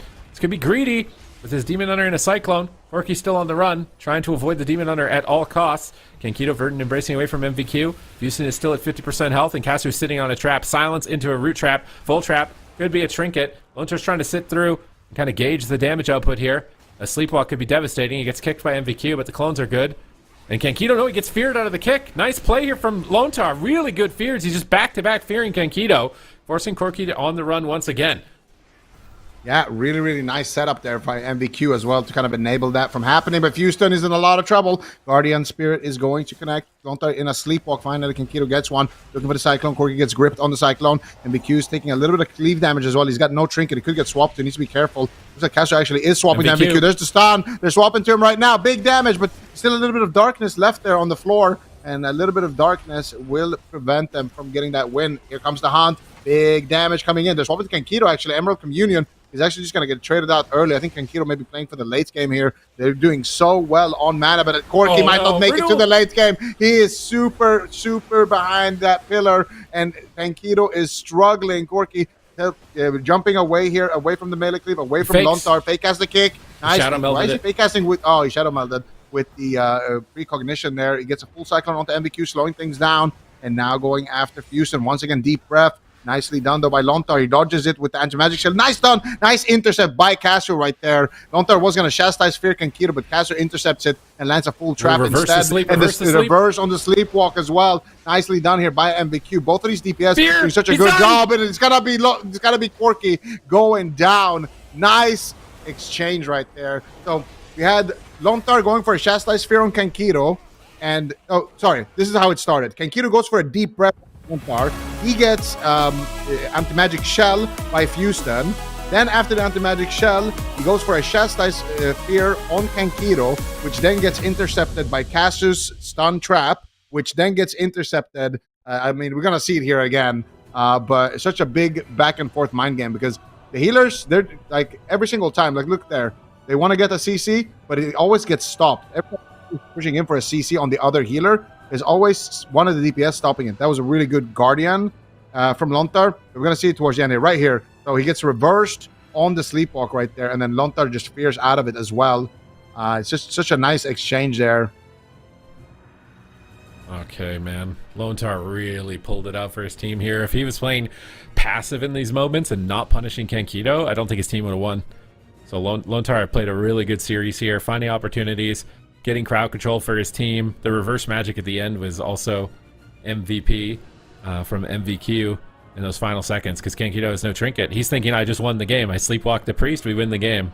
And MVQ is like Uno reverse. You're the sleep now. And Corki's like, I'm a boomkin, bro. What do I do? He's a bear and he's just gonna die. So nothing he could really do there. Maybe the binding shot. I don't know. It seemed like there was a binding shot on the ground. Maybe they could have bought him like a little bit of time, but he just ran out of steam. As far as like momentum, this felt better. We never saw Corki pull off the double root beam though. So like there's the new tech that Nick is doing, which is when you're Keeper of the Grove, you eventually build up to the point where your entangling roots is instant. So you can do a mass root beam, and then when they gnome, you can cast the instant entangle, and you'll root them again. And it's basically like you don't lose your root beam anymore. We didn't see that throughout the matchup here from him, unfortunately. He had really good fakes, but just felt like he couldn't get a lot going. I do think it is a tough matchup. Like Demon Hunter in general is very hard to deal with when they're actually getting uptime on you, and DK makes it like really tough to get momentum. So full smart, they're out of the competition, and under pressure get a second chance. They certainly do, and they're going to be moving on to Championship Sunday. We're going to have 4 matches, 4 teams left, so 2 matches in the upper bracket. Oh, sorry, what am I saying? Echo versus Streamer Zone in the upper bracket is the first series of the day for Championship Sunday here in this region. And then we've got the lower semifinals, DOBOB versus Under Pressure down in the lower bracket. That's that series that just concluded. Under Pressure 3-0ing Full Smart, and then setting them up against DOBOB. Zico, that lower bracket run, depending on who gets dropped down from the semifinals, going to be difficult. Yeah, I mean, you got two titans waiting down there. So both Echo and Streamer Zone probably want to be staying in that upper portion and just kind of coast all the way into the grand finals. But DOBOB being down there is a big shark. And under pressure, they have been looking really solid as well. So I feel like they've taken out some really solid teams, you know. They beat Buff Mistweaver. They beat, we just saw them beat Full Smart convincingly. And under pressure, they could maybe bring it back, but obviously they had that brutal loss today, and it's all going to depend on if they kind of learned from that, because now at least they're going to have a little bit of time to adapt, because they're not going to play until Sunday. They know what they're struggling against. They have their homework cut out for them. Yeah, they certainly if they do. beat DOBOB. If they beat DOBOB, which is a big if for sure, because every single team that is left in the EU region for Championship Sunday is looking incredibly strong. So definitely be making sure that you are tuning in for those matches on Championship Sunday. And here is some of the gauntlet. Of course, we're still waiting for 4th place. But we've got, look at this. We've got Buff Mistweaver versus YOLO. And then the next one is going to be the winner of that versus Full Smart. And then the winner of that one versus CLEAVE build. So it is scary, Super Tees, if you get sent to the gauntlet. You only have one shot. Yeah, and there's a lot of time between now and the gauntlet, so all these teams will have opportunities to either figure out like how to round their roster off or just get more reps and get stronger, basically. So I think it's like around just under a month or something that they're going to have. So they're likely going to be even more prepared, even more powerful the next time that they meet, which is going to make that gauntlet even more deadly and more entertaining for us. Yeah, it definitely makes things more entertaining, more uncertain as well for these teams. But here is the standings. If the team has a star next to their name, that means that they are still in the running. Yeah, we've got the DOBOB and Under Pressure tied at 180 points. And then, of course, Echo and Zico solidly in that first place position. Yep, Echo looking to take 3 cups in a row. Unless Streamer Zone can stop them. They've been neck and neck this entire season. Have they figured something out here to beat Echo, especially on their Warlock Rogue, which has been looking absolutely... Oh, sorry, their Feral Warlock, which has been looking absolutely brutal for Streamer Zone. But still, it's been a really, really close season here. And like all of the teams been very closely matched. And... yeah, I'm excited. Excited to see what happens on Sunday. I am excited as well, but that is not the end of the weekend. Of course, we've got North America for tomorrow's games, and things are just as competitive over in that region. Here is the standings where we currently stand. We've got first place tied, a Gators back versus Welcome to the Jung.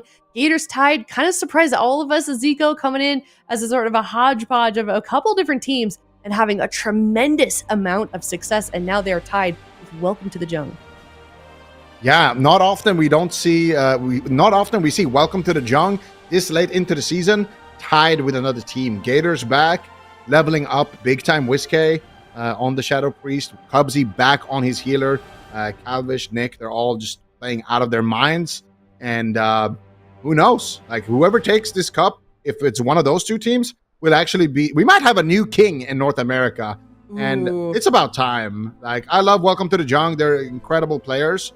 But seeing a new Whiskey roster rise all the way to the top would be something, man. And then, yeah, of course, we got Cats and Dogs and Dire Wolves battling for that last spot to qualify for the finals, because top 3, guaranteed qualification to the finals. Rank 4 will have to face whatever comes crawling out of the gauntlet. So, Dire Wolves... also being in the lower bracket in NA, they have their work cut out for them. They certainly will. Let's take a look at the bracket for North America and the games that we're going to be hopping into for the first part of the day. Z-Rated versus Left 4 Dead down in the lower bracket. Then we're going to have Dire Wolves versus Wage Gap. Then we're hopping on up. Gators back, the Abjured. Wait. And what's up? What does it say? Dire Wolves upper bracket and in the lower bracket. I think that's Cats and Dogs.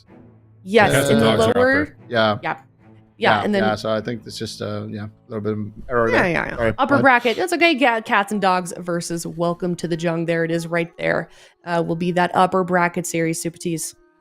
Yeah, and I mean, Cats and Dogs. I mean, they're top 3 right now, and they're pretty much exclusively running that Warlock Rogue Priest, and they have Jax, who has a very unique playstyle of Rogue. So I'm curious to see how they match up head-to-head with Welcome to the Zhong this week, because Welcome to the Zhong has been kind of just slaughtering anybody that comes in their path. So Cats and Dogs need to be on their A game. Obviously, I feel like they're going to be like the ominous team. Welcome to the Zhong is the team you want to avoid, like the Fel Reverb, unless you want to get smushed.